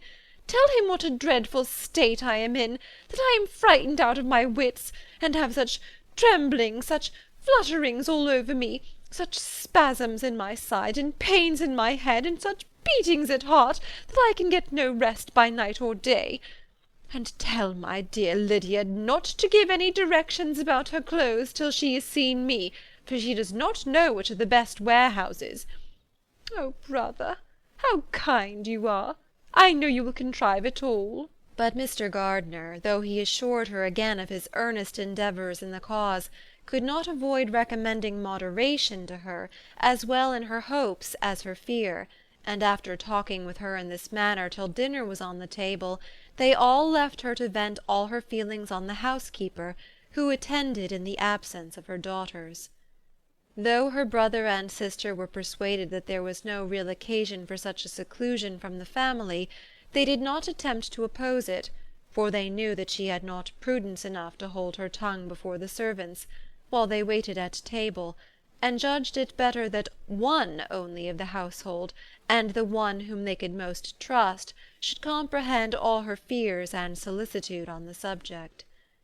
In the dining-room they were soon joined by Mary and Kitty, who had been too busily engaged in their separate apartments to make their appearance before. One came from her books, and the other from her toilette. The faces of both, however, were tolerably calm, and no change was visible in either, except that the loss of her favourite sister, or the anger which she had herself incurred in this business, had given more of fretfulness than usual to the accents of Kitty. As for Mary, she was mistress enough of herself to whisper to Elizabeth, with a countenance of grave reflection, soon after they were seated at table, "This is a most unfortunate affair, and will probably be much talked of. But we must stem the tide of malice, and pour into the wounded bosoms of each other the balm of sisterly consolation." Then, perceiving Elizabeth had no intention of replying, she added, "Unhappy as the event must be for Lydia, we may draw from it this useful lesson, that loss of virtue in a female is irretrievable, that one false step involves her in endless ruin, that reputation is no less brittle than it is beautiful, and that she cannot be too much guarded in her behaviour towards the undeserving of the other sex." Elizabeth lifted up her eyes in amazement, but was too much oppressed to make any reply. Mary, however, continued to console herself with such kind of moral extractions from the evil before them. In the afternoon, the two elder Miss Bennets were able to be for a half-hour by themselves, and Elizabeth instantly availed herself of the opportunity of making any inquiries which Jane was equally eager to satisfy. After joining in general lamentations over the dreadful sequel of this event, which Elizabeth considered as all but certain, and Miss Bennet could not assert to be wholly impossible, the former continued the subject by saying, "But tell me all and everything about it which I have not already heard. Give me further particulars. What did Colonel Forster say? Had they no apprehension of anything before the elopement took place? They must have seen them together for ever." "Colonel Forster did own that he had often suspected some partiality, especially on Lydia's side, but nothing to give him any alarm. I am so grieved for him. His behaviour was attentive and kind to the utmost. He was coming to us in order to assure us of his concern, before he had any idea of their not being gone to Scotland. When that apprehension first got abroad, it hastened his journey." "And was Denny convinced that Wickham would not marry? Did he know of their intending to go off? Had Colonel Forster seen Denny himself?" "Yes, but when questioned by him, Denny denied knowing anything of their plans, and would not give his real opinion about it. He did not repeat his persuasion of their not marrying, and from that, I am inclined to hope, he might have been misunderstood before." "And till Colonel Forster came himself, Not one of you entertained a doubt, I suppose, of their being really married." "How was it possible that such an idea should enter our brains? I felt a little uneasy, a little fearful of my sister's happiness with him in marriage, because I know that his conduct had not been always quite right. My father and mother knew nothing of that. They only felt how imprudent a match it must be. Kitty then owned, with a very natural triumph on knowing more than the rest of us, that in Lydia's last letter she had prepared her for such a step. She had known, it seems, of their being in love with each other many weeks." "But not before they went to Brighton?" "No, I believe not." "And did Colonel Forster appear to think well of Wickham himself? Does he know his real character?" "I must confess that he did not speak so well of Wickham as he formerly did. He believed him to be imprudent and extravagant, and since this sad affair has taken place, it is said that he left Meryton greatly in debt, but I hope this may be false. Oh, Jane, had we been less secret, had we told what we knew of him, this could not have happened."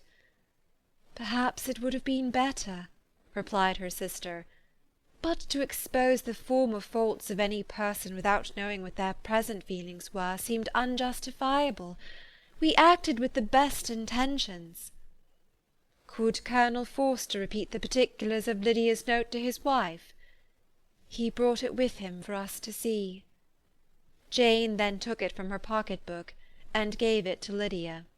These were the contents. "My dearest Harriet, you will laugh when you know where I am gone, and I cannot help laughing myself at your surprise to-morrow morning, as soon as I am missed.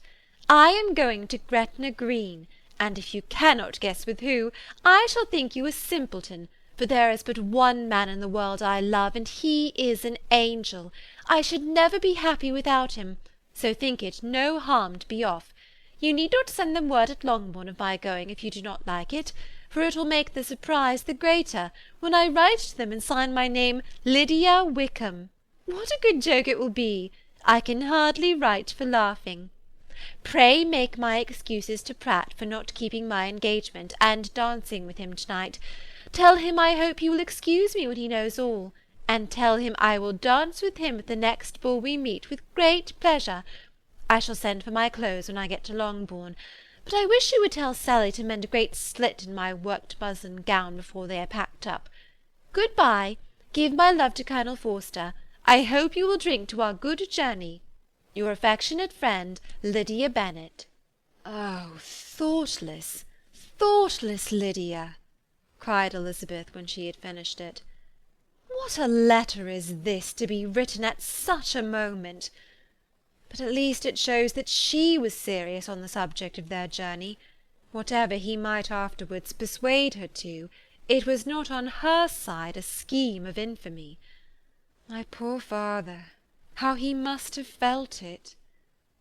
I never saw anyone so shocked. He could not speak a word for full 10 minutes. My mother was taken ill immediately, and the whole house in such confusion."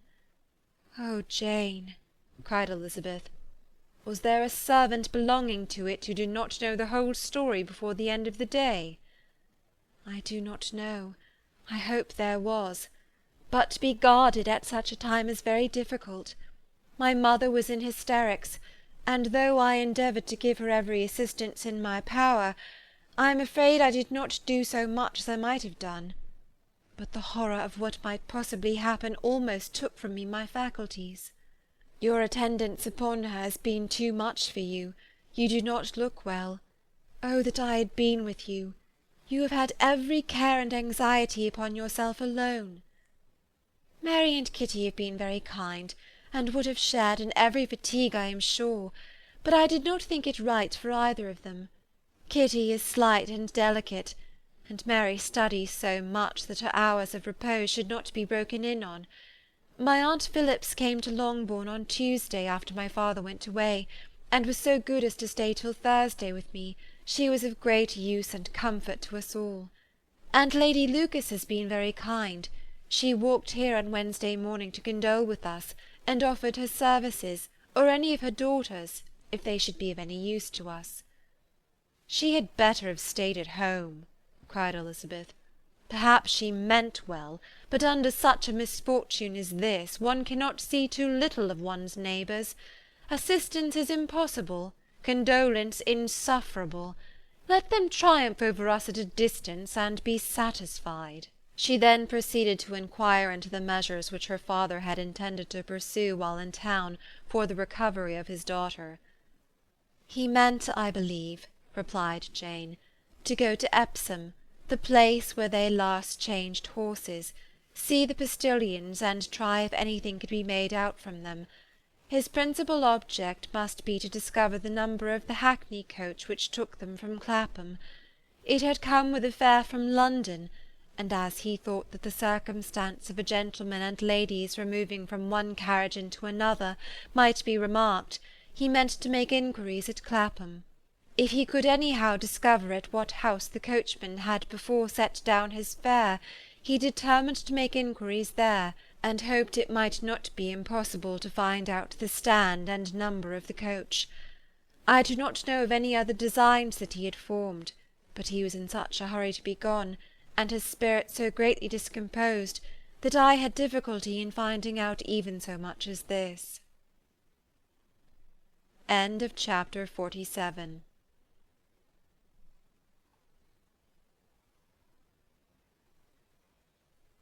Pride and Prejudice by Jane Austen. Chapter 48. The whole party were in hopes of a letter from Mr. Bennet the next morning, but the post came in without bringing a single line from him. His family knew him to be, on all common occasions, a most negligent and dilatory correspondent, but at such a time they had hoped for exertion. They were forced to conclude that he had no pleasing intelligence to send, but even of that they would have been glad to be certain. Mr. Gardiner had waited only for the letters before he set off. When he was gone, they were certain at least of receiving constant information of what was going on, and their uncle promised, at parting, to prevail on Mr. Bennet to return to Longbourn, as soon as he could, to the great consolation of his sister, who considered it as the only security for her husband's not being killed in a duel. Mrs. Gardiner and the children were to remain in Hertfordshire a few days longer, as the former thought her presence might be serviceable to her nieces. She shared in their attendance on Mrs. Bennet, and was a great comfort to them in their hours of freedom. Their other aunt also visited them frequently, and as always, as she said, with the design of cheering and heartening them up, though, as she never came without reporting some fresh instance of Wickham's extravagance or irregularity, she seldom went away without leaving them more dispirited than she found them. All Meryton seemed striving to blacken the man who, but 3 months before, had been almost an angel of light. He was declared to be in debt to every tradesman in the place, and his intrigues, all honoured with the title of seduction, had been extended into every tradesman's family. Everybody declared that he was the wickedest young man in the world, and everybody began to find out that they had always distrusted the appearance of his goodness. Elizabeth, though she did not credit above half of what was said, believed enough to make her former assurance of her sister's ruin more certain, and even Jane, who believed still less of it, became almost hopeless, more especially as the time was now come when, if they had gone to Scotland, which she had never before entirely despaired of, they must in all probability have gained some news of them. Mr. Gardiner left Longbourn on Sunday. On Tuesday his wife received a letter from him. It told them that, on his arrival, he had immediately found out his brother, and persuaded him to come to Gracechurch Street; that Mr. Bennet had been to Epsom and Clapham before his arrival, but without gaining any satisfactory information; and that he was now determined to inquire at all the principal hotels in town, as Mr. Bennet thought it possible that they might have gone to one of them, on their first coming to London, before they procured lodgings. Mr. Gardiner himself did not expect any success from this measure, but as his brother was eager in it, he meant to assist him in pursuing it. He added that Mr. Bennet seemed wholly disinclined at present to leave London, and promised to write again very soon. There was also a postscript to this effect. "I have written to Colonel Forster to desire him to find out, if possible, from some of the young man's intimates in the regiment, whether Wickham has any relations or connections who would be likely to know in what part of town he has now concealed himself.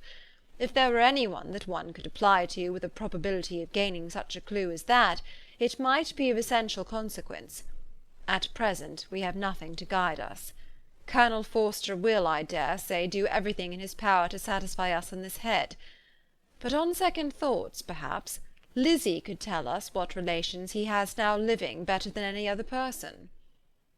Elizabeth was at no loss to understand from whence this deference to her authority proceeded, but it was not in her power to give any information of so satisfactory a nature as the compliment deserved.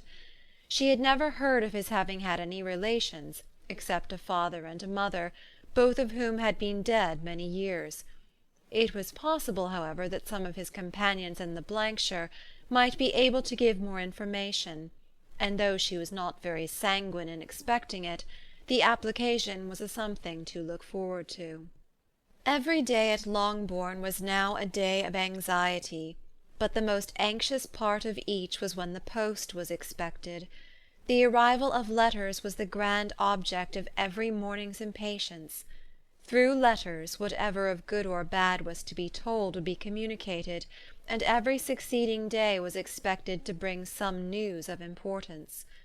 But before they heard again from Mr. Gardiner, a letter arrived for their father, from a different quarter, from Mr. Collins, which, as Jane had received directions to open all that came for him in his absence, she accordingly read, and Elizabeth, who knew what curiosities his letters always were, looked over her and read it likewise. It was as follows: "My dear Sir, I feel myself called upon, by our relationship and my situation in life, to condole with you on the grievous affliction you are now suffering under, of which we were yesterday informed by a letter from Hertfordshire. Be assured, my dear Sir, that Mrs. Collins and myself sincerely sympathize with you and all your respectable family in your present distress, which must be of the bitterest kind, because proceeding from a cause which no time can remove. No arguments shall be wanting on my part that can alleviate so severe a misfortune, or that may comfort you under a circumstance that must be of all others the most afflicting to a parent's mind. The death of your daughter would have been a blessing in comparison of this, and it is the more to be lamented, because there is reason to suppose, as my dear Charlotte informs me, that this licentiousness of behaviour in your daughter has proceeded from a faulty degree of indulgence, though, at the same time, for the consolation of yourself and Mrs. Bennet, I am inclined to think that her own disposition must be naturally bad, or she could not be guilty of such an enormity at so early an age. Howsoever that may be, you are grievously to be pitied, in which opinion I am not only joined by Mrs. Collins, but likewise by Lady Catherine and her daughter, to whom I have related the affair. They agree with me in apprehending that this false step in one daughter will be injurious to the fortunes of all the others, for who, as Lady Catherine herself condescendingly says, will connect themselves with such a family. And this consideration leads me moreover to reflect, with augmented satisfaction, on a certain event of last November, for had it been otherwise, I must have been involved in all your sorrow and disgrace.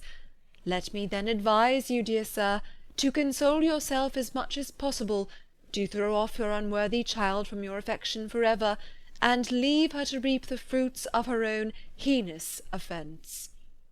I am, dear Sir, etc., etc. Mr. Gardiner did not write again till he had received an answer from Colonel Forster, and then he had nothing of a pleasant nature to send. It was not known that Wickham had a single relationship with whom he kept up any connection, and it was certain that he had no one near living. His former acquaintances had been numerous, but since he had been in the militia, it did not appear that he was on terms of particular friendship with any of them. There was no one, therefore, who could be pointed out as likely to give any news of him, and in the wretched state of his own finances there was a very powerful motive for secrecy, in addition to his fear of discovery by Lydia's relations, for it had just transpired that he had left gaming debts behind him to a very considerable amount. Colonel Forster believed that more than £1,000 would be necessary to clear his expenses at Brighton. He owed a great deal in town, but his debts of honour were still more formidable. Mr. Gardiner did not attempt to conceal these particulars from the Longbourn family. Jane heard them with horror. "A gamester!" she cried. "This is wholly unexpected. I had not an idea of it." Mr. Gardiner added in his letter that they might expect to see their father at home on the following day, which was Saturday. Rendered spiritless by the ill success of all their endeavours, he had yielded to his brother-in-law's entreaty that he would return to his family, and leave it to him to do whatever occasion might suggest to be advisable for continuing their pursuit. When Mrs. Bennet was told of this, she did not express so much satisfaction as her children expected, considering what her anxiety for his life had been before. "What! Is he coming home, and without poor Lydia?" she cried. "Sure he will not leave London before he has found them. Who is to fight Wickham and make him marry her, if he comes away?" As Mrs. Gardiner began to wish to be at home, it was settled that she and the children should go to London at the same time that Mr. Bennet came from it. The coach therefore took them at the first stage of their journey, and brought its master back to Longbourn. Mrs. Gardiner went away in all the perplexity about Elizabeth and her Derbyshire friend that had attended her from that part of the world. His name had never been voluntarily mentioned before them by her niece, and the kind of half-expectation which Mrs. Gardiner had formed of their being followed by a letter from him had ended in nothing. Elizabeth had received none since her return that could come from Pemberley. The present unhappy state of the family rendered any other excuse for the lowness of her spirits unnecessary. Nothing therefore could be fairly conjectured from that, though Elizabeth, who was by this time tolerably well acquainted with her own feelings, was perfectly aware that, had she known nothing of Darcy, she could have borne the dread of Lydia's infamy somewhat better. It would have spared her, she thought, one sleepless night out of 2. When Mr. Bennet arrived, he had all the appearance of his usual philosophic composure. He said as little as he had ever been in the habit of saying, made no mention of the business that had taken him away, and it was some time before his daughters had courage to speak of it. It was not till the afternoon, when he enjoined them at tea, that Elizabeth ventured to introduce the subject, and then, on her briefly expressing her sorrow from what he must have endured, he replied, "Say nothing of that. Who should suffer but myself? It has been my own doing, and I ought to feel it." "You must not be too severe upon yourself," replied Elizabeth. "You may well warn me against such an evil. Human nature is so prone to fall into it. No, Lizzie, let me once in my life feel how much I have been to blame. I am not afraid of being overpowered by the impression. It will pass away soon enough." "Do you suppose them to be in London?" "Yes. Where else can they be so well concealed?" "And Lydia used to want to go to London," added Kitty. "She is happy, then," said her father drily, "and her residence there will probably be of some duration." Then, after a short silence, he continued, "Lizzie, I bear you no ill will for being justified in your advice to me last May, which, considering the event, shows some greatness of mind." They were interrupted by Miss Bennet, who came to fetch her mother's tea. "This is a parade," he cried, "which does one good. It gives such an elegance to misfortune. Another day I will do the same. I will sit in my library in my nightcap and powdering gown, and give as much trouble as I can. Or perhaps I may defer it till Kitty runs away." "I am not going to run away, papa," said Kitty fretfully. "If I should ever go to Brighton, I would behave better than Lydia." "You go to Brighton? I would not trust you so near it as Eastbourne for £50. No, Kitty, I have at last learnt to be cautious, and you will feel the effects of it. No officer is ever to enter my house again, nor even to pass through the village. Balls will be absolutely prohibited, unless you stand up with one of your sisters, and you are never to stir out of doors till you can prove that you have spent 10 minutes of every day in a rational manner." Kitty, who took all these threats in a serious light, began to cry. "Well, well," said he, "do not make yourself unhappy. If you are a good girl for the next 10 years, I will take you to a review at the end of them." End of chapter 48.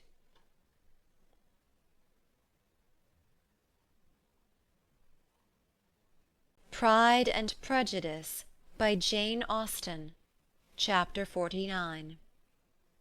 2 days after Mr. Bennet's return, as Jane and Elizabeth were walking together in the shrubbery behind the house, they saw the housekeeper coming towards them, and concluding that she came to call them to their mother, went forward to meet her, but instead of the expected summons when they approached her, she said to Miss Bennet, "I beg your pardon, madam, for interrupting you, but I was in hopes that you might have had some good news from town, so I took the liberty of coming to ask."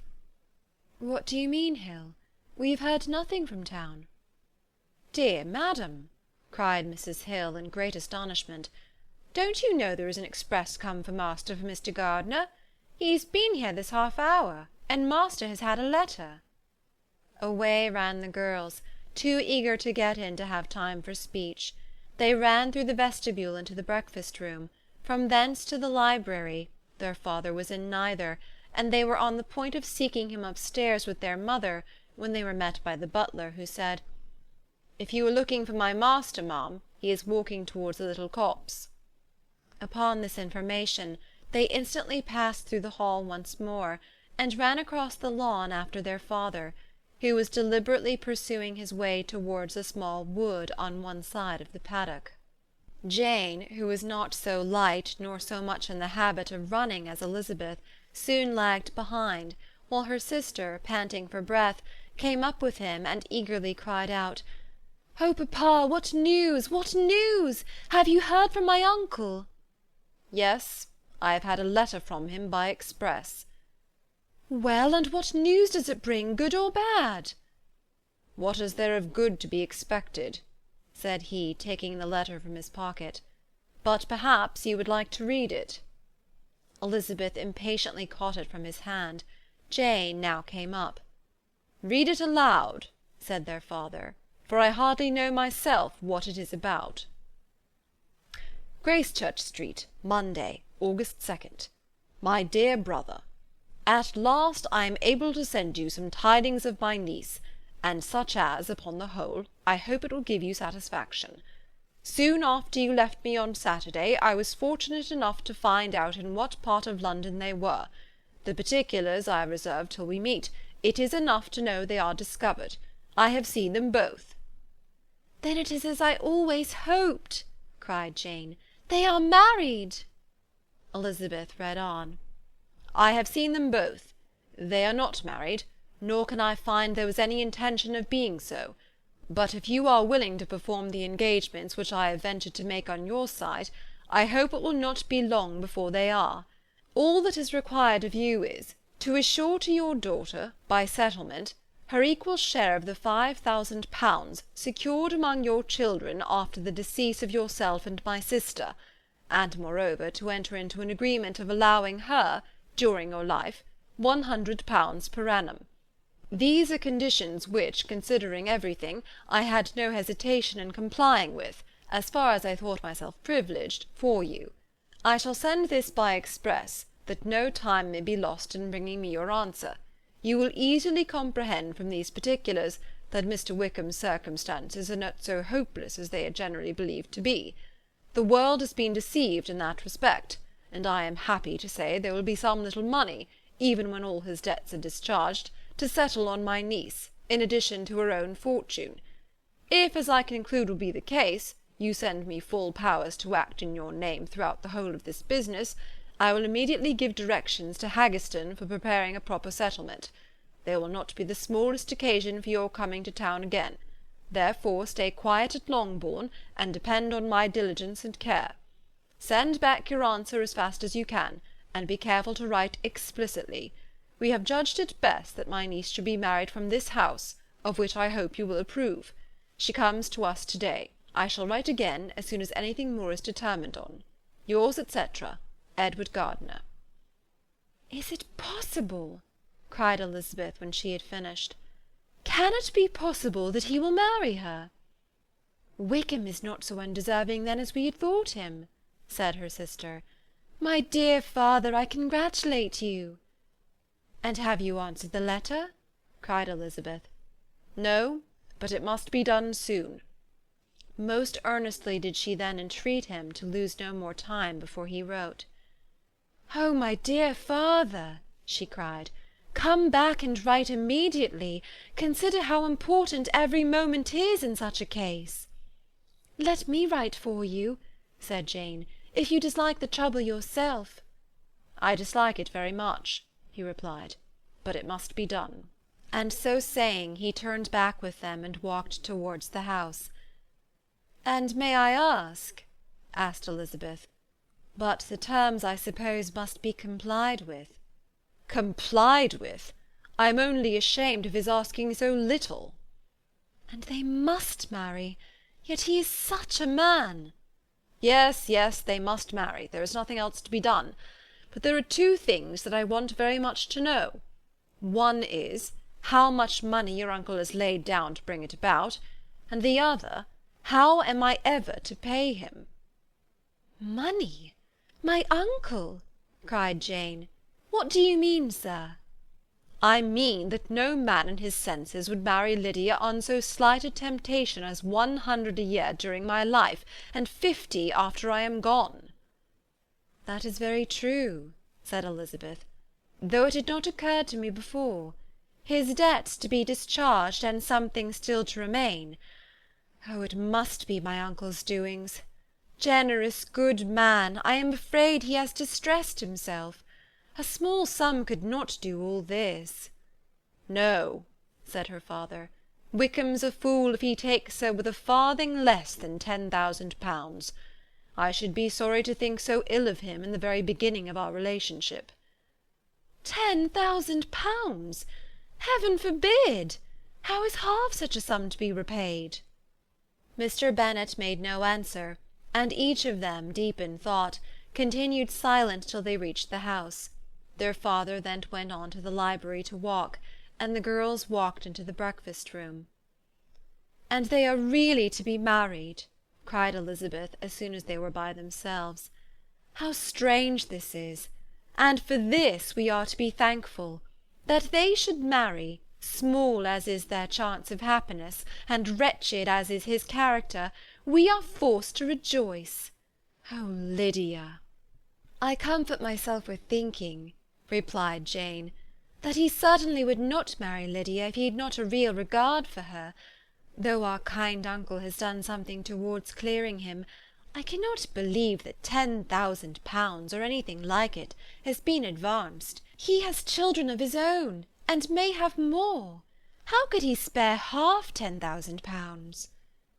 "If he were ever able to learn what Wickham's debts have been," said Elizabeth, "and how much is settled on his side on our sister, we shall exactly know what Mr. Gardiner has done for them, because Wickham has not a sixpence of his own. The kindness of my uncle and aunt can never be requited. Their taking her home, and affording her their personal protection and countenance, is such a sacrifice to her advantage as years of gratitude cannot enough acknowledge. By this time she is actually with them. If such goodness does not make her miserable now, she will never deserve to be happy. What a meeting for her, when she first sees my aunt! We must endeavour to forget all that is past on either side, said Jane. I hope and trust they will yet be happy. His consenting to marry her is a proof, I will believe, that he is come to a right way of thinking. Their mutual affection will steady them, and I flatter myself they will settle so quietly, and live in so rational a manner, as may in time make their past imprudence forgotten. Their conduct has been such, replied Elizabeth, as neither you nor I nor anybody can ever forget. It is useless to talk of it. It now occurred to the girls that their mother was in all likelihood perfectly ignorant of what had happened. They went to the library, therefore, and asked their father whether he would not wish them to make it known to her. He was writing, and without raising his head, coolly replied, "Just as you please." "May we take my uncle's letter to read to her?" "Take whatever you like, and get away." Elizabeth took the letter from his writing-table, and they went upstairs together. Mary and Kitty were both with Mrs. Bennet. One communication would, therefore, do for all. After a slight preparation for good news, the letter was read aloud. Mrs. Bennet could hardly contain herself. As soon as Jane had read Mr. Gardiner's hope of Lydia's being soon married, her joy burst forth, and every following sentence added to its exuberance. She was now in an irritation as violent from delight as she had ever been fidgety from alarm and vexation. To know that her daughter would be married was enough. She was disturbed by no fear for her felicity, nor humbled by any remembrance of her misconduct. "My dear, dear Lydia," she cried, "this is delightful indeed. She will be married. I shall see her again. She will be married at 16. My good, kind brother! I knew how it would be. I knew he would manage everything. How I long to see her, and to see dear Wickham too! Oh, but the clothes, the wedding clothes! I will write to my sister Gardiner about them directly. Lizzie, my dear, run down to your father and ask him how much he will give her. Oh, stay, I will go myself. Ring the bell, Kitty, for Hill. I will put on my things in a moment. My dear, dear Lydia, how merry we shall be together when we meet!" Her eldest daughter endeavoured to give some relief to the violence of these transports by leading her thoughts to the obligations which Mr. Gardiner's behaviour laid them all under. "For we must attribute this happy conclusion," she added, "in a great measure to his kindness. We are persuaded that he has pledged himself to assist Mr. Wickham with money." "Well," cried her mother, "it is all very right. Who should do it but her own uncle?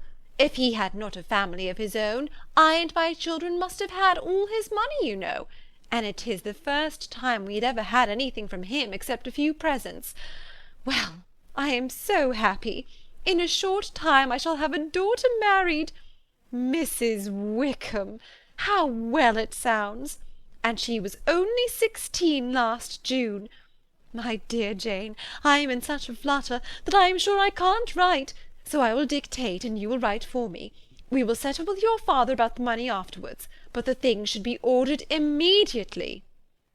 She was then proceeding to all the particulars of calico, muslin, and cambric, and would shortly have dictated some very plentiful orders, had not Jane, though with some difficulty, persuaded her to wait till her father was at leisure to be consulted. One day's delay, she observed, would be of small importance, and her mother was too happy to be quite so obstinate as usual. Other schemes, too, came into her head.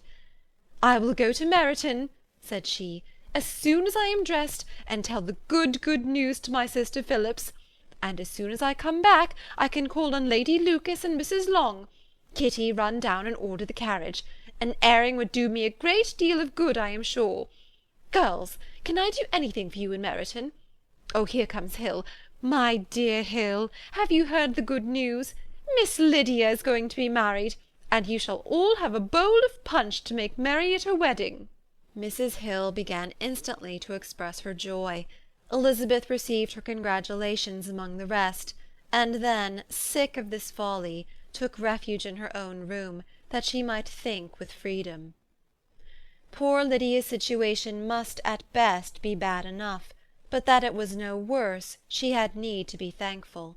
She felt it so, and though in looking forward neither rational happiness nor worldly prosperity could be justly expected for her sister, in looking back to what they had feared only 2 hours ago, she felt all the advantages of what they had gained. Chapter 49.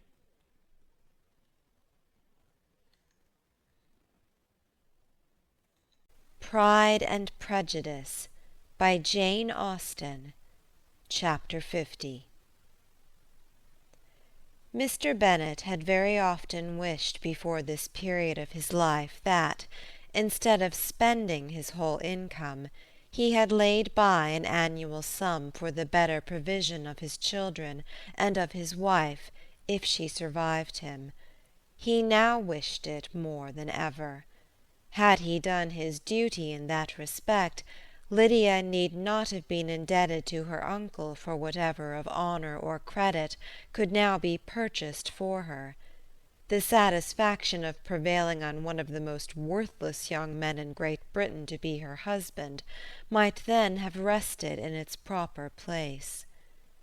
He was seriously concerned that a cause of so little advantage to any one should be forwarded at the sole expense of his brother-in-law, and he was determined, if possible, to find out the extent of his assistance, and to discharge the obligation as soon as he could. When first Mr. Bennet had married, economy was held to be perfectly useless, for of course they were to have a son. The son was to join in cutting off the entail as soon as he should be of age, and the widow and younger children would by that means be provided for. 5 daughters successively entered the world, but yet the son was to come, and Mrs. Bennet, for many years after Lydia's birth, had been certain that he would. This event had at last been despaired of, but it was then too late to be saving. Mrs. Bennet had no turn for economy, and her husband's love of independence had alone prevented their exceeding their income. £5,000 was settled by marriage articles on Mrs. Bennet and the children, but in what proportions it should be divided amongst the latter depended on the will of the parents. This was one point, with regard to Lydia at least, which was now to be settled, and Mr. Bennet could have no hesitation in acceding to the proposal before him. In terms of grateful acknowledgment for the kindness of his brother, though expressed most concisely, he then delivered on paper his perfect approbation of all that was done, and his willingness to fulfil the engagements that had been made for him. He had never before supposed that, could Wickham be prevailed on to marry his daughter, it would be done with so little inconvenience to himself as by the present arrangement.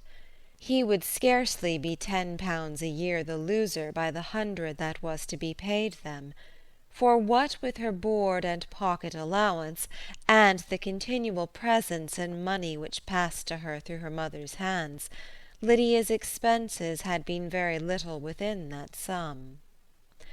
That it would be done with such trifling exertion on his side, too, was another very welcome surprise, for his wish at present was to have as little trouble in the business as possible. When the first transports of rage which had produced his activity in seeking her were over, he naturally returned to all his former indolence. His letter was soon dispatched, for, though dilatory in undertaking business, he was quick in its execution. He begged to know further particulars of what he was indebted to his brother, but was too angry with Lydia to send any message to her. The good news spread quickly through the house, and with proportionate speed through the neighbourhood. It was borne in the latter with decent philosophy. To be sure, it would have been more for the advantage of conversation had Miss Lydia Bennet come upon the town, or, as the happiest alternative, been secluded from the world in some distant farmhouse. But there was much to be talked of in marrying her, and the good-natured wishes for her well-doing which had proceeded before from all the spiteful old ladies in Meryton lost but a little of their spirit in this change of circumstances, because with such a husband her misery was considered certain. It was a fortnight since Mrs. Bennet had been downstairs, but on this happy day she again took her seat at the head of the table, and in spirits oppressively high. No sentiment of shame gave a damp to her triumph. The marriage of a daughter, which had been the first object of her wishes since Jane was 16, was now on the point of accomplishment, and her thoughts and her words ran wholly on those attendants of elegant nuptials, fine muslins, new carriages, and servants. She was busily searching through the neighbourhood for a proper situation for her daughter, and without knowing or considering what their income might be, rejected many as deficient in size and importance. "Hay Park might do," said she, "if the Goldings could quit it, or the great house at Stoke, if the drawing-room were larger. But Ashworth is too far off. I could not bear to have her 10 miles from me. And as for Pulvis Lodge, the attics are dreadful." Her husband allowed her to talk on without interruption while the servants remained. But when they had withdrawn, he said to her, "Mrs. Bennet, before you take any or all of those houses for your son and daughter, let us come to a right understanding. Into one house in this neighbourhood they shall never have admittance. I will not encourage the impudence of either by receiving them at Longbourn." A long dispute followed this declaration, but Mr. Bennet was firm. It soon led to another, and Mrs. Bennet found, with amazement and horror, that her husband would not advance a guinea to buy clothes for his daughter. He protested that she should receive from him no mark of affection whatever on the occasion. Mrs. Bennet could hardly comprehend it. That his anger could be carried to such a point of inconceivable resentment as to refuse his daughter a privilege without which her marriage would scarcely seem valid, exceeded all she could believe possible. She was more alive to the disgrace which her want of new clothes must reflect on her daughter's nuptials than to any sense of shame at her eloping and living with Wickham a fortnight before they took place. Elizabeth was now most heartily sorry that she had, from the distress of the moment, been led to make Mr. Darcy acquainted with their fears for her sister, for since her marriage would so shortly give the proper termination to the elopement, they might hope to conceal its unfavourable beginning from all those who were not immediately on the spot. She had no fear of its spreading farther through his means. There were few people on whose secrecy she would have more confidently depended, but at the same time there was no one whose knowledge of a sister's frailty would have mortified her so much, not, however, from any fear of disadvantage from it individually to herself, for at any rate there seemed a gulf impassable between them. Had Lydia's marriage been concluded on the most honourable terms, it was not to be supposed that Mr. Darcy would connect himself with a family where, to every other objection, would now be added an alliance and relationship of the nearest kind with a man whom he so justly scorned. From such a connection she could not wonder that he would shrink. The wish of procuring her regard, which she had assured herself of his feeling in Derbyshire, could not in rational expectation survive such a blow as this. She was humbled, she was grieved, she repented, though she hardly knew of what. She became jealous of his esteem, when she could no longer hope to be benefited by it. She wanted to hear of him, when there seemed the least chance of gaining intelligence.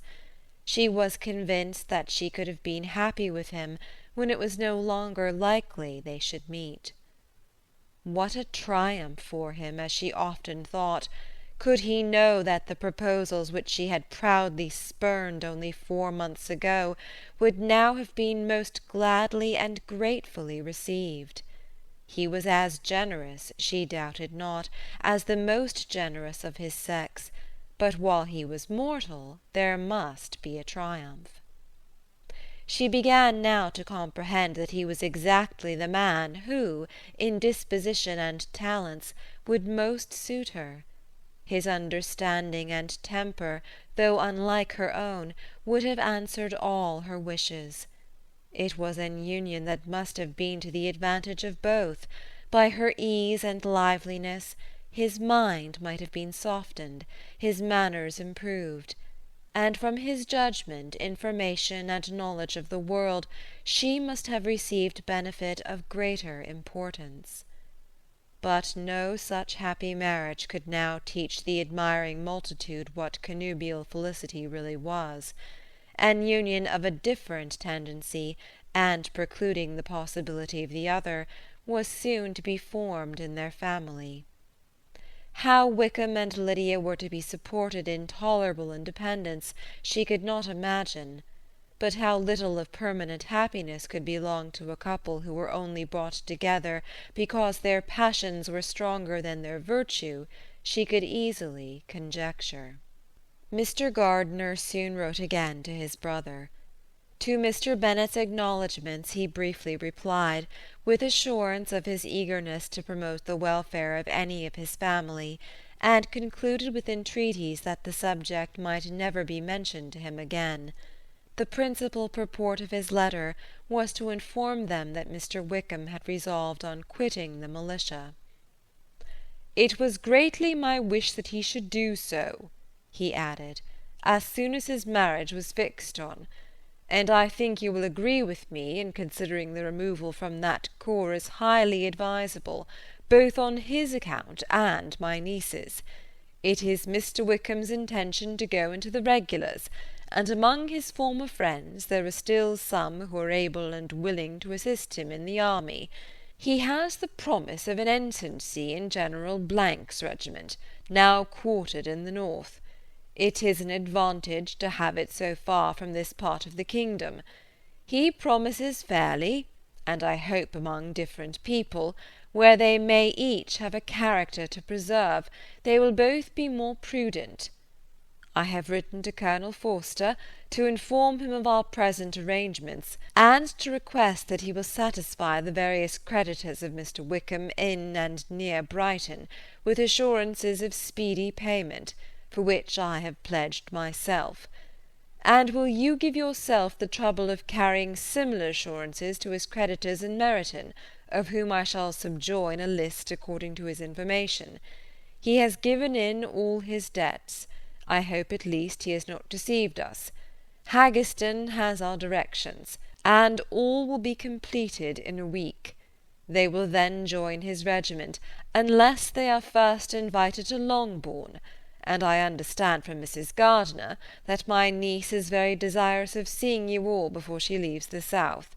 She is well, and begs to be dutifully remembered to you and your mother. Yours, etc., E. Gardiner. Mr. Bennet and his daughters saw all the advantages of Wickham's removal from the Blankshire as clearly as Mr. Gardiner could do. But Mrs. Bennet was not so well pleased with it.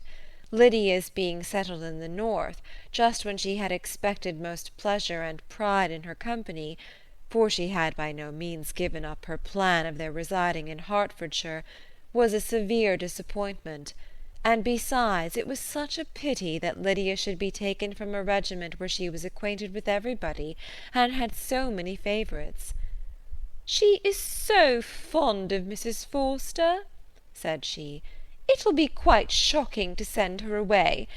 And there are several of the young men, too, that she likes very much.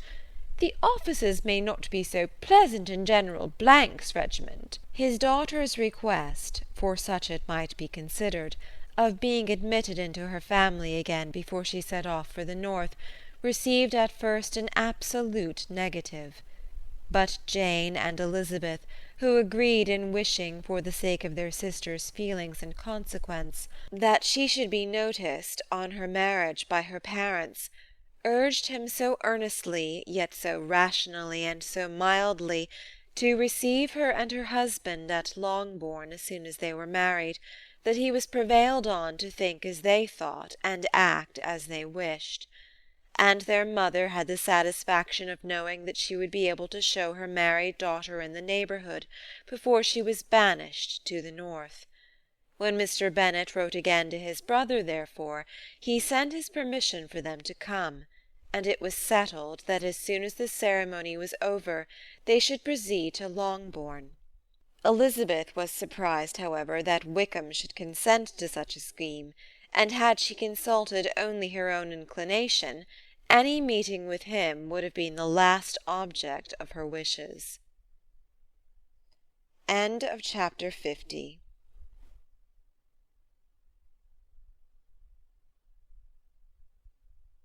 Pride and Prejudice by Jane Austen. Chapter 51. Their sister's wedding day arrived, and Jane and Elizabeth felt for her probably more than she felt for herself. The carriage was sent to meet them at Blank, and they were to return in it by dinner-time. Their arrival was dreaded by the elder Miss Bennets, and Jane more especially, who gave Lydia the feelings which would have attended herself had she been the culprit, and was wretched in the thought of what her sister must endure. They came. The family were assembled in the breakfast-room to receive them. Smiles decked the face of Mrs. Bennet as the carriage drove up to the door. Her husband looked impenetrably grave, her daughters alarmed, anxious, uneasy. Lydia's voice was heard in the vestibule, the door was thrown open, and she ran into the room. Her mother stepped forwards, embraced her, and welcomed her with rapture, gave her hand with an affectionate smile to Wickham, who followed his lady, and wished them both joy with an alacrity which showed no doubt of their happiness. Their reception from Mr. Bennet, to whom they then turned, was not quite so cordial. His countenance rather gained in austerity, and he scarcely opened his lips. The easy assurance of the young couple, indeed, was enough to provoke him. Elizabeth was disgusted, and even Miss Bennet was shocked. Lydia was Lydia still, untamed, unabashed, wild, noisy, and fearless. She turned from sister to sister, demanding their congratulations, and when at length they all sat down, looked eagerly round the room, took notice of some little alteration in it, and observed with a laugh that it was a great while since she had been there. Wickham was not at all more distressed than herself, but his manners were always so pleasing that had his character and his marriage been exactly what they ought, his smiles and his easy address, while he claimed their relationship, would have delighted them all. Elizabeth had not before believed him quite equal to such assurance, but she sat down, resolving within herself to draw no limits in future to the impudence of an impudent man. She blushed, and Jane blushed, but the cheeks of the two who caused their confusion suffered no variation of colour. There was no want of discourse. The bride and her mother could neither of them talk fast enough, and Wickham, who happened to sit near Elizabeth, began inquiring after his acquaintance in that neighbourhood, with a good-humoured ease which she felt very unable to equal in her replies. They seemed each of them to have the happiest memories in the world. Nothing of the past was recollected with pain, and led Lydia involuntarily to subjects which her sisters would not have alluded to for the world. "Only think of its being 3 months," she cried, "since I went away. It seems but a fortnight, I declare, and yet there have been things enough happened in the time. Good gracious, when I went away I am sure I had no more idea of being married till I came back again, though I thought it would be very good fun if I was." Her father lifted up his eyes. Jane was distressed. Elizabeth looked expressively at Lydia, but she, who never heard or saw anything of which she chose to be insensible, gaily continued, "Oh, mamma, do the people hereabouts know I am married to-day? I was afraid they might not, and we overtook William Golding in his curricle, so I was determined he should know it, and so I let down the side-glass next to him, and took off my glove, and let my hand just rest upon the window-frame, so that he might see the ring, and then I bowed and smiled like anything."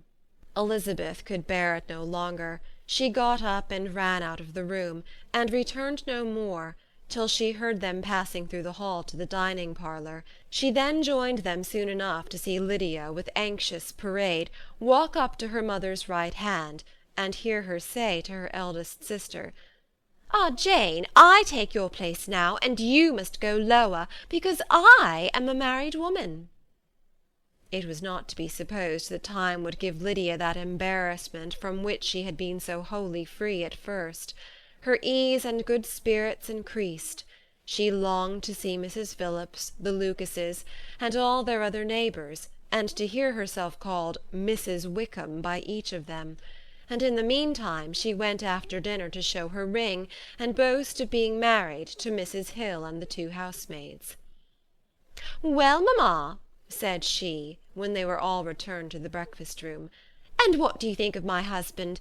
Is he not a charming man? I am sure my sisters must all envy me. I only hope they may have half my good luck. They must all go to Brighton. That is the place to get husbands. What a pity it is, mamma, we did not all go." "Very true, and if I had my will we should. But, my dear Lydia, I don't at all like your going such a way off. Must it be so?" "Oh, Lord, yes, there is nothing in that. I shall like it of all things. You and papa and my sisters must come down and see us. We shall be at Newcastle all the winter, and I dare say there will be some balls, and I will take good care to get partners for them all." "I should like it beyond anything," said her mother. "And then, when you go away, you may leave one or two of my sisters behind you, and I dare say I shall get husbands for them before the winter is over." "I thank you for my share of the favour," said Elizabeth, "but I do not particularly like your way of getting husbands." Their visitors were not to remain above 10 days with them. Mr. Wickham had received his commission before he left London, and he was to join his regiment at the end of a fortnight. No one but Mrs. Bennet regretted that their stay would be so short, and she made the most of the time by visiting about with her daughter and having very frequent parties at home. These parties were acceptable to all. To avoid a family circle was even more desirable to such as did think than such as did not. Wickham's affection for Lydia was just what Elizabeth had expected to find it, not equal to Lydia's for him. She had scarcely needed her present observation to be satisfied, from the reason of things, that their elopement had been brought on by the strength of her love rather than by his, and she would have wondered why, without violently caring for her, he chose to elope with her at all, had she not felt certain that his flight was rendered necessary by distress of circumstances, and if that were the case, he was not the young man to resist an opportunity of having a companion. Lydia was exceedingly fond of him. He was her dear Wickham on every occasion. No one was to be put in competition with him. He did everything best in the world, and she was sure he would kill more birds on the 1st of September than anybody else in the country. One morning, soon after their arrival, as she was sitting with her two elder sisters, she said to Elizabeth, "Lizzie, I never gave you an account of my wedding, I believe. You were not by when I told mamma and the others all about it. Are not you curious to hear how it was managed?" "Not really," replied Elizabeth. "I think there cannot be too little said on the subject." "La, you are so strange! But I must tell you how it went off. We were married, you know, at St. Clement's, because Wickham's lodgings were in that parish, and it was settled that we should all be there by 11 o'clock. My uncle and aunt and I were to go together, and the others were to meet us at the church. Well, Monday morning came, and I was in such a fuss. I was so afraid, you know, that something would happen to put it off, and then I should have gone quite distracted. And there was my aunt, all the time I was dressing, preaching and talking away just as if she was reading a sermon. However, I did not hear above 1 word in 10, for I was thinking, you may suppose, of my dear Wickham. I longed to know whether he would be married in his blue coat. Well, and so we breakfasted at 10 as usual. I thought it would never be over, for by the by you are to understand that my uncle and aunt were horrid unpleasant all the time I was with them. If you'll believe me, I did not once put my foot out of doors, though I was there a fortnight, not one party or scheme or anything. To be sure, London was rather thin, but however the little theatre was open. Well, and so just as the carriage came to the door, my uncle was called away upon business to that horrid man, Mr. Stone. And then, you know, when once they got together, there is no end of it. Well, I was so frightened I did not know what to do, for my uncle was to give me away, and if we were beyond the hour we could not be married all day. But luckily he came back again in 10 minutes' time, and then we all set out. However, I recollected afterwards that if he had been prevented going, the wedding need not be put off, for Mr. Darcy might have done as well. Mr. Darcy? repeated Elizabeth in utter amazement. Oh, yes, he was to come there with Wickham, you know. Oh, but gracious me! I quite forgot. I ought not to have said a word about it. I promised them so faithfully. What will Wickham say? It was to be such a secret. If it was to be a secret, said Jane, say not another word on the subject. You may depend upon my seeking no further. Oh, certainly, said Elizabeth, though burning with curiosity. We will ask you no questions.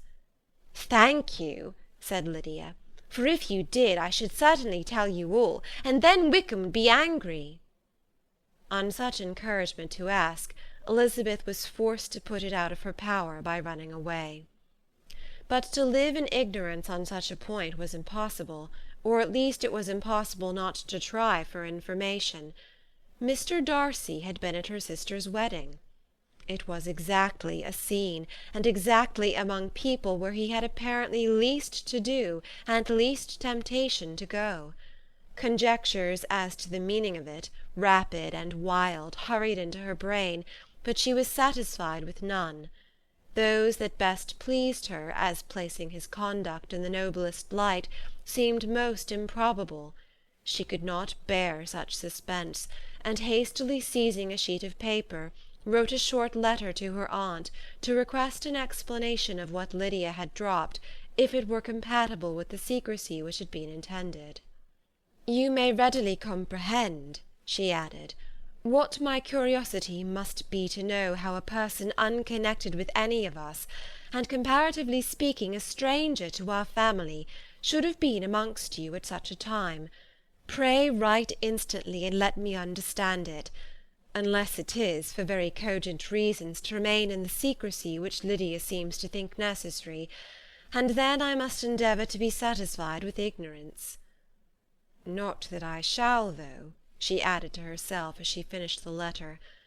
"And, my dear aunt, if you do not tell me in an honourable manner, I shall certainly be reduced to tricks and stratagems to find it out." Jane's delicate sense of honour would not allow her to speak to Elizabeth privately of what Lydia had let fall. Elizabeth was glad of it. Till it appeared whether her inquiries would receive any satisfaction, she had rather be without a confidant. End of chapter 51.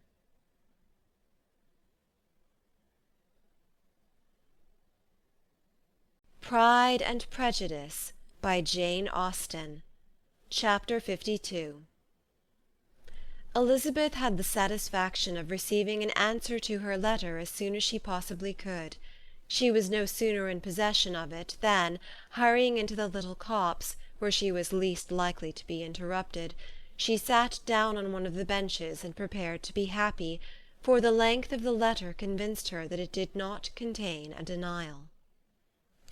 Gracechurch Street, September 6th. My dear niece, I have just received your letter, and shall devote this whole morning to answering it, as I foresee that a little writing will not comprise what I have to tell you. I must confess myself surprised by your application. I did not expect it from you.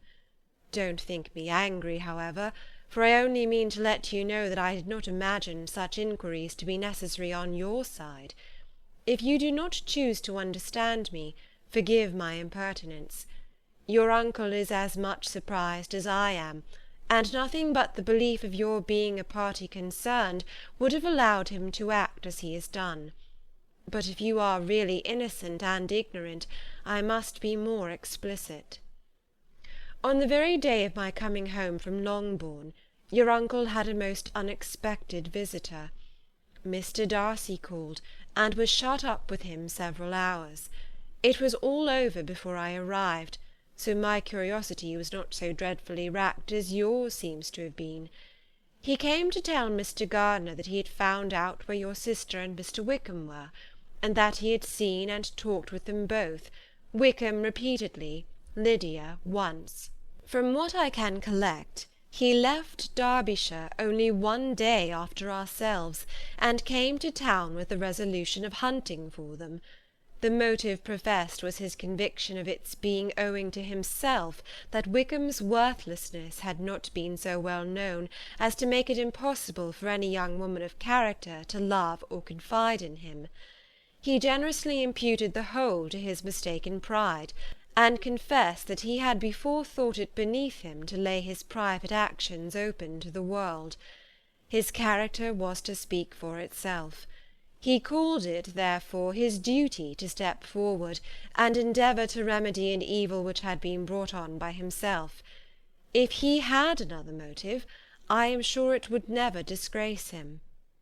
He had been some days in town before he was able to discover them, but he had something to direct his search, which was more than we had, and the consciousness of this was another reason for his resolving to follow us.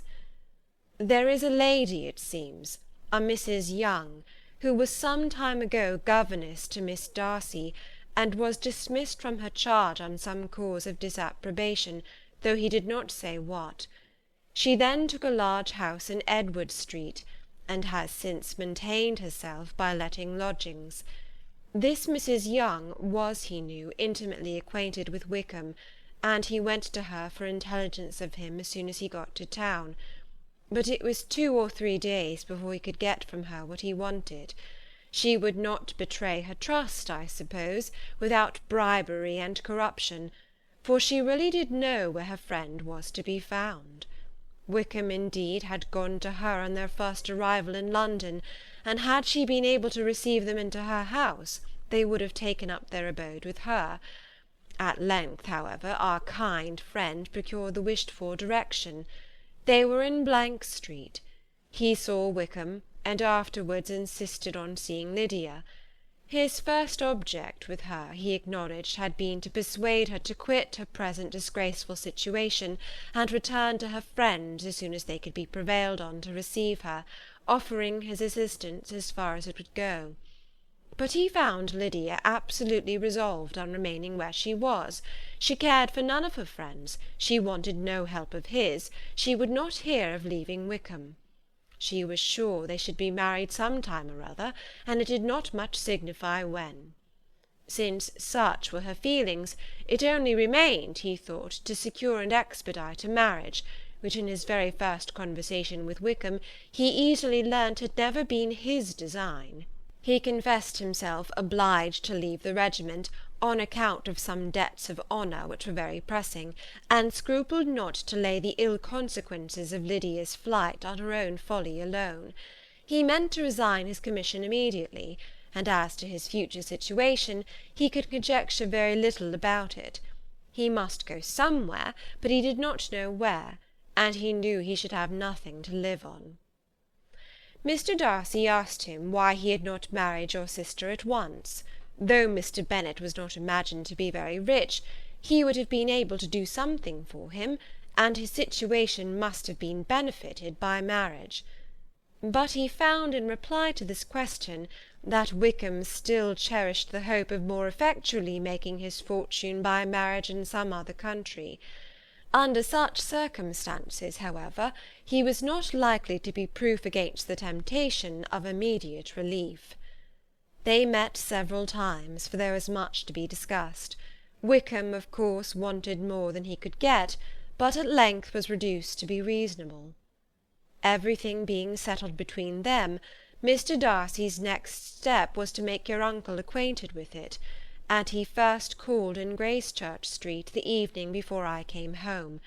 But Mr. Gardiner could not be seen, and Mr. Darcy found, on further inquiry, that your father was still with him, but would quit town the next morning. He did not judge your father to be a person whom he could so properly consult as your uncle, and therefore readily postponed seeing him till after the departure of the former. He did not leave his name, and till the next day it was only known that a gentleman had called on business. On Saturday he came again. Your father was gone, your uncle at home, and, as I said before, they had a great deal of talk together. They met again on Sunday, and then I saw him too. It was not all settled before Monday. As soon as it was, the express was sent off to Longbourn. But our visitor was very obstinate. I fancy, Lizzy, that obstinacy is the real defect of his character after all. He has been accused of many faults at different times, but this is the true one. Nothing was to be done that he did not do himself, though I am sure, and I do not speak it to be thanked, therefore say nothing about it, your uncle would most readily have settled the whole. They battled it together for a long time, which was more than either the gentleman or lady concerned in it deserved. But at last your uncle was forced to yield, and instead of being allowed to be of use to his niece, was forced to put up with only having the probable credit of it, which went sorely against the grain, and I really believe your letter this morning gave him great pleasure, because it required an explanation that would rob him of his borrowed feathers, and give the praise where it was due. But, Lizzy, this must go no farther than yourself, or Jane at most. You know pretty well, I suppose, what has been done for the young people. His debts are to be paid, amounting, I believe, to considerably more than £1,000, another 1,000 in addition to her own settled upon her, and his commission purchased. The reason why all this was to be done by him alone was such as I have given above. It was owing to him, to his reserve and want of proper consideration, that Wickham's character had been so misunderstood, and consequently that he had been received and noticed as he was. Perhaps there was some truth in this, though I doubt whether his reserve, or anybody's reserve, can be answerable for the event. But in spite of all this fine talking, my dear Lizzy, you may rest perfectly assured that your uncle would never have yielded, if we had not given him credit for another interest in the affair. When all this was resolved on, he returned again to his friends, who were still staying at Pemberley, but it was agreed that he should be in London once more when the wedding took place, and all money matters were then to receive the last finish. I believe I have now told you everything. It is a relation which you tell me is to give you great surprise. I hope at least it will not afford you any displeasure. Lydia came to us, and Wickham had constant admission to the house. He was exactly what he had been when I knew him in Hertfordshire, but I would not tell you how little I was satisfied with her behaviour while she stayed with us, if I had not perceived by Jane's letter last Wednesday that her conduct on coming home was exactly of a piece with it, and therefore what I now tell you can give you no fresh pain. I talked to her repeatedly in the most serious manner, representing to her all the wickedness of what she had done, and all the unhappiness she had brought on her family. If she heard me, it was by good luck, for I am sure she did not listen. I was sometimes quite provoked, but then I recollected my dear Elizabeth and Jane, and for their sakes had patience with her. Mr. Darcy was punctual in his return, and, as Lydia informed you, attended the wedding. He dined with us the next day, and was to leave town again on Wednesday or Thursday. Will you be very angry with me, my dear Lizzy, if I take this opportunity of saying, what I was never bold enough to say before, how much I like him? His behaviour to us has in every respect been as pleasing as when we were in Derbyshire. His understanding and opinions all please me. He wants nothing but a little more liveliness, and that, if he marry prudently, his wife may teach him. I thought him very sly. He hardly ever mentioned your name. But slyness seems the fashion. Pray forgive me if I have been very presuming, or at least do not punish me so far as to exclude me from P. I shall never be quite happy till I have been all round the park. A low phaeton with a nice little pair of ponies would be the very thing. But I must write no more. The children have been wanting me this half hour. Yours very sincerely, M. Gardiner. The contents of this letter threw Elizabeth into a flutter of spirits, in which it was difficult to determine whether pleasure or pain bore the greatest share. The vague and unsettled suspicions which uncertainty had produced of what Mr. Darcy might have been doing to forward her sister's match, which she had feared to encourage as an exertion of goodness too great to be probable, and at the same time dreaded to be just, from the pain of obligation, were proved beyond their greatest extent to be true. He had followed them purposely to town. He had taken on himself all the trouble and mortification attendant on such a research, in which supplication had been necessary to a woman whom he must abominate and despise, and where he was reduced to meet, frequently meet, reason with, persuade, and finally bribe the man whom he always most wished to avoid, and whose very name it was punishment to him to pronounce. He had done all this for a girl whom he could neither regard nor esteem. Her heart did whisper that he had done it for her, but it was a hope shortly checked by other considerations, and she soon felt that even her vanity was insufficient, when required to depend on his affection for her, for a woman who had already refused him, as able to overcome a sentiment so natural as abhorrence against relationship with Wickham. Brother-in-law of Wickham! Every kind of pride must revolt from the connection. He had, to be sure, done much. She was ashamed to think how much. But he had given a reason for his interference, which asked no extraordinary stretch of belief. It was reasonable that he should feel he had been wrong. He had liberality, and he had the means of exercising it, and though she would not place herself as his principal inducement, she could perhaps believe that remaining partiality for her might assist his endeavours in a cause where her peace of mind must be materially concerned. It was painful, exceedingly painful, to know that they were under obligations to a person who could never receive a return. They owed the restoration of Lydia, her character, everything to him. Oh, how heartily did she grieve over every ungracious sensation she had ever encouraged, every saucy speech she had ever directed towards him. For herself she was humbled, but she was proud of him, proud that in a cause of compassion and honour he had been able to get the better of himself. She read over her aunt's commendation of him again and again. It was hardly enough, but it pleased her. She was even sensible of some pleasure, though mixed with regret, on finding how steadfastly both she and her uncle had been persuaded that affection and confidence subsisted between Mr. Darcy and herself. She was roused from her seat and her reflections by some one's approach, and before she could strike into another path, she was overtaken by Wickham. "I am afraid I interrupt your solitary ramble, my dear sister," said he as he joined her. "You certainly do," she replied with a smile, "but it does not follow that the interruption must be unwelcome." "I should be sorry indeed if it were.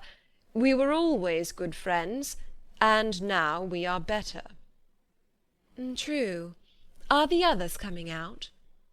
I do not know. Mrs. Bennet and Lydia going in the carriage to Meryton. And so, my dear sister, I find from our uncle and aunt that you have actually seen Pemberley. She replied in the affirmative. I almost envy you the pleasure, and yet I believe it would be too much for me, or else I could take it in my way to Newcastle. And you saw the old housekeeper, I suppose? Poor Reynolds, she was always very fond of me, but of course she did not mention my name to you. Yes, she did. And what did she say? That you were gone into the army, and she was afraid had not turned out well. At such a distance as that, you know, things are strangely misrepresented. Certainly, he replied, biting his lips. Elizabeth hoped she had silenced him, but he soon afterwards said, I was surprised to see Darcy in town last month. We passed each other several times. I wonder what he can be doing there. Perhaps preparing for his marriage with Mr. Berg, said Elizabeth. It must be something particular to take him there at this time of year. Undoubtedly. Did you see him while you were at Lambton? I thought I understood from the gardeners that you had. Yes, he introduced us to his sister. And do you like her? Very much. I have heard, indeed, that she is uncommonly improved within this year or two. When I last saw her, she was not very promising. I am very glad you liked her. I hope she will turn out well. I dare say she will. She has got over the most trying age. Did you go by the village of Kympton? I do not recollect that we did.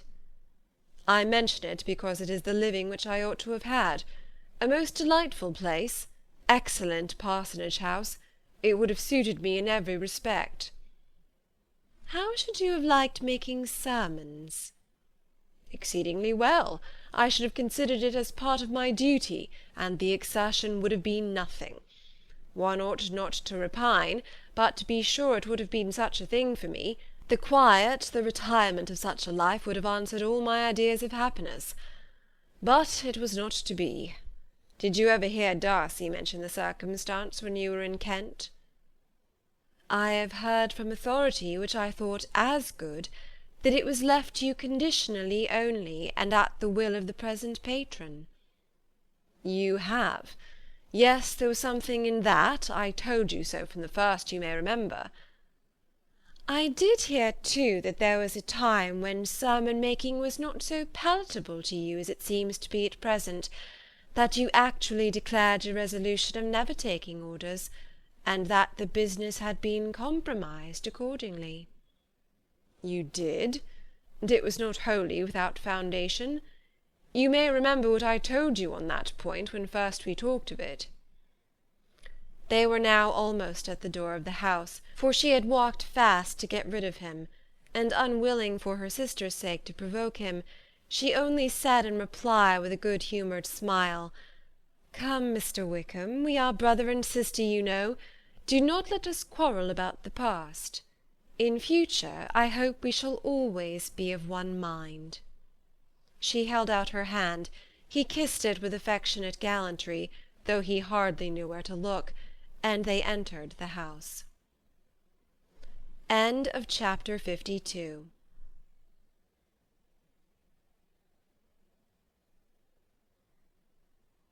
Pride and Prejudice by Jane Austen. Chapter 53.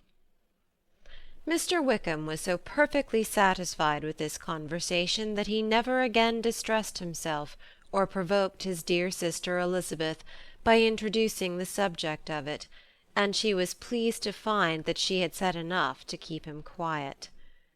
The day of his and Lydia's departure soon came, and Mrs. Bennet was forced to submit to a separation, which, as her husband by no means entered into her scheme of their all going to Newcastle, was likely to continue at least a 12-month.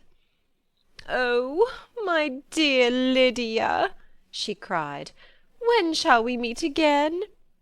"Oh, Lord, I don't know. Not these 2 or 3 years, perhaps." Write to me very often, my dear. As often as I can, but you know married women have never much time for writing. My sisters may write to me.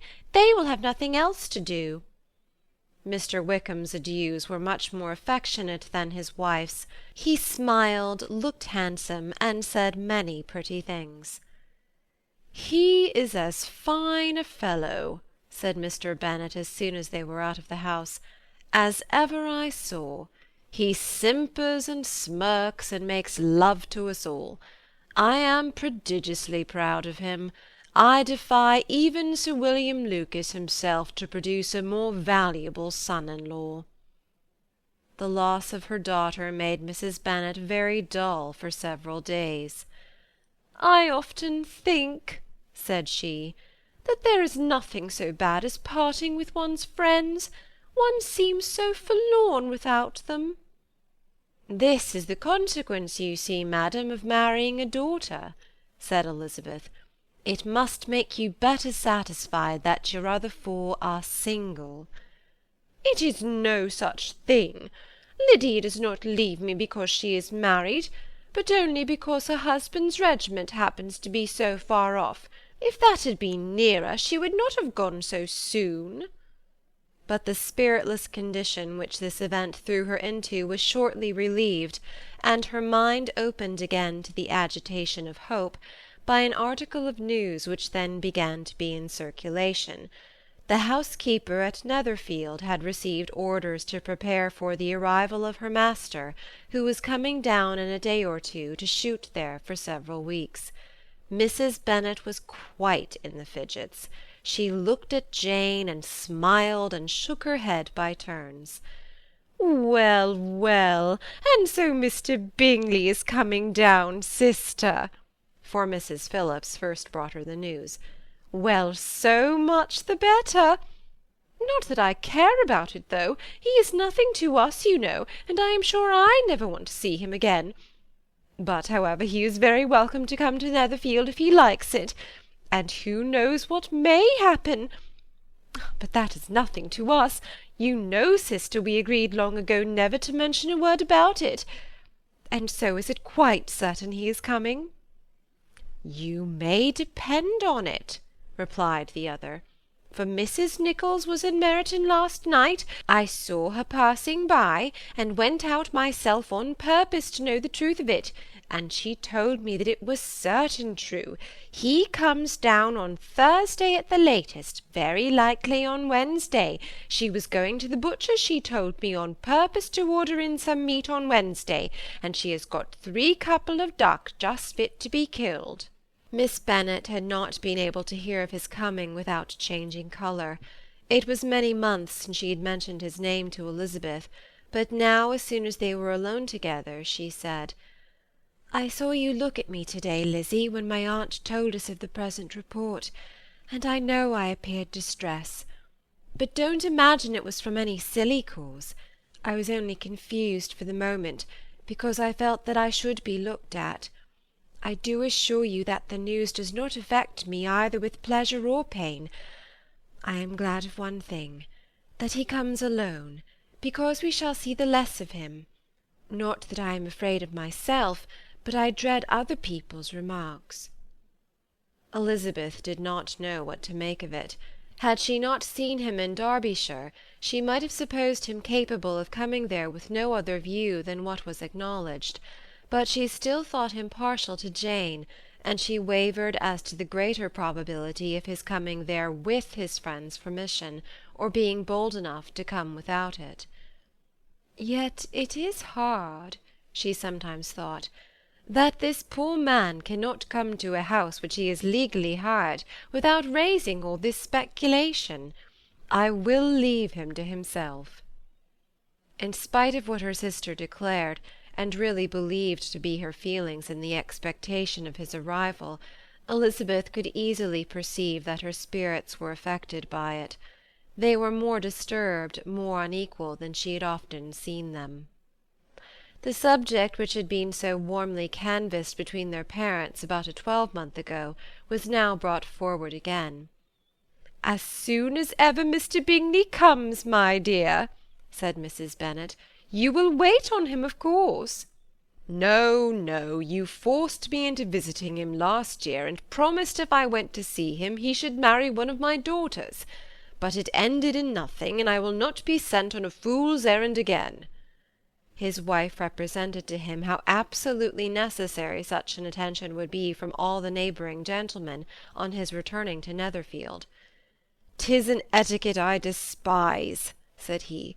"If he wants our society, let him seek it. He knows where we live. I will not spend my hours in running after my neighbours every time they go away and come back again." "Well, all I know is that it will be abominably rude if you do not wait on him. But, however, that shan't prevent my asking him to dine here. I am determined. We must have Mrs. Long and the Goldings soon. That will make 13 with ourselves, so there will be just room at table for him." Consoled by this resolution, she was the better able to bear her husband's incivility, though it was very mortifying to know that her neighbours might all see Mr. Bingley, in consequence of it, before they did. As the day of his arrival drew near, "I begin to be sorry that he comes at all," said Jane to her sister. "It would be nothing. I could see him with perfect indifference, but I can hardly bear to hear it thus perpetually talked of. My mother means well, but she does not know, no one can know, how much I suffer from what she says. Happy shall I be when his stay at Netherfield is over." "I wish I could say anything to comfort you," replied Elizabeth, "but it is wholly out of my power. You must feel it, and the usual satisfaction of preaching patience to a sufferer is denied me, because you have always so much." Mr. Bingley arrived. Mrs. Bennet, through the assistance of servants, contrived to have the earliest tidings of it, that the period of anxiety and fretfulness on her side might be as long as it could. She counted the days that must intervene before their invitation could be sent, hopeless of seeing him before. But on the 3rd morning after his arrival in Hertfordshire, she saw him, from her dressing-room window, enter the paddock and ride towards the house. Her daughters were eagerly called to partake of her joy. Jane resolutely kept her place at the table, but Elizabeth, to satisfy her mother, went to the window. She looked, she saw Mr. Darcy with him, and sat down again by her sister. "There is a gentleman with him, mamma," said Kitty. "Who can it be?" "Some acquaintance or other, my dear, I suppose. I am sure I do not know." "La!" replied Kitty, "it looks just like that man that used to be with him before, Mr. What's-his-name, that tall, proud man." "Good gracious! Mr. Darcy! And so it does, I vow. Well, any friend of Mr. Bingley's will always be welcome here, to be sure, but I must say that I hate the very sight of him." Jane looked at Elizabeth with surprise and concern. She knew but little of their meeting in Derbyshire, and therefore felt for the awkwardness which must attend her sister in seeing him almost for the first time after receiving his explanatory letter. Both sisters were uncomfortable enough. Each felt for the other, and of course for themselves, and their mother talked on of her dislike of Mr. Darcy, and her resolution to be civil to him only as Mr. Bingley's friend, without being heard by either of them. But Elizabeth had sources of uneasiness which could not be suspected by Jane, to whom she had never yet had courage to show Mrs. Gardiner's letter, or to relate her own change of sentiment towards him. To Jane he could only be a man whose proposal she had refused, and whose merit she had undervalued, but to her own more extensive information, he was the person to whom the whole family were indebted for the first of benefits, and whom she regarded herself with an interest, if not quite so tender, at least as reasonable and just as what Jane felt for Bingley. Her astonishment at his coming to Netherfield, to Longbourn, and voluntarily seeking her again, was almost equal to what she had known on first witnessing his altered behaviour in Derbyshire. The colour which had been driven from her face returned for half a minute with an additional glow, and a smile of delight added lustre to her eyes, as she thought for that space of time that his affection and wishes must still be unshaken. But she would not be secure. "Let me first see how he behaves," said she. "It will then be early enough for expectation." She sat intently at work, striving to be composed, without daring to lift up her eyes, till anxious curiosity carried them to the face of her sister as the servant was approaching the door. Jane looked a little paler than usual, but more sedate than Elizabeth had expected. On the gentleman's appearing, her colour increased, yet she received them with tolerable ease, and with a propriety of behaviour equally free from any symptom of resentment or any unnecessary complaisance. Elizabeth said as little to either as civility would allow, and sat down again to her work, with an eagerness which it did not often command. She had ventured only one glance at Darcy. He looked serious as usual, and she thought more as he had been used to look in Hertfordshire than as she had seen him at Pemberley. But perhaps he could not in her mother's presence be what he was before her aunt and uncle. It was a painful, but not an improbable, conjecture. Bingley she had likewise seen for an instant, and in that short period saw him looking both pleased and embarrassed.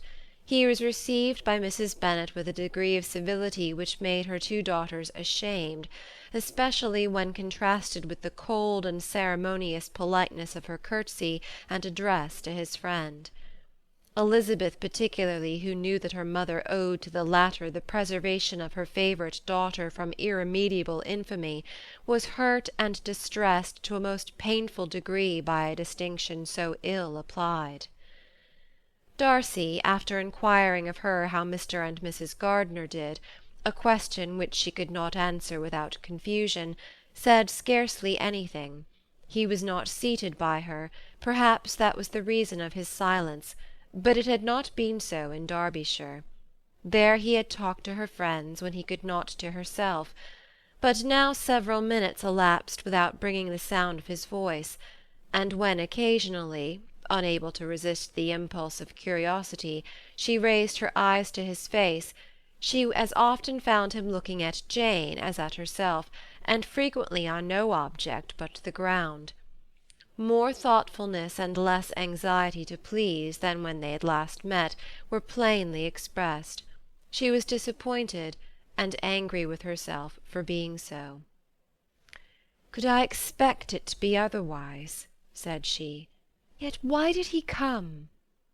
She was in no humour for conversation with any one but himself, and to him she had hardly courage to speak. She inquired after his sister, but could do no more. "It is a long time, Mr. Bingley, since you went away," said Mrs. Bennet. He readily agreed to it. "I began to be afraid you would never come back again. People did say you meant to quit the place entirely at Michaelmas, but however I hope it is not true. A great many changes have happened in the neighbourhood since you went away. Miss Lucas is married and settled, and one of my own daughters. I suppose you have heard of it? Indeed, you must have seen it in the papers. It was in the Times and the Courier, I know, though it was not put in as it ought to be. It was only said lately George Wickham Esquire to Miss Lydia Bennet, without there being a syllable said of her father, or the place where she lived, or anything. It was my brother Gardiner's drawing up too, and I wonder how he came to make such an awkward business of it. Did you see it?" Bingley replied that he did, and made his congratulations. Elizabeth dared not lift up her eyes. How Mr. Darcy looked, therefore, she could not tell. "It is a delightful thing, to be sure, to have a daughter well married," continued her mother. "But at the same time, Mr. Bingley, it is very hard to have her taken such away from me. They are gone down to Newcastle, a place quite northward, it seems, and there they are to stay I do not know how long. His regiment is there, for I suppose you have heard of his leaving the Blankshire, and of his being gone into the regulars. Thank heaven he has some friends, though perhaps not so many as he deserves." Elizabeth, who knew this to be levelled at Mr. Darcy, was in such a misery of shame that she could hardly keep her seat. It drew from her, however, the exertion of speaking, which nothing else had so effectually done before, and she asked Bingley whether he meant to make any stay in the country at present. A few weeks, he believed. "When you have killed all your own birds, Mr. Bingley," said her mother, "I beg you will come here and shoot as many as you please on Mr. Bennet's manor.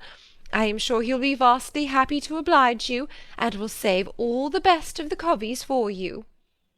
Elizabeth's misery increased at such unnecessary, such officious attention.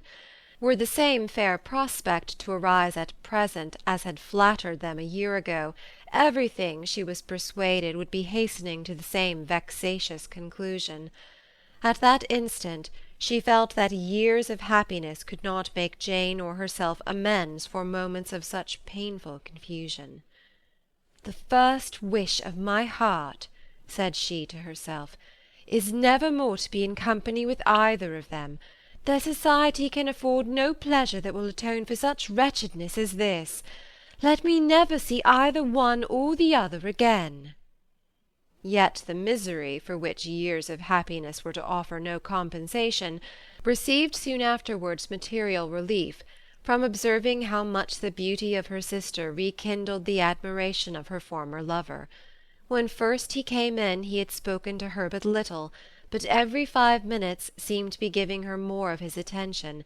He found her as handsome as she had been last year, as good-natured and as unaffected, though not quite so chatty. Jane was anxious that no difference should be perceived in her at all, and was really persuaded that she talked as much as ever, but her mind was so busily engaged that she did not always know when she was silent. When the gentlemen rose to go away, Mrs. Bennet was mindful of her intended civility, and they were invited and engaged to dine at Longbourn in a few days' time. "You are quite a visit in my debt, Mr. Bingley," she added, "for when you went to town last winter you promised to take a family dinner with us as soon as you returned. I have not forgot, you see, and I assure you I was very much disappointed that you did not come back and keep your engagement." Bingley looked a little silly at this reflection, and said something of his concern at having been prevented by business. Then they went away. Mrs. Bennet had been strongly inclined to ask them to stay and dine there that day, but though she always kept a very good table, she did not think anything less than 2 courses could be good enough for a man on whom she had such anxious designs, or satisfy the appetite and pride of one who had 10,000 a year. End of chapter 53.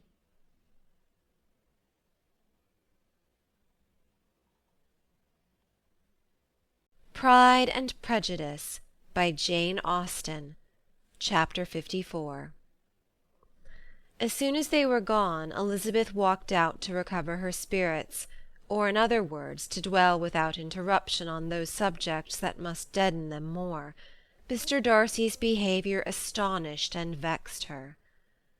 "Why, if he came only to be silent, grave, and indifferent," said she, "did he come at all?" She could settle it in no way that gave her pleasure. "He could be still amiable, still pleasing to my uncle and aunt when he was in town, and why not to me? If he fears me, why come hither?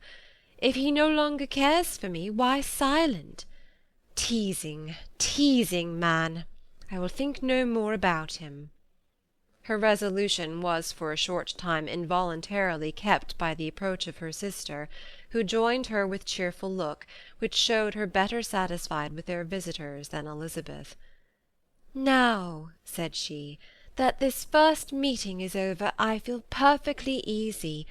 I know my own strength, and I shall never be embarrassed again by his coming. I am glad he dines here on Tuesday. It will then be publicly seen that on both sides we meet only as common and indifferent acquaintance." "Yes, very indifferent indeed," said Elizabeth laughingly. "Oh, Jane, take care." "My dear Lizzy, you cannot think me so weak as to be in danger now." I think you are in very great danger of making him as much in love with you as ever." They did not see the gentleman again till Tuesday, and Mrs. Bennet in the meanwhile was giving way to all the happy schemes which the good humour and common politeness of Bingley in half an hour's visit had revived.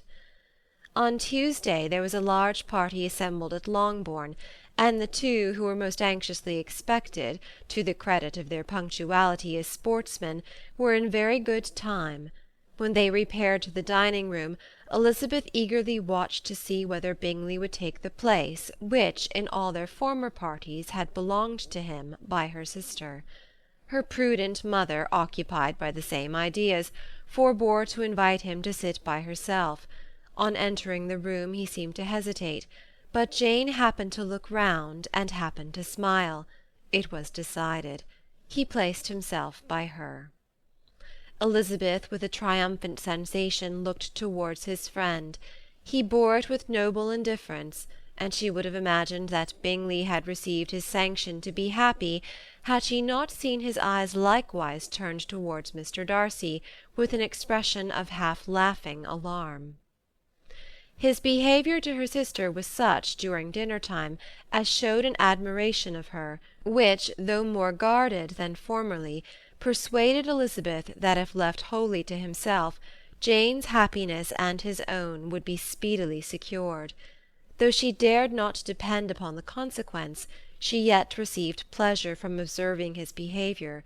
It gave her all the animation that her spirits could boast, for she was in no cheerful humour.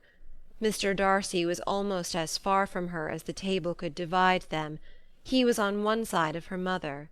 She knew how little such a situation would give pleasure to either, or make either appear to advantage. She was not near enough to hear any of their discourse, but she could see how seldom they spoke to each other, and how formal and cold was their manner whenever they did. Her mother's ungraciousness made the sense of what they owed him more painful to Elizabeth's mind, and she would at times have given anything to be privileged to tell him that his kindness was neither unknown nor unfelt by the whole of the family. She was in hopes that the evening would afford some opportunity of bringing them together, that the whole of the visit would not pass away without enabling them to enter into something more of conversation than the mere ceremonious salutation attending his entrance. Anxious and uneasy, the period which passed in the drawing-room, before the gentlemen came, was wearisome and dull to a degree that made her almost uncivil. She looked forward to their entrance as the point on which all her chance of pleasure for the evening must depend.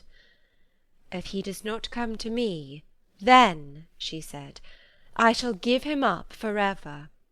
The gentleman came, and she thought he looked as if he would have answered her hopes.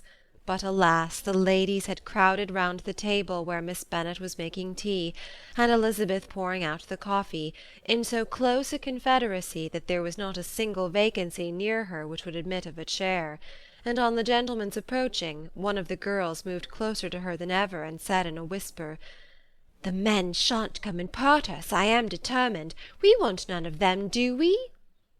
Darcy had walked away to another part of the room. She followed him with her eyes, envied every one to whom he spoke, had scarcely patience enough to help anybody to coffee, and then was enraged against herself for being so silly. A man who has once been refused! How could I ever be foolish enough to expect a renewal of his love? Is there one among the sex who could not protest against such a weakness as a second proposal to the same woman? There is no indignity so abhorrent to their feelings. She was revived a little, however, by his bringing back his coffee-cup himself, and she seized the opportunity of saying, "Is your sister at Pemberley still?" "Yes, she will remain there till Christmas." "And quite alone? Have all her friends left her?" "Mrs. Annesley is with her. The others have gone on to Scarborough these 3 weeks." She could think of nothing more to say, but if he wished to converse with her, he might have better success. He stood by her, however, for some minutes in silence, and at last, on the young lady's whispering to Elizabeth again, he walked away.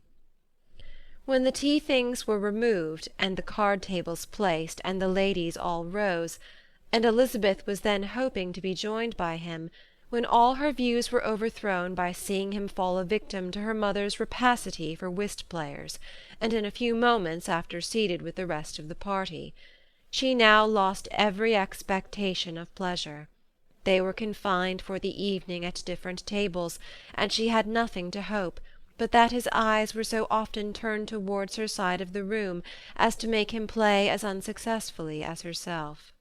Mrs. Bennet had designed to keep the two Netherfield gentlemen to supper, but their carriage was unluckily ordered before any of the others, and she had no opportunity of detaining them.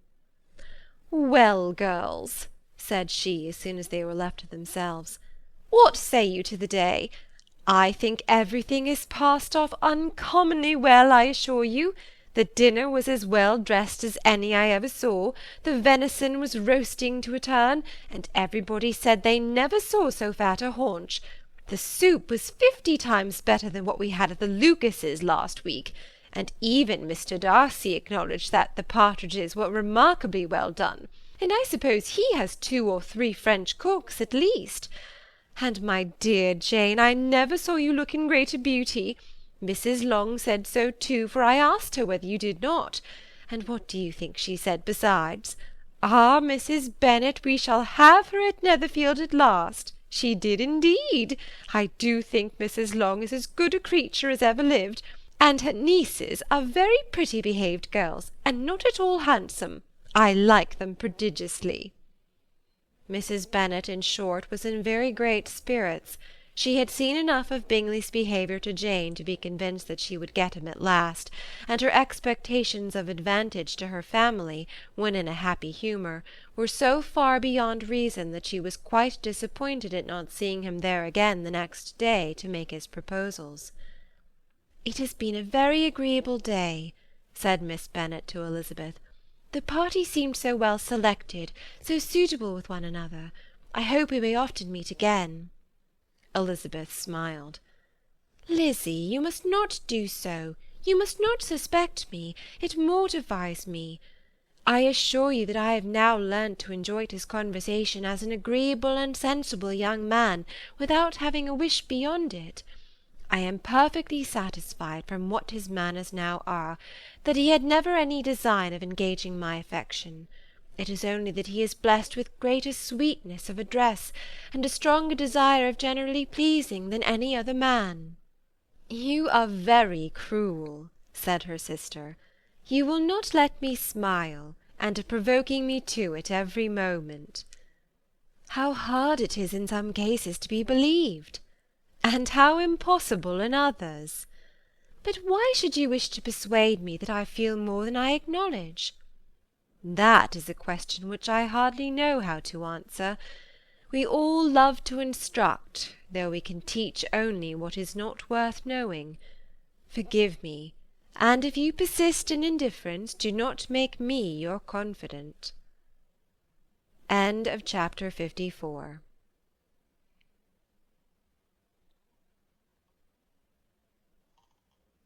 Pride and Prejudice by Jane Austen. Chapter 55. A few days after this visit, Mr. Bingley called again, and alone. His friend had left him that morning for London, but was to return home in 10 days' time. He sat with them above an hour, and was in remarkably good spirits.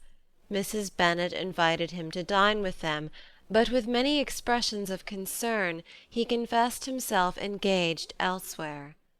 "Next time you call," said she, "I hope we shall be more lucky." He should be particularly happy at any time, etc., etc., and if she would give him leave, would take an early opportunity of waiting on them. "Can you come to-morrow?" Yes, he had no engagement at all for to-morrow, and her invitation was accepted with alacrity. He came, and in such very good time that the ladies were none of them dressed. In ran Mrs. Bennet to her daughter's room in her dressing-gown, and with her hair half finished, crying out, My dear Jane, make haste and hurry down. He is come. Mr. Bingley is come. He is indeed. Make haste, make haste. Here, Sarah, come to Miss Bennet this moment, and help her on with her gown. Never mind Miss Lizzie's hair. We will be down as soon as we can, said Jane. But I dare say Kitty is forwarder than either of us, for she went upstairs half an hour ago. Oh, hang Kitty! What has she to do with it? Come, be quick, be quick! Where is your sash, my dear? But when her mother was gone, Jane would not be prevailed on to go down without one of her sisters. The same anxiety to get them by themselves was visible again in the evening. After tea, Mr. Bennet retired to the library, as was his custom, and Mary went upstairs to her instrument. 2 obstacles of the 5 being thus removed, Mrs. Bennet sat down, and winking at Elizabeth and Catherine for a considerable time, without making any impression on them. Elizabeth would not observe her, and when at last Kitty did, she very innocently said, "What is the matter, mamma? What do you keep winking at me for? What am I to do?" "Oh, nothing, child, nothing. I did not wink at you." She then sat still 5 minutes longer, but unable to waste such a precious occasion, she suddenly got up, and saying to Kitty, "Come here, my love, I want to speak to you," took her out of the room. Jane instantly gave a look at Elizabeth which spoke her distress at such premeditation, and her entreaty that she would not give in to it. In a few minutes Mrs. Bennet half opened the door and called out, "Lizzie, my dear, I want to speak with you." Elizabeth was forced to go. "We may as well leave them by themselves, you know," said her mother as soon as she was in the hall. "Kitty and I are going upstairs to sit in my dressing-room." Elizabeth made no attempt to reason with her mother, but remained quietly in the hall, till she and Kitty were out of sight, then returned to the drawing-room. Mrs. Bennet's schemes for the day were ineffectual. Bingley was everything that was charming, except the professed lover of her daughter. His ease and cheerfulness rendered him a most agreeable addition to their evening party, and he bore with the ill-judged officiousness of the mother, and heard all her silly remarks with a forbearance and command of countenance particularly grateful to the daughter. He scarcely needed an invitation to stay supper, and before he went away an engagement was formed, chiefly through his own and Mrs. Bennet's means, for his coming next morning to shoot with her husband. After this day Jane said no more of her indifference. Not a word passed between the sisters concerning Bingley, but Elizabeth went to bed in the happy belief that all must speedily be concluded, unless Mr. Darcy returned within the stated time.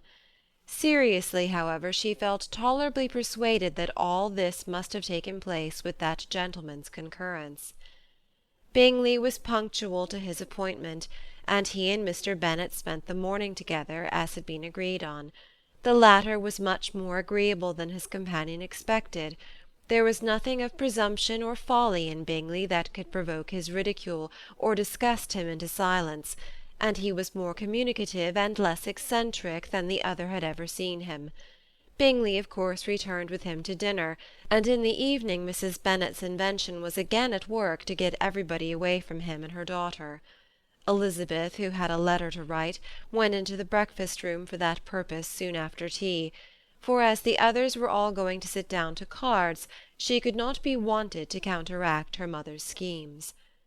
But on returning to the drawing-room, when her letter was finished, she saw, to her infinite surprise, there was reason to fear that her mother had been too ingenious for her.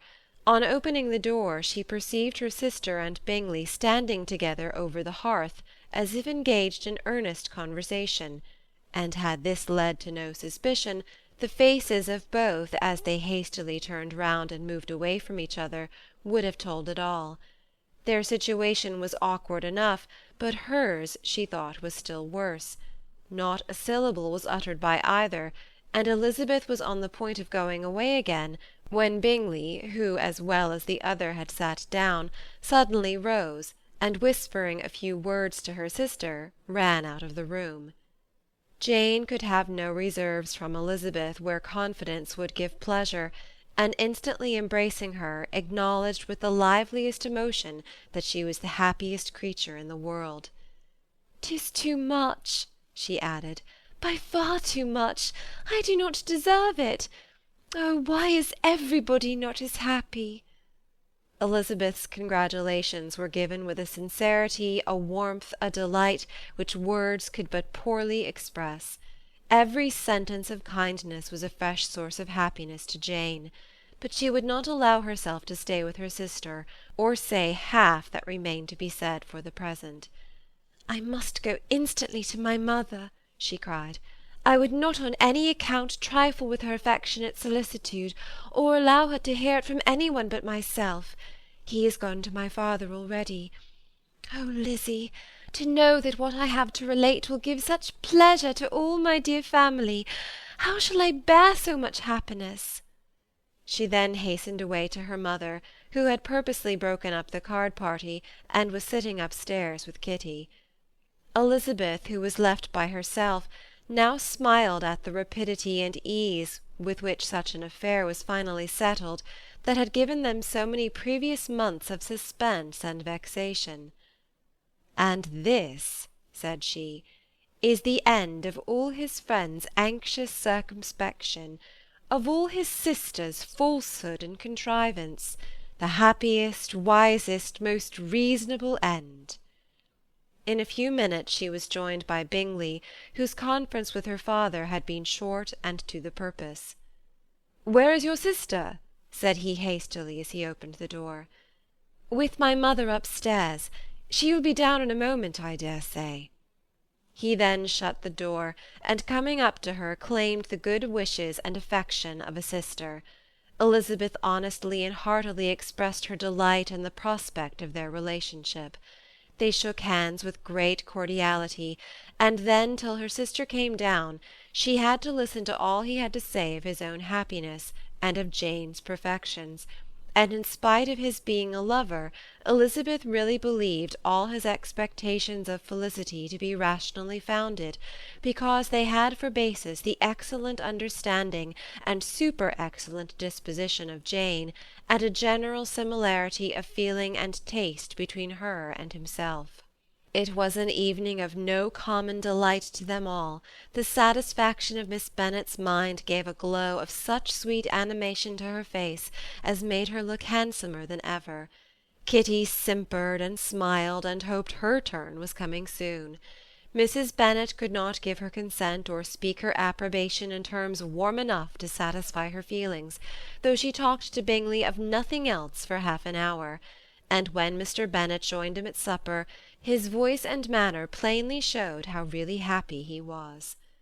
Not a word, however, passed his lips in allusion to it, till their visitor took his leave for the night, but as soon as he was gone he turned to his daughter and said, "Jane, I congratulate you. You will be a very happy woman." Jane went to him instantly, kissed him, and thanked him for his goodness. "You are a good girl," he replied, "and I have great pleasure in thinking you will be so happily settled. I have not a doubt of your doing very well together. Your tempers are by no means unlike. You are each of you so complying that nothing will be ever resolved on, so easy that every servant will cheat you, and so generous that you will always exceed your income." "I hope not so. Imprudence or thoughtlessness in money matters would be unpardonable in me." "Exceed their income! My dear Mr. Bennet," cried his wife, "what are you talking of?" "Why, he has 4,000 or 5,000 a year, and very likely more." Then, addressing her daughter, "Oh, my dear, dear Jane, I am so happy! I am sure I shan't get a wink of sleep all night. I knew how it would be. I always said it must be so at last. I was sure you could not be so beautiful for nothing. I remember as soon as ever I saw him when he first came into Hertfordshire last year, I thought how likely it was that you should come together. Oh, he is the handsomest young man that ever was seen." Wickham, Lydia, were all forgotten. Jane was beyond competition her favourite child. At that moment she cared for no other. Her younger sisters soon began to make interest with her for objects of happiness which she might in future be able to dispense. Mary petitioned for the use of the library at Netherfield, and Kitty begged very hard for a few balls there every winter. Bingley from this time was of course a daily visitor at Longbourn, coming frequently before breakfast and always remaining till after supper, unless when some barbarous neighbour, who could not be enough detested, had given him an invitation to dinner which he thought himself obliged to accept. Elizabeth had now but little time for conversation with her sister, for while he was present Jane had no attention to bestow on any one else, but she found herself considerably useful to both of them in those hours of separation that must sometimes occur. In the absence of Jane he always attached himself to Elizabeth, for the pleasure of talking with her, and when Bingley was gone, Jane constantly sought the same means of relief. "He has made me so happy," said she one evening, "by telling me that he was totally ignorant of my being in town last spring. I had not believed it possible." "I suspected as much," said Elizabeth. "But how did he account for it?" "It must have been his sister's doing. They were certainly no friends to his acquaintance with me, which I cannot wonder at, since he might have chosen so much more advantageously in many respects. But when they see, as I trust they will, that the brother is happy with me, they will learn to be contented, and we shall be on good terms again, though we can never be what we once were to each other." "That is the most unforgiving speech," said Elizabeth, "that I ever heard you utter. Good girl! It would vex me indeed to see you again the dupe of Miss Bingley's pretended regard." "Would you believe it, Lizzie, that when he went to town last November he really loved me, and nothing but a persuasion of my being indifferent would have prevented his coming down again?" "He made a little mistake, to be sure, but it is to the credit of his modesty." This naturally introduced a panegyric from Jane on his diffidence, and the little value he put on his own good qualities. Elizabeth was pleased to find that he had not betrayed the interference of his friend, for though Jane had the most generous and forgiving heart in the world, she knew it was a circumstance which must prejudice her against him. "I am certainly the most fortunate creature that ever existed," cried Jane. "Oh, Lizzie, why am I thus singled from my family and blessed above them all? If I could but see you as happy, if there were but such another man for you! If you were to give me 40 such men, I could never be so happy as you. Till I have your disposition, your goodness, I can never have your happiness. No, no, let me shift for myself, and perhaps, if I have very good luck, I may meet with another Mr. Collins in time." The situation of affairs in the Longbourn family could not be long a secret. Mrs. Bennet was privileged to whisper it to Mrs. Phillips, and she ventured without any permission to do the same by all her neighbours in Meryton. The Bennets were speedily pronounced to be the luckiest family in the world, though only a few weeks before, when Lydia had first run away, they had been generally proved to be marked out for misfortune. End of chapter 55.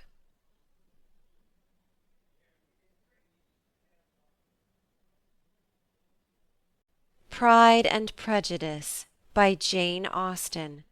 Chapter 56. One morning, about a week after Bingley's engagement with Jane had been formed, as he and the females of the family were sitting together in the dining-room, their attention was suddenly drawn to the window by the sound of a carriage, and they perceived a chaise and four driving up the lawn. It was too early in the morning for visitors, and besides, the equipage did not answer to that of any of their neighbours. The horses were post, and neither the carriage nor the livery of the servant who preceded it were familiar to them. As it was certain, however, that somebody was coming, Bingley instantly prevailed on Miss Bennet to avoid the confinement of such an intrusion, and walk away with him into the shrubbery. They both set off, and the conjectures of the remaining three continued, though with little satisfaction, till the door was thrown open and their visitor entered. It was Lady Catherine de Bourgh. They were, of course, all intending to be surprised, but their astonishment was beyond their expectation, and on the part of Mrs. Bennet and Kitty, though she was perfectly unknown to them, even inferior to what Elizabeth felt. She entered the room with an air more than usually ungracious, made no other reply to Elizabeth's salutation than a slight inclination of the head, and sat down without saying a word. Elizabeth had mentioned her name to her mother on her ladyship's entrance, though no request of introduction had been made. Mrs. Bennet, all amazement, though flattered by having a guest of such high importance, received her with the utmost politeness. After sitting for a moment in silence, she said very stiffly to Elizabeth, "I hope you are well, Miss Bennet. That lady, I suppose, is your mother?" Elizabeth replied very concisely that she was. "And that, I suppose, is one of your sisters?" "Yes, madam," said Mrs. Bennet, delighted to speak to Lady Catherine.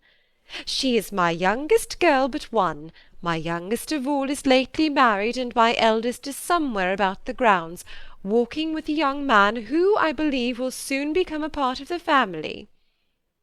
"You have a very small park here," returned Lady Catherine after a short silence. "It is nothing in comparison of Rosings, my lady, I dare say, but I assure you it is much larger than Sir William Lucas's."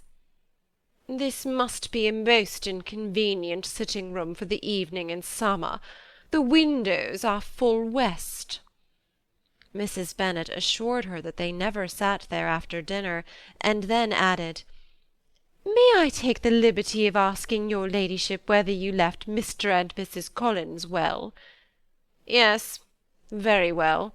I saw them the night before last." Elizabeth now expected that she would produce a letter for her from Charlotte, as it seemed the only probable motive for her calling. But no letter appeared, and she was completely puzzled.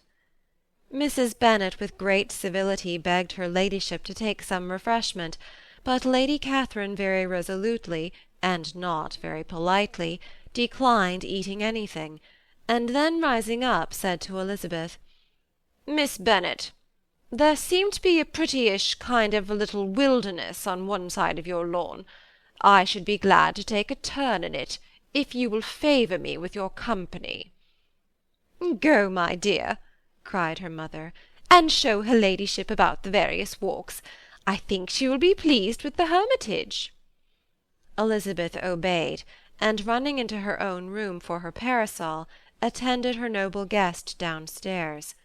As they passed through the hall, Lady Catherine opened the doors into the dining-parlour and drawing-room, and pronouncing them after a short survey to be decent-looking rooms, walked on. Her carriage remained at the door, and Elizabeth saw that her waiting-woman was in it. They proceeded in silence along the gravel walk that led to the copse. Elizabeth was determined to make no effort for conversation with a woman who was now more than usually insolent and disagreeable. "How could I ever think her like her nephew?" said she, as she looked in her face. As soon as they entered the copse, Lady Catherine began in the following manner. "You can be at no loss, Miss Bennet, to understand the reason of my journey hither. Your own heart, your own conscience must tell you why I come." Elizabeth looked with unaffected astonishment. "Indeed, you are mistaken, madam. I have not been at all able to account for the honour of seeing you here." "Miss Bennet," replied her ladyship in an angry tone, "you ought to know that I am not to be trifled with. But however insincere you may choose to be, you shall not find me so. My character has ever been celebrated for its sincerity and frankness, and in a cause of such moment as this I shall certainly not depart from it. A report of a most alarming nature reached me 2 days ago. I was told that not only was your sister on the point of being most advantageously married, but that you, that Miss Elizabeth Bennet, would in all likelihood be soon afterwards united to my nephew, my own nephew, Mr. Darcy. Though I know it must be a scandalous falsehood, though I would not injure him so much as to suppose the truth of it possible, I instantly resolved on setting off for this place, that I might make my sentiments known to you. If you believed it impossible to be true, said Elizabeth, colouring with astonishment and disdain, I wonder you took the trouble of coming so far. What could your ladyship propose by it? At once to insist upon having such a report universally contradicted. Your coming to Longbourn to see me and my family, said Elizabeth coolly, will be rather a confirmation of it, if indeed such a report is in existence. If? Do you then pretend to be ignorant of it? Has it not been industriously circulated by yourselves? Do you not know that such a report is spread about? I never heard that it was. And can you likewise declare that there is no foundation for it? I do not pretend to possess equal frankness with your ladyship. You may ask questions which I shall not choose to answer. This is not to be borne. Miss Bennet, I insist on being satisfied. Has my nephew made you an offer of marriage? Your ladyship has declared it to be impossible. It ought to be so. It must be so while he retains the use of his reason. But your arts and allurements may, in a moment of infatuation, have made him forget what he owes to himself and to all his family. You may have drawn him in. If I have, I shall be the last person to confess it. Miss Bennet, do you know who I am? I have not been accustomed to language such as this. I am almost the nearest relation he has in the world, and am entitled to know all his dearest concerns. But you are not entitled to know mine, nor will such behaviour as this ever induce me to be explicit. Let me be rightly understood. This match to which you have the presumption to aspire can never take place. No, never. Mr. Darcy is engaged to my daughter. Now what have you to say? Only this, that if he is so, you can have no reason to suppose he'll make an offer to me. Lady Catherine hesitated for a moment, and then replied, The engagement between them is of a peculiar kind. From their infancy they have been intended for each other. It was the favourite wish of his mother as well as of hers. While in their cradles we planned the union. And now, at the moment when the wishes of both sisters would be accomplished in their marriage, to be prevented by a young woman of inferior birth, of no importance in the world, and wholly unallied to the family. Do you pay no regard to the wishes of his friends? To his tacit engagement with Mr. Berg? Are you lost to every feeling of propriety and delicacy? Have you not heard me say that from his earliest hours he was destined for his cousin? Yes, and I had heard it before. But what is that to me? If there is no other objection to my marrying your nephew, I shall certainly not be kept from it by knowing that his mother and aunt wished him to marry Mr. Berg. You both did as much as you could in planning the marriage. Its completion depended on others. If Mr. Darcy is neither by honour nor inclination confined to his cousin, why is he not to make another choice? And if I am that choice, why may I not accept him? Because honour, decorum, prudence, nay, interest forbid it. Yes, Miss Bennet, interest. For do not expect to be noticed by his family or friends if you wilfully act against the inclinations of all. You will be censured, slighted, and despised by every one connected with him. Your alliance will be a disgrace. Your name will never even be mentioned by any of us." "These are heavy misfortunes," replied Elizabeth. "But the wife of Mr. Darcy must have such extraordinary sources of happiness necessarily attached to her situation, that she could, upon the whole, have no cause to repine." "Obstinate, headstrong girl! I am ashamed of you. Is this your gratitude for my attentions to you last spring? Is nothing due to me on that score? Let us sit down. You are to understand, Miss Bennet, that I came here with the determined resolution of carrying my purpose, nor will I be dissuaded from it. I have not been used to submit to any person's whims. I have not been in the habit of brooking disappointment." "That will make your ladyship's situation at present more pitiable, but it will have no effect on me." "I will not be interrupted. Hear me in silence. My daughter and my nephew are formed for each other. They are descended on the maternal side from the same noble line, and on the father's from respectable, honourable, and ancient, though untitled, families. Their fortune on both sides is splendid. They are destined for each other by the voice of every member of their respective houses. And what is to divide them?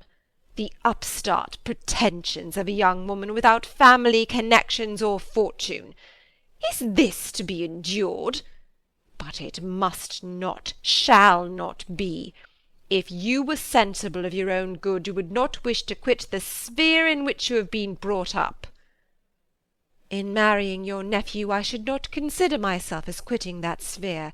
He is a gentleman, I am a gentleman's daughter. So far we are equal." "True, you are a gentleman's daughter. But who was your mother? Who are your uncles and aunts? Do not imagine me ignorant of their condition." "Whatever my connections may be," said Elizabeth, "if your nephew does not object to them, they can be nothing to you." "Tell me once and for all, are you engaged to him?" Though Elizabeth would not, for the mere purpose of obliging Lady Catherine, have answered this question, she could not but say, after a moment's deliberation, "I am not." Lady Catherine seemed pleased. "And will you promise me never to enter into such an engagement?" "I will make no promise of the kind." "Miss Bennet, I am shocked and astonished. I expected to find a more reasonable young woman. But do not deceive yourself into a belief that I will ever recede. I shall not go away till you have given me the assurance I require." "And I certainly never shall give it. I am not to be intimidated into anything so wholly unreasonable. Your ladyship wants Mr. Darcy to marry your daughter, but would my giving you the wished-for promise make their marriage at all more probable? Supposing him to be attached to me, would my refusing to accept his hand make him wish to bestow it on his cousin? Allow me to say, Lady Catherine, that the arguments with which you have supported this extraordinary application have been as frivolous as the application was ill-judged. You have widely mistaken my character, if you think I can be worked on by such persuasions as these. How far your nephew might approve of your interference in his affairs I cannot tell, but you have certainly no right to concern yourself in mine. I must beg, therefore, to be importuned no farther on the subject." "Not so hasty, if you please. I have by no means done. To all the objections I have already urged, I have still another to add. I am no stranger to the particulars of your youngest sister's infamous elopement. I know it all. That the young man's marrying her was a patched-up business, at the expense of your father and uncles. And is such a girl to be my nephew's sister? Is her husband, is the son of his late father's steward, to be his brother? Heaven and earth! Of what are you thinking? Are the shades of Pemberley to be thus polluted? You can now have nothing further to say, she resentfully answered. You have insulted me in every possible method. I must beg to return to the house. And she rose as she spoke. Lady Catherine rose also, and they turned back. Her ladyship was highly incensed. You have no regard, then, for the honour and credit of my nephew. Unfeeling, selfish girl! Do you not consider that a connection with you must disgrace him in the eyes of everybody? Lady Catherine, I have nothing further to say. You know my sentiments. You are then resolved to have him? I have said no such thing. I am only resolved to act in that manner which will in my own opinion constitute my happiness, without reference to you, or to any person so wholly unconnected with me. It is well. You refuse, then, to oblige me. You refuse to obey the claims of duty, honour, and gratitude. You are determined to ruin him in the opinion of all his friends, and make him the contempt of the world. Neither duty, nor honour, nor gratitude, replied Elizabeth, have any possible claim on me in the present instance. No principle of either would be violated by my marriage with Mr. Darcy, and with regard to the resentment of his family, or the indignation of the world, if the former were excited by his marrying me, it would not give me one moment's concern, and the world in general would have too much sense to join in the scorn. And this is your real opinion? This is your final resolve? Very well. I shall now know how to act. Do not imagine, Miss Bennet, that your ambition will ever be gratified. I came to try you. I hoped to find you reasonable, but depend upon it, I will carry my point.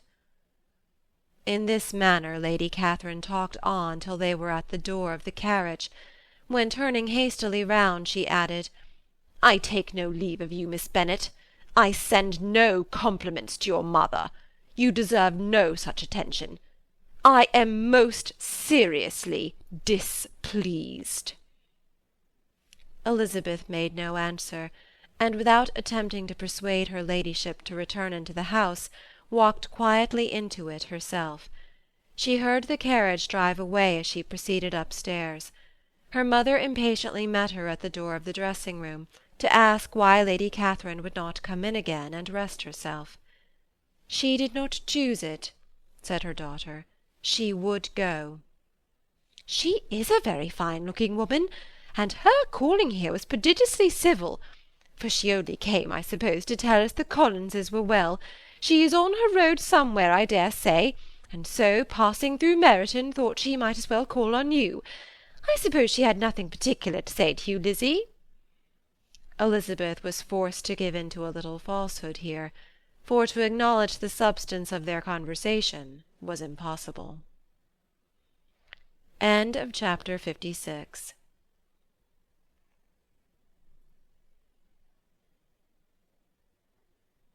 Pride and Prejudice by Jane Austen. Chapter 57. The discomposure of spirits which this extraordinary visit threw Elizabeth into could not be easily overcome, nor could she for many hours learn to think of it less than incessantly. Lady Catherine, it appeared, had actually taken the trouble of this journey from Rosings for the sole purpose of breaking off her supposed engagement with Mr. Darcy. It was a rational scheme, to be sure, but from what the report of their engagement could originate, Elizabeth was at a loss to imagine, till she recollected that his being the intimate friend of Bingley, and her being the sister of Jane, was enough, at a time when the expectation of one wedding made everybody eager for another, to supply the idea. She had not herself forgotten to feel that the marriage of her sister must bring them more frequently together, and her neighbours at Lucas Lodge, therefore, for through their communication with the Collinses the report, she concluded, had reached Lady Catherine, had only set that down as almost certain and immediate, which she had looked forward to as possible at some future time. In revolving Lady Catherine's expressions, however, she could not help feeling some uneasiness as to the possible consequence of her persisting in this interference. From what she had said of her resolution to prevent their marriage, it occurred to Elizabeth that she must meditate an application to her nephew, and how he might take a similar representation of the evils attached to a connection with her she dared not pronounce. She knew not the exact degree of his affection for his aunt, or his dependence on her judgment, but it was natural to suppose that he thought much higher of her ladyship than she could do, and it was certain that, in enumerating the miseries of a marriage with one, whose immediate connections were so unequal to his own, his aunt would address him on his weakest side. With his notions of dignity, he would probably feel that the arguments, which to Elizabeth had appeared weak and ridiculous, contained much good sense and solid reasoning. If he had been wavering before as to what he should do, which had often seemed likely, the advice and entreaty of so near a relation might settle every doubt, and determine him at once to be as happy as dignity unblemished could make him. In that case he would return no more. Lady Catherine might see him in her way through town, and his engagement to Bingley of coming again to Netherfield must give way. If, therefore, an excuse for not keeping his promise should come to his friend within a few days, she added, I shall know how to understand it. I shall then give over every expectation, every wish of his constancy. If he is satisfied with only regretting me, when he might have obtained my affections and hand, I shall soon cease to regret him at all. The surprise of the rest of the family on hearing who their visitor had been was very great, but they obligingly satisfied it with the same kind of supposition which had appeased Mrs. Bennet's curiosity, and Elizabeth was spared from much teasing on the subject. The next morning, as she was going downstairs, she was met by her father, who came out of his library with a letter in his hand. "Lizzie," said he, "I was going to look for you. Come into my room." She followed him thither, and her curiosity to know what he had to tell her was heightened by the supposition of its being in some manner connected with the letter he held. It suddenly struck her that it might be from Lady Catherine, and she anticipated with dismay all the consequent explanations. She followed her father to the fireplace, and they both sat down. He then said, "I have received a letter this morning that has astonished me exceedingly. As it principally concerns yourself, you ought to know its contents. I did not know before that I had 2 daughters on the brink of matrimony. Let me congratulate you on a very important conquest." The colour now rushed into Elizabeth's cheeks in the instantaneous conviction of its being a letter from the nephew instead of the aunt, and she was undetermined whether most to be pleased that he explained himself at all, or offended that his letter was not rather addressed to herself, when her father continued, "You look conscious. Young ladies have great penetration in such matters as these, but I think I may defy even your sagacity to discover the name of your admirer. This letter is from Mr. Collins." "From Mr. Collins? And what can he have to say?" "Something very much to the purpose, of course. He begins with congratulations on the approaching nuptials of my eldest daughter, of which, it seems, he has been told by some of the good-natured, gossiping Lucases. I shall not sport with your impatience by reading what he says on that point.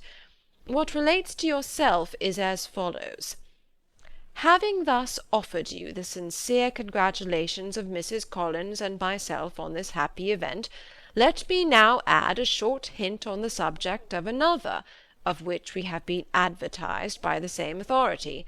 Your daughter Elizabeth, it is presumed, will not long bear the name of Bennet after her elder sister has resigned it, and the chosen partner of her fate may be reasonably looked up to as one of the most illustrious personages in this land. Can you possibly guess, Lizzie, who is meant by this?" This young gentleman is blessed in a peculiar way with everything the heart of mortal can most desire, splendid property, noble kindred, and extensive patronage. Yet in spite of all these temptations, let me warn my cousin Elizabeth and yourself of what evils you may incur by a precipitate closure with this gentleman's proposals, which of course you'll be inclined to take immediate advantage of. Have you any idea, Lizzy, who this gentleman is? But now it comes out. My motive for cautioning you is as follows. We have reason to imagine that his aunt, Lady Catherine de Bourgh, does not look on the match with a friendly eye. Mr. Darcy, you see, is the man. Now, Lizzy, I think I have surprised you. Could he or the Lucases have pitched on any man within the circle of our acquaintance, whose name would have given the lie more effectually to what they related? Mr. Darcy, who never looks at any woman but to see a blemish, and who probably never looked at you in his life. It is admirable." Elizabeth tried to join in her father's pleasantry, but could only force one most reluctant smile. Never had his wit been directed in a manner so little agreeable to her. "Are you not diverted?" "Oh, yes. Pray read on." "After mentioning the likelihood of this marriage to her ladyship last night, she immediately, with her usual condescension, expressed what she felt on the occasion, when it became apparent that on the score of some family objections on the part of my cousin, she would never give her consent to what she termed so disgraceful a match. I thought it my duty to give the speediest intelligence of this to my cousin, that she and her noble admirer may be well aware of what they are about, and not run hastily into a marriage which has not been properly sanctioned. Mr. Collins, moreover, adds, I am truly rejoiced that my cousin Lydia's sad business has been so well hushed up, and am only concerned that their living together before the marriage took place should be so generally known. I must not, however, neglect the duties of my station, or refrain from declaring my amazement at hearing that you received the young couple into your house as soon as they were married. It was an encouragement of vice. Had I been the rector of Longbourn, I should very strenuously have opposed it. You ought certainly to forgive them as a Christian, but never to admit them in your sight, or allow their names to be mentioned in your hearing. That is his notion of Christian forgiveness. The rest of his letter is only about his dear Charlotte's situation, and his expectation of a young olive branch. But, Lizzy, you look as if you did not enjoy it. You are not going to be missish, I hope, and pretend to be affronted at an idle report. For what do we live but to make sport for our neighbours, and laugh at them in our turn? "Oh," cried Elizabeth, "I am excessively diverted, but it is so strange." "Yes, that is what makes it amusing. Had they fixed on any other man, it would have been nothing. But his perfect indifference, and your pointed dislike, make it so delightfully absurd. Much as I abominate writing, I would not give up Mr. Collins' correspondence for any consideration. Nay, when I read a letter of his, I cannot help giving him the preference even over Wickham, much as I value the impudence and hypocrisy of my son-in-law. And pray, Lizzy, what said Lady Catherine about this report? Did she call to refuse her consent?" To this question his daughter replied only with a laugh, and as it had been asked without the least suspicion, she was not distressed by his repeating it. Elizabeth had never been more at a loss to make her feelings appear what they were not. It was necessary to laugh when she would rather have cried. Her father had most cruelly mortified her by what he said of Mr. Darcy's indifference, and she could do nothing but wonder at such a want of penetration, or fear that perhaps, instead of his seeing too little, she might have fancied too much. End of chapter 57.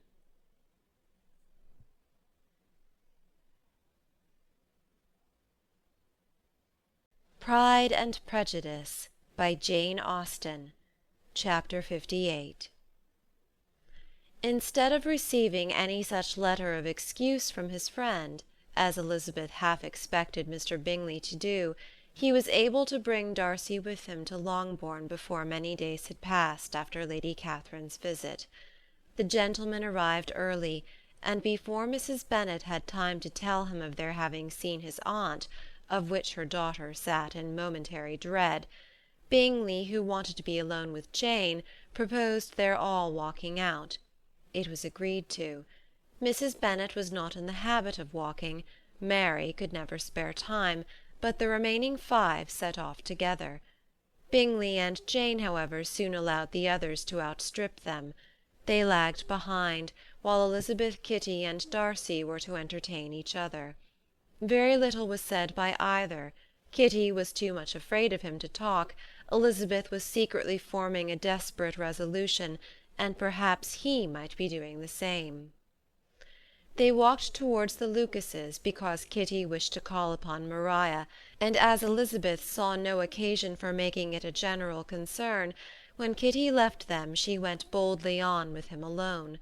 Now was the moment for her resolution to be executed, and while her courage was high, she immediately said, "Mr. Darcy, I am a very selfish creature, and for the sake of giving relief to my own feelings, care not how much I may be wounding yours.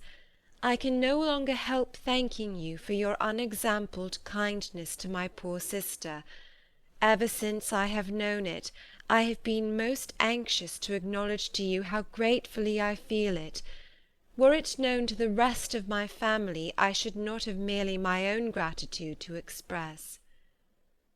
"I am sorry, exceedingly sorry," replied Darcy in a tone of surprise and emotion, "that you have ever been informed of what may, in a mistaken light, have given you uneasiness.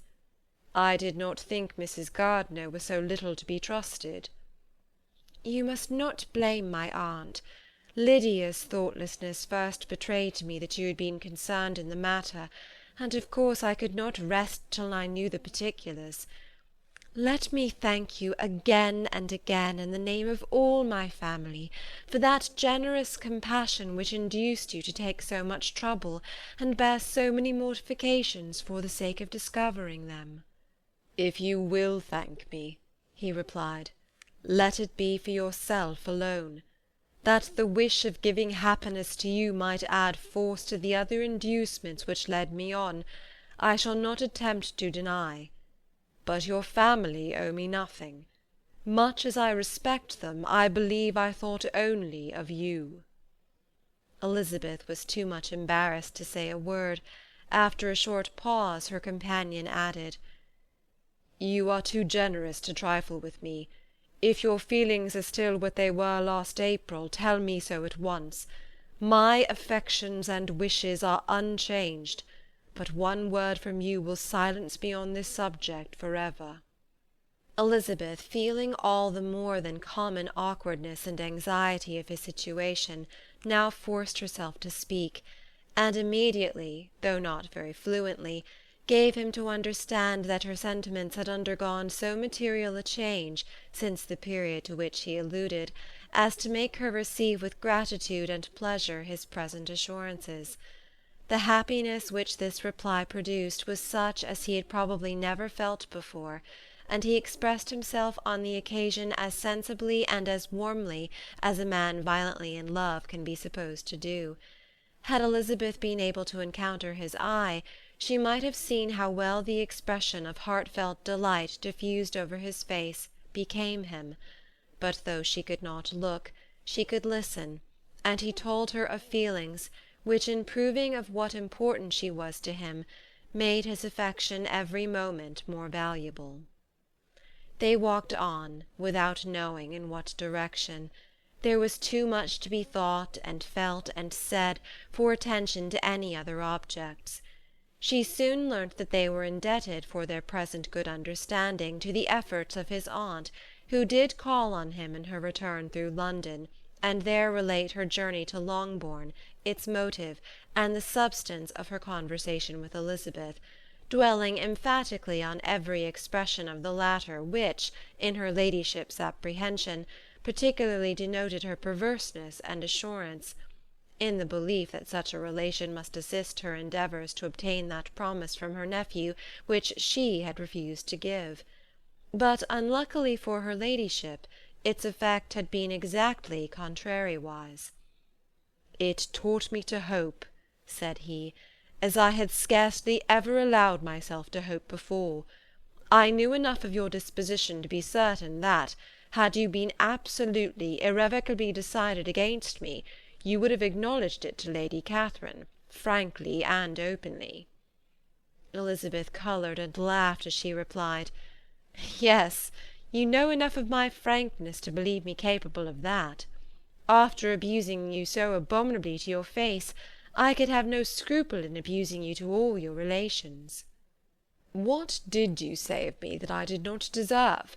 For though your accusations were ill-founded, formed on mistaken premises, my behaviour to you at the time had merited the severest reproof.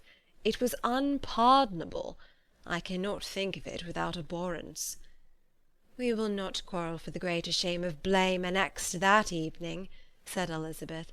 "The conduct of neither, if strictly examined, will be irreproachable. But since then we have both, I hope, improved in civility." "I cannot be so easily reconciled to myself. The recollection of what I then said, of my conduct, my manners, my expressions during the whole of it, is now, and has been many months, inexpressibly painful to me. Your reproof, so well applied, I shall never forget. Had you behaved in a more gentlemanlike manner. Those were your words. You know not, you can scarcely conceive how they have tortured me, though it was some time, I confess, before I was reasonable enough to allow their justice." "I was certainly very far from expecting them to make so strong an impression. I had not the smallest idea of their ever being felt in such a way." "I can easily believe it. You thought me then devoid of every proper feeling. I am sure you did. The turn of your countenance I shall never forget, as you said that I could not have addressed you in any possible way that would have induced you to accept me." "Oh, do not repeat what I then said. These recollections will not do at all. I assure you that I have long been most heartily ashamed of it." Darcy mentioned his letter. "Did it?" said he. "Did it soon make you think better of me? Did you, on reading it, give any credit to its contents?" She explained what its effect on her had been, and how gradually all her former prejudices had been removed. "I knew," said he, "that what I wrote must give you pain, but it was necessary. I hope you have destroyed the letter. There was one part especially, the opening of it, which I should dread your having the power of reading again. I can remember some expressions which might justly make you hate me." "The letter shall certainly be burnt, if you believe it essential to the preservation of my regard. But though we have both reason to think my opinions not entirely unalterable, they are not, I hope, quite so easily changed as that implies." "When I wrote that letter," replied Darcy, "I believed myself perfectly calm and cool, but I am since convinced that it was written in a dreadful bitterness of spirit." "The letter perhaps began in bitterness, but it did not end so. The adieu is charity itself. But think no more of the letter.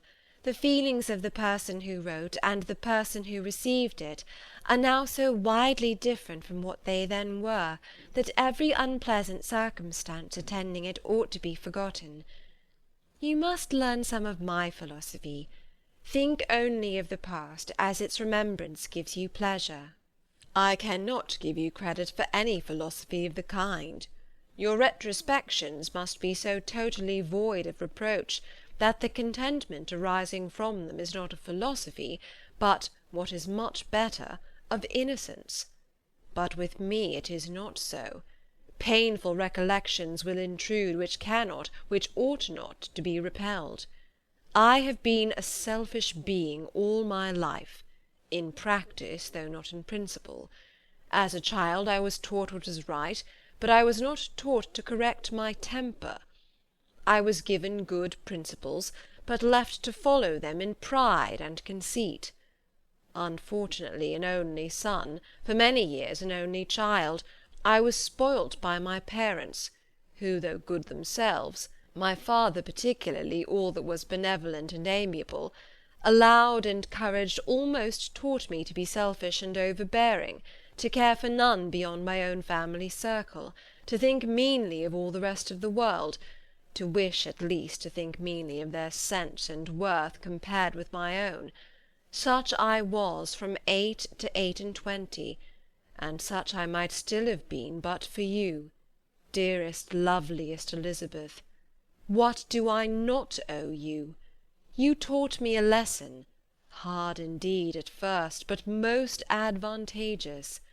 By you I was properly humbled. I came to you without a doubt of my reception. You showed me how insufficient were all my pretensions to please a woman worthy of being pleased. Had you then persuaded yourself that I should? Indeed I had. What will you think of my vanity? I believed you to be wishing, expecting my addresses. My manners must have been in fault, but not intentionally, I assure you. I never meant to deceive you, but my spirits might often lead me wrong. How you must have hated me after that evening! Hate you? I was angry, perhaps, at first, but my anger soon began to take a proper direction. I was almost afraid of asking what you thought of me when we met at Pemberley. You blamed me for coming. No, indeed. I felt nothing but surprise. Your surprise could not be greater than mine in being noticed by you. My conscience told me that I deserved no extraordinary politeness, and I confess that I did not expect to receive more than my due. My object, then, replied Darcy, was to show you by every civility in my power that I was not so mean as to resent the past, and I hoped to obtain your forgiveness, to lessen your ill opinion, by letting you see that your reproofs had been attended to. How soon any other wishes introduced themselves I can hardly tell, but I believe in about half an hour after I had seen you. He then told her of Georgiana's delight in her acquaintance, and of her disappointment at its sudden interruption, which naturally leading to the cause of that interruption, she soon learnt that his resolution of following her from Derbyshire in quest of her sister had been formed before he quitted the inn, and that his gravity and thoughtfulness there had arisen from no other struggles than what such a purpose must comprehend. She expressed her gratitude again, but it was too painful a subject to each to be dwelt on further. After walking several miles in a leisurely manner, and too busy to know anything about it, they found at last, on examining their watches, that it was time to be at home. What could become of Mr. Bingley and Jane? Was a wonder which introduced the discussion of their affairs. Darcy was delighted with their engagement. His friend had given him the earliest information of it. "I must ask whether you were surprised," said Elizabeth. "Not at all. When I went away I felt that it would soon happen." "That is to say, you had given your permission. I guessed as much." And though he exclaimed at the term, she found that it had been pretty much the case. "On the evening before my going to London," said he, "I made a confession to him, which I believe I ought to have made long ago. I told him of all that had occurred to make my former interference in his affairs absurd and impertinent. His surprise was great.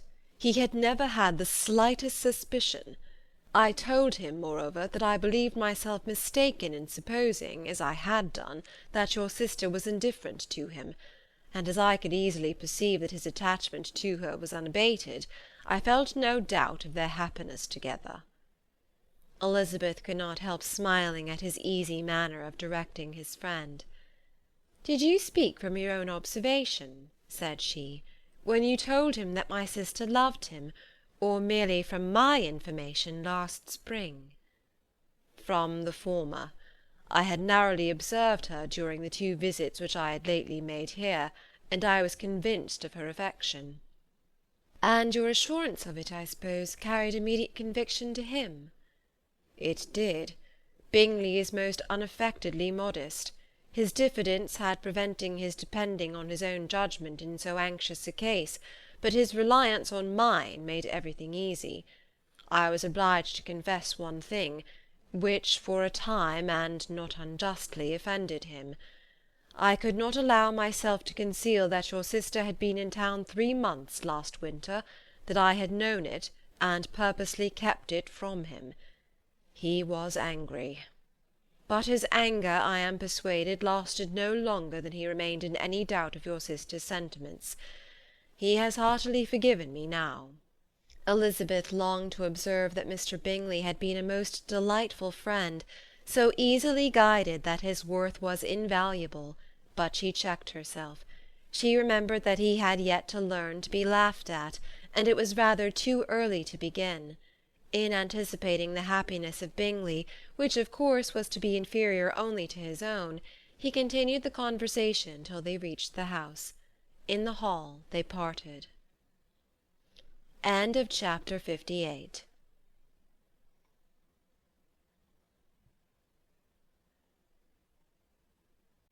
Pride and Prejudice by Jane Austen. Chapter 59. "My dear Lizzie, where can you have been walking to?" was a question which Elizabeth received from Jane as soon as she entered their room, and from all the others when they sat down to table. She had only to say in reply that they had wandered about, till she was beyond her own knowledge. She coloured as she spoke, but neither that nor anything else awakened a suspicion of the truth. The evening passed quietly, unmarked by anything extraordinary. The acknowledged lovers talked and laughed, the unacknowledged were silent. Darcy was not of a disposition in which happiness overflows in mirth, and Elizabeth, agitated and confused, rather knew that she was happy than felt herself to be so, for besides the immediate embarrassment there were other evils before her. She anticipated what would be felt in the family when her situation became known. She was aware that no one liked him but Jane, and even feared that with the others it was a dislike which not all his fortune and consequence might do away. At night she opened her heart to Jane. Though suspicion was very far from Miss Bennet's general habits, she was absolutely incredulous here. "You are joking, Lizzie. This cannot be. Engaged to Mr. Darcy? No, no, you shall not deceive me. I know it to be impossible." "This is a wretched beginning indeed. My sole dependence was on you, and I am sure nobody else will believe me if you do not. Yet indeed I am in earnest. I speak nothing but the truth. He still loves me, and we are engaged." Jane looked at her doubtingly. "Oh, Lizzie, it cannot be. I know how much you dislike him." "You know nothing of the matter. That is all to be forgot. Perhaps I did not always love him so well as I do now, but in such cases as these a good memory is unpardonable. This is the last time I shall ever remember it myself." Miss Bennet still looked all amazement. Elizabeth again and more seriously assured her of its truth. "Good heaven! Can it really be so? Yet now I must believe you," cried Jane. "My dear, dear Lizzie, I do congratulate you. But are you certain? Forgive the question. Are you quite certain that you can be happy with him?" "There can be no doubt of that. It is settled between us already that we are to be the happiest couple in the world. But are you pleased, Jane? Shall you like to have such a brother?" "Very, very much. Nothing could give either Bingley or myself more delight. But we considered it, we talked of it as impossible. And do you really love him quite well enough? Oh, Lizzie, do anything rather than marry without affection. Are you quite sure that you feel what you ought to do?" "Oh, yes, You will only think I feel more than I ought to do when I tell you all." "What do you mean?" "Why, I must confess that I love him better than I do Bingley. I am afraid you will be angry." "My dearest sister, now be serious. I want to talk very seriously. Let me know everything that I am to know without delay. Will you tell me how long you have loved him?" "It has been coming on so gradually that I hardly know when it began. But I believe I must date it from my first seeing his beautiful grounds at Pemberley." Another entreaty that she would be serious, however, produced the desired effect, and she soon satisfied Jane by her solemn assurances of attachment. When convinced on that article, Miss Bennet had nothing further to wish. "Now I am quite happy," said she, "for you will be as happy as myself. I always had a value for him. Were it for nothing but his love of you, I must always have esteemed him. But now, as Bingley's friend and your husband, there can only be Bingley and yourself more dear to me. But, Lizzy, you have been very sly, very reserved with me. How little did you tell me of what passed at Pemberley and Lambton! I owe all that I know of it to another, not to you." Elizabeth told her the motives of her secrecy. She had been unwilling to mention Bingley, and the unsettled state of her own feelings had made her equally avoid the name of his friend. But now she would no longer conceal from her his share in Lydia's marriage. All was acknowledged, and half the night spent in conversation. "Good gracious!" cried Mrs. Bennet, as she stood at a window the next morning. "If that disagreeable Mr. Darcy is not coming here again with our dear Bingley! What can he mean by being so tiresome as to always be coming here? I had no notion but he would go a-shooting or something or other, and not disturb us with his company. What shall we do with him? Lizzy, you must walk out with him again, that he may not be in Bingley's way." Elizabeth could hardly help laughing at so convenient a proposal, yet was really vexed that her mother should be always giving him such an epithet. As soon as they entered, Bingley looked at her so expressively, and shook hands with such warmth, as left no doubt of his good information, and he soon afterwards said aloud, "Mrs. Bennet, have you no more lanes hereabouts in which Lizzy may lose her way again to-day?" "I advise Mr. Darcy and Lizzy and Kitty," said Mrs. Bennet, "to walk to Oakham Mount this morning. It is a nice long walk, and Mr. Darcy has never seen the view." "It may do very well for the others," replied Mr. Bingley, "but I am sure it will be too much for Kitty. Won't it, Kitty?" Kitty owned that she had rather stay at home. Darcy professed a great curiosity to see the view from the Mount, and Elizabeth silently consented. As she went upstairs to get ready, Mrs. Bennet followed her, saying, "I am quite sorry, Lizzy, that you should be forced to have that disagreeable man all to yourself. But I hope you will not mind it. It is all for Jane's sake, you know, and there is no occasion for talking to him, except just now and then, so do not put yourself to inconvenience." During their walk it was resolved that Mr. Bennet's consent should be asked in the course of the evening. Elizabeth reserved to herself the application for her mother's. She could not determine how her mother would take it, sometimes doubting whether all his wealth and grandeur would be enough to overcome her abhorrence of the man. But whether she were violently set against the match, or violently delighted with it, it was certain that her manner would be equally ill adapted to do credit to her sense, and she could no more bear that Mr. Darcy should hear the first raptures of her joy than the first vehemence of her disapprobation. In the evening, soon after Mr. Bennet withdrew to the library, she saw Mr. Darcy rise also and follow him, and her agitation on seeing it was extreme. She did not fear her father's opposition, but he was going to be made unhappy, and that it should be through her means, that she, his favourite child, should be distressing him by her choice, should be filling him with fears and regrets in disposing of her, was a wretched reflection, and she sat in misery till Mr. Darcy appeared again, When looking at him, she was a little relieved by his smile. In a few minutes he approached the table where she was sitting with Kitty, and while pretending to admire her work, said in a whisper, "Go to your father. He wants you in the library." She was gone directly. Her father was walking about the room, looking grave and anxious. "Lizzie," said he, "what are you doing? Are you out of your senses to be accepting this man? Have you not always hated him?" How earnestly did she then wish that her former opinions had been more reasonable, her expressions more moderate. It would have spared her from explanations and professions which it was exceedingly awkward to give, but they were now necessary, and she assured him, with some confusion, of her attachment to Mr. Darcy. "Or, in other words, you are determined to have him.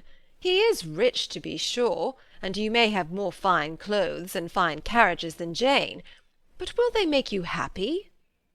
"Have you any other objection," said Elizabeth, "than your belief of my indifference?" "None at all. We all know him to be a proud, unpleasant sort of man, but this would be nothing if you really liked him." I do like him," she replied with tears in her eyes. "I love him. Indeed, he has no improper pride. He is perfectly amiable. You do not know what he really is. Then pray do not pain me by speaking of him in such terms." "Lizzie," said her father, "I have given him my consent. He is the kind of man, indeed, to whom I should never dare refuse anything which he condescended to ask. I now give it to you, if you are resolved on having him. But let me advise you to think better of it. I know your disposition, Lizzie. I know that you could be neither happy nor respectable unless you truly esteemed your husband, unless you looked up to him as a superior. Your lively talents would place you in the greatest danger in an unequal marriage. You could scarcely escape discredit and misery. My child, let me not have the grief of seeing you unable to respect your partner in life. You know not what you are about." Elizabeth, still more affected, was earnest and solemn in her reply, and at length, by repeated assurances that Mr. Darcy was really the object of her choice, by explaining the gradual change which her estimation of him had undergone, relating her absolute certainty that his affection was not the work of a day, but had stood the test of many months' suspense, and enumerating with energy all his good qualities, she did conquer her father's incredulity, and reconcile him to the match. "Well, my dear," said he, when she ceased speaking, "I have no more to say. If this be the case, he deserves you. I could not have parted with you, my Lizzie, to any one less worthy."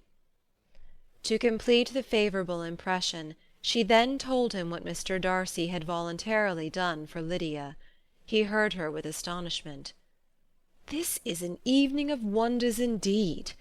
And so Darcy did everything, made up the match, gave the money, paid the fellow's debts, and got him his commission.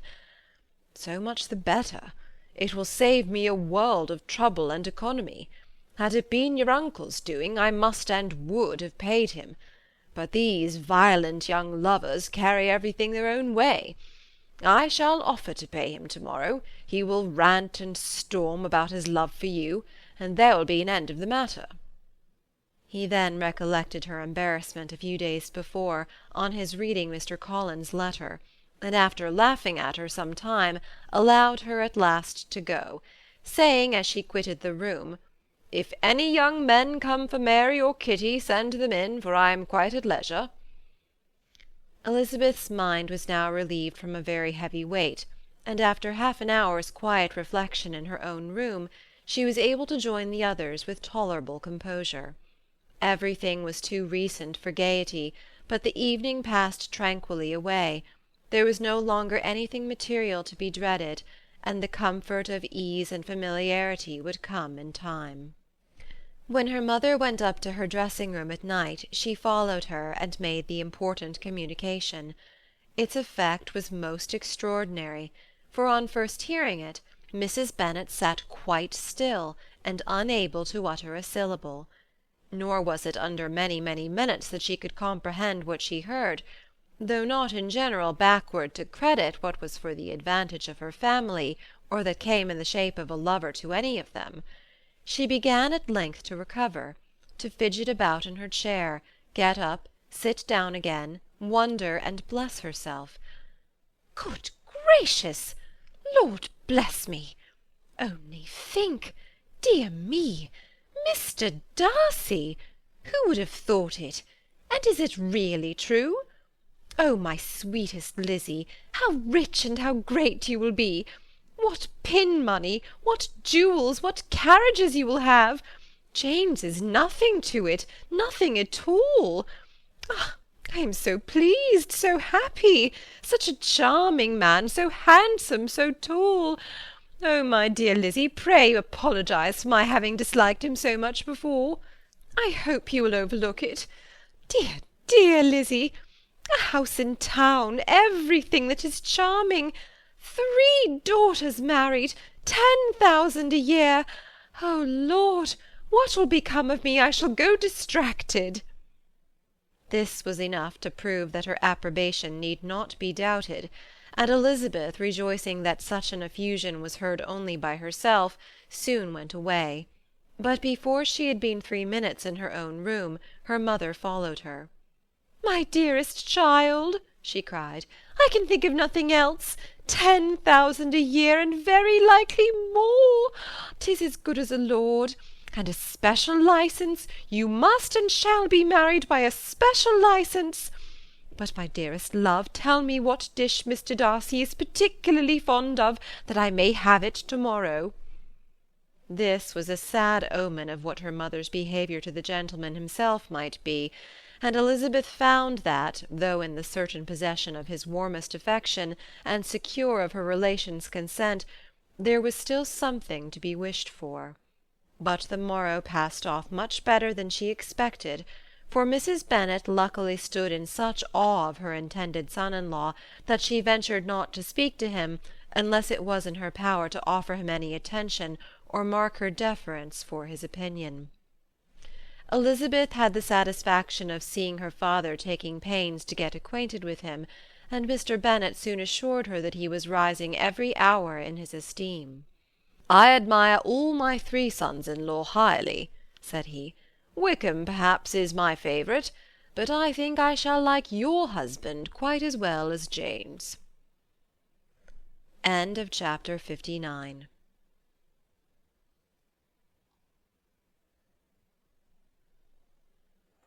Pride and Prejudice by Jane Austen. Chapter 60. Elizabeth's spirits soon rising to playfulness again, she wanted Mr. Darcy to account for his having ever fallen in love with her. "How could you begin?" said she. "I can comprehend your going on charmingly when once you had made a beginning, but what could set you off in the first place?" "I cannot fix on the hour, or the spot, or the look, or the words which laid the foundation. It is too long ago. I was in the middle before I knew that I had begun." "My beauty you had early withstood, and as for my manners, my behaviour to you was at least always bordering on the uncivil, and I never spoke to you without rather wishing to give you pain than not. Now be sincere. Did you admire me for my impertinence?" "For the liveliness of your mind, I did." "You may as well call it impertinence at once. It was very little less. The fact is that you were sick of civility, of deference, of officious attention. You were disgusted with the women who were always speaking and looking and thinking for your approbation alone. I roused and interested you because I was so unlike them. Had you not been really amiable, you would have hated me for it, but in spite of the pains you took to disguise yourself, your feelings were always noble and just, and in your heart you thoroughly despised the persons who so assiduously courted you. There, I have saved you the trouble of accounting for it, and really, all things considered, I begin to think it perfectly reasonable. To be sure, you knew no actual good of me, but nobody thinks of that when they fall in love." "Was there no good in your affectionate behaviour to Jane while she was ill at Netherfield?" "Dearest Jane! Who could have done less for her? But make a virtue of it by all means. My good qualities are under your protection, and you are to exaggerate them as much as possible, and in return it belongs to me to find occasions for teasing and quarrelling with you as often as may be. And I shall begin directly by asking you what made you so unwilling to come to the point at last. What made you so shy of me when you first called, and afterwards dined here? Why, especially when you called, did you look as if you did not care about me?" "Because you were grave and silent, and gave me no encouragement." "But I was embarrassed." "And so was I." "You might have talked to me more when you came to dinner." "A man who had felt less might." "How unlucky that you should have a reasonable answer to give, and that I should be so reasonable as to admit it. But I wonder how long you would have gone on if you had been left to yourself. I wonder when you would have spoken if I had not asked you. My resolution of thanking you for your kindness to Lydia had certainly great effect. Too much, I am afraid, for what becomes of the moral if our comfort springs from a breach of promise? For I ought not to have mentioned the subject. This will never do." "You need not distress yourself. The moral will be perfectly fair. Lady Catherine's unjustifiable endeavours to separate us were the means of removing all my doubts. I am not indebted for my present happiness to your eager desire of expressing your gratitude. I was not in a humour to wait for any opening of yours. My aunt's intelligence had given me hope, and I was determined at once to know everything." "Lady Catherine has been of infinite use, which ought to make her happy, for she loves to be of use. But tell me, what did you come down to Netherfield for? Was it merely to ride to Longbourn and be embarrassed, or had you intended any more serious consequence?" "My real purpose was to see you, and to judge, if I could, whether I might ever hope to make you love me. My avowed one, or what I avowed to myself, was to see whether your sister was still partial to Bingley, and if she were, to make the confession to him which I have since made." "Shall you ever have courage to announce to Lady Catherine what is to befall her?" "I am more likely to want more time than courage, Elizabeth, but it ought to be done, and if you will give me a sheet of paper, it shall be done directly." "And if I had not a letter to write myself, I might sit by you and admire the evenness of your writing, as another young lady once did. But I have an aunt too who must not be longer neglected." From an unwillingness to confess how much her intimacy with Mr. Darcy had been overrated, Elizabeth had never yet answered Mrs. Gardiner's long letter. But now, having that to communicate which she knew would be most welcome, she was almost ashamed to find that her uncle and aunt had already lost 3 days of happiness, and immediately wrote as follows: "I would have thanked you before, my dear aunt, as I ought to have done, for your long, kind, satisfactory detail of particulars, but to say the truth, I was too cross to write. You supposed more than really existed. But now suppose as much as you choose. Give a loose rein to your fancy, indulge your imagination in every possible flight which the subject will afford, and unless you believe me actually married, you cannot greatly err. You must write again very soon, and praise him a great deal more than you did in your last. I thank you again and again for not going to the Lakes. How could I be so silly as to wish it? Your idea of the ponies is delightful. We will go round the park every day. I am the happiest creature in the world. Perhaps other people have said so before, but not one with such justice. I am happier even than Jane. She only smiles. I laugh. Mr. Darcy sends you all the love in the world that he can spare from me. You are all to come to Pemberley at Christmas. Yours, etc. Mr. Darcy's letter to Lady Catherine was in a different style, and still different from either was what Mr. Bennet sent to Mr. Collins in reply to his last. Dear Sir, I must trouble you once more for congratulations. Elizabeth will soon be the wife of Mr. Darcy. Console Lady Catherine as well as you can. But if I were you, I would stand by the nephew. He has more to give. Yours sincerely, etc. Miss Bingley's congratulations to her brother on his approaching marriage were all that was affectionate and insincere. She wrote even to Jane on the occasion, to express her delight, and repeat all her former professions of regard. Jane was not deceived, but she was affected, and though feeling no reliance on her, could not help writing her a much kinder answer than she knew was deserved. The joy which Miss Darcy expressed on receiving similar information was as sincere as her brother's in sending it. 4 sides of paper were insufficient to contain all her delight, and all her earnest desire of being loved by her sister. Before any answer could arrive from Mr. Collins, or any congratulations to Elizabeth from his wife, the Longbourn family heard that the Collinses were come themselves to Lucas Lodge. The reason of this sudden removal was soon evident. Lady Catherine had been rendered so exceedingly angry by the contents of her nephew's letter, that Charlotte, really rejoicing in the match, was anxious to get away till the storm was blown over. At such a moment the arrival of her friend was a sincere pleasure to Elizabeth, though in the course of their meeting she must sometimes think the pleasure dearly bought, when she saw Mr. Darcy exposed to all the parading and obsequious civility of her husband. He bore it, however, with admirable calmness. He could even listen to Sir William Lucas when he complimented him on carrying away the brightest jewel of the country, and expressed his hopes of their all meeting frequently at St. James's, with very decent composure. If he did shrug his shoulders, it was not till Sir William was out of sight.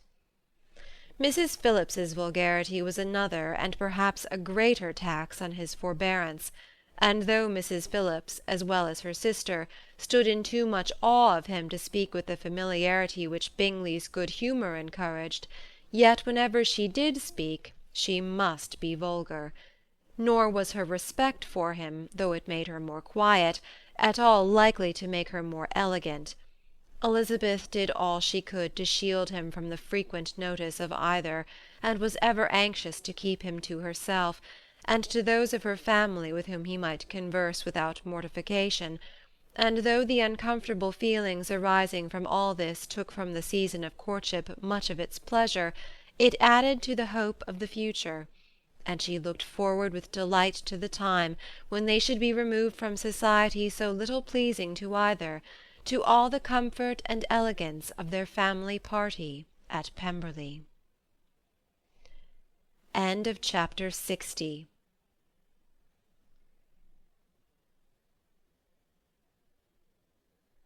Pride and Prejudice by Jane Austen. Chapter 61. Happy for all her maternal feelings was the day on which Mrs. Bennet got rid of her 2 most deserving daughters. With what delighted pride she afterwards visited Mrs. Bingley, and talked of Mrs. Darcy, may be guessed. I wish I could say, for the sake of her family, that the accomplishment of her earnest desire in the establishment of so many of her children produced so happy an effect as to make her a sensible, amiable, well-informed woman for the rest of her life, though perhaps it was lucky for her husband, who might not have relished domestic felicity in so unusual a form, that she was still occasionally nervous and invariably silly. Mr. Bennet missed his second daughter exceedingly. His affection for her drew him oftener from home than anything else could do. He delighted in going to Pemberley, especially when he was least expected. Mr. Bingley and Jane remained at Netherfield only a 12-month. So near a vicinity to her mother and Meryton relations was not desirable even to his easy temper or her affectionate heart. The darling wish of his sisters was then gratified. He bought an estate in a neighbouring county to Derbyshire, and Jane and Elizabeth, in addition to every other source of happiness, were within 30 miles of each other. Kitty, to her very material advantage, spent the chief of her time with her 2 elder sisters. In society so superior to what she had generally known, her improvement was great. She was not of so ungovernable a temper as Lydia, and removed from the influence of Lydia's example, she became, by proper attention and management, less irritable, less ignorant, and less insipid. From the further disadvantage of Lydia's society she was of course carefully kept, and though Mrs. Wickham frequently invited her to come and stay with her, with the promise of balls and young men, her father would never consent to her going. Mary was the only daughter who remained at home, and she was necessarily drawn from the pursuit of accomplishments by Mrs. Bennet's being quite unable to sit alone. Mary was obliged to mix more with the world, but she could still moralize over every morning visit, and as she was no longer mortified by comparisons between her sister's beauty and her own, it was suspected by her father that she submitted to the change without much reluctance. As for Wickham and Lydia, their characters suffered no revolution from the marriage of her sisters. He bore with philosophy the conviction that Elizabeth must now become acquainted with whatever of his ingratitude and falsehood had before been unknown to her, and in spite of everything was not wholly without hope that Darcy might yet be prevailed on to make his fortune. The congratulatory letter which Elizabeth received from Lydia on her marriage explained to her that, by his wife at least, if not by himself, such a hope was cherished. The letter was to this effect: "My dear Lizzie, I wish you joy. If you love Mr. Darcy half as well as I do my dear Wickham, you must be very happy. It is a great comfort to have you so rich, and when you have nothing else to do, I hope you will think of us. I am sure Wickham would like a place at court very much, and I do not think we shall have quite money enough to live upon without some help. Any place would do, of about 300 or 400 a year, but however do not speak to Mr. Darcy about it, if you had rather not. Yours, etc." As it happened that Elizabeth had much rather not, she endeavoured in her answer to put an end to every entreaty and expectation of the kind. Such relief, however, as it was in her power to afford, by the practice of what might be called economy in her own private expenses, she frequently sent them.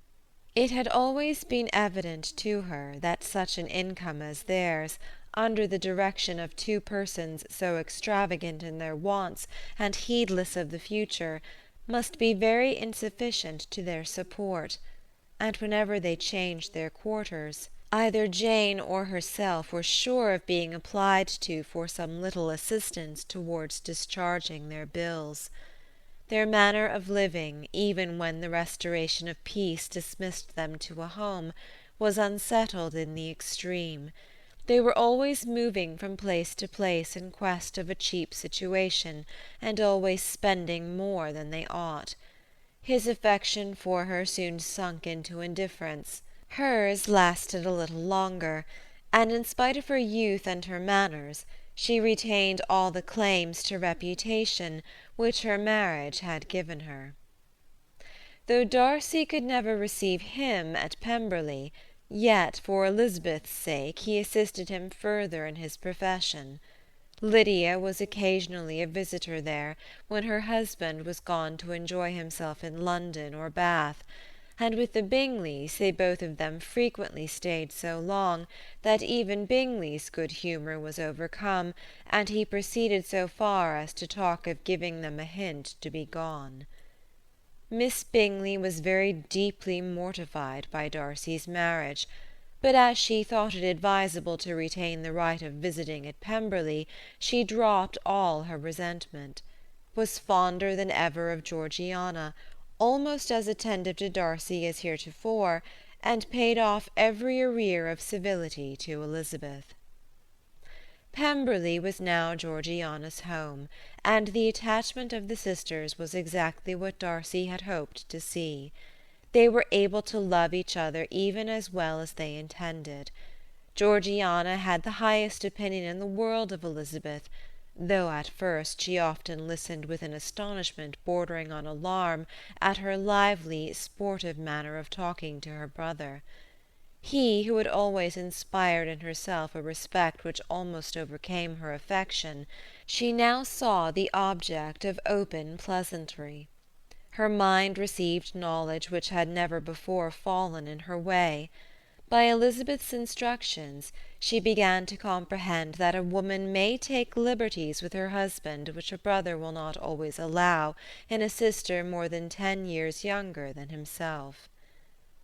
Lady Catherine was extremely indignant on the marriage of her nephew, and as she gave way to all the genuine frankness of her character in her reply to the letter which announced its arrangement, she sent him language so very abusive, especially of Elizabeth, that for some time all intercourse was at an end.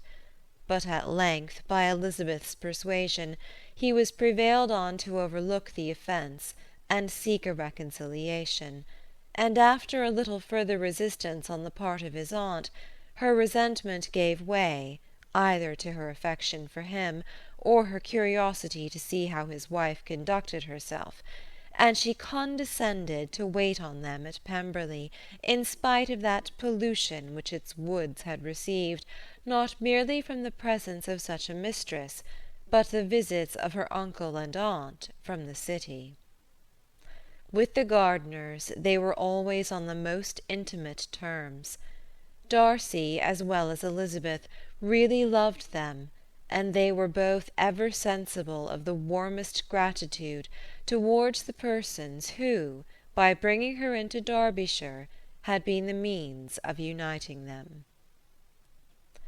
End of chapter 61. End of Pride and Prejudice by Jane Austen.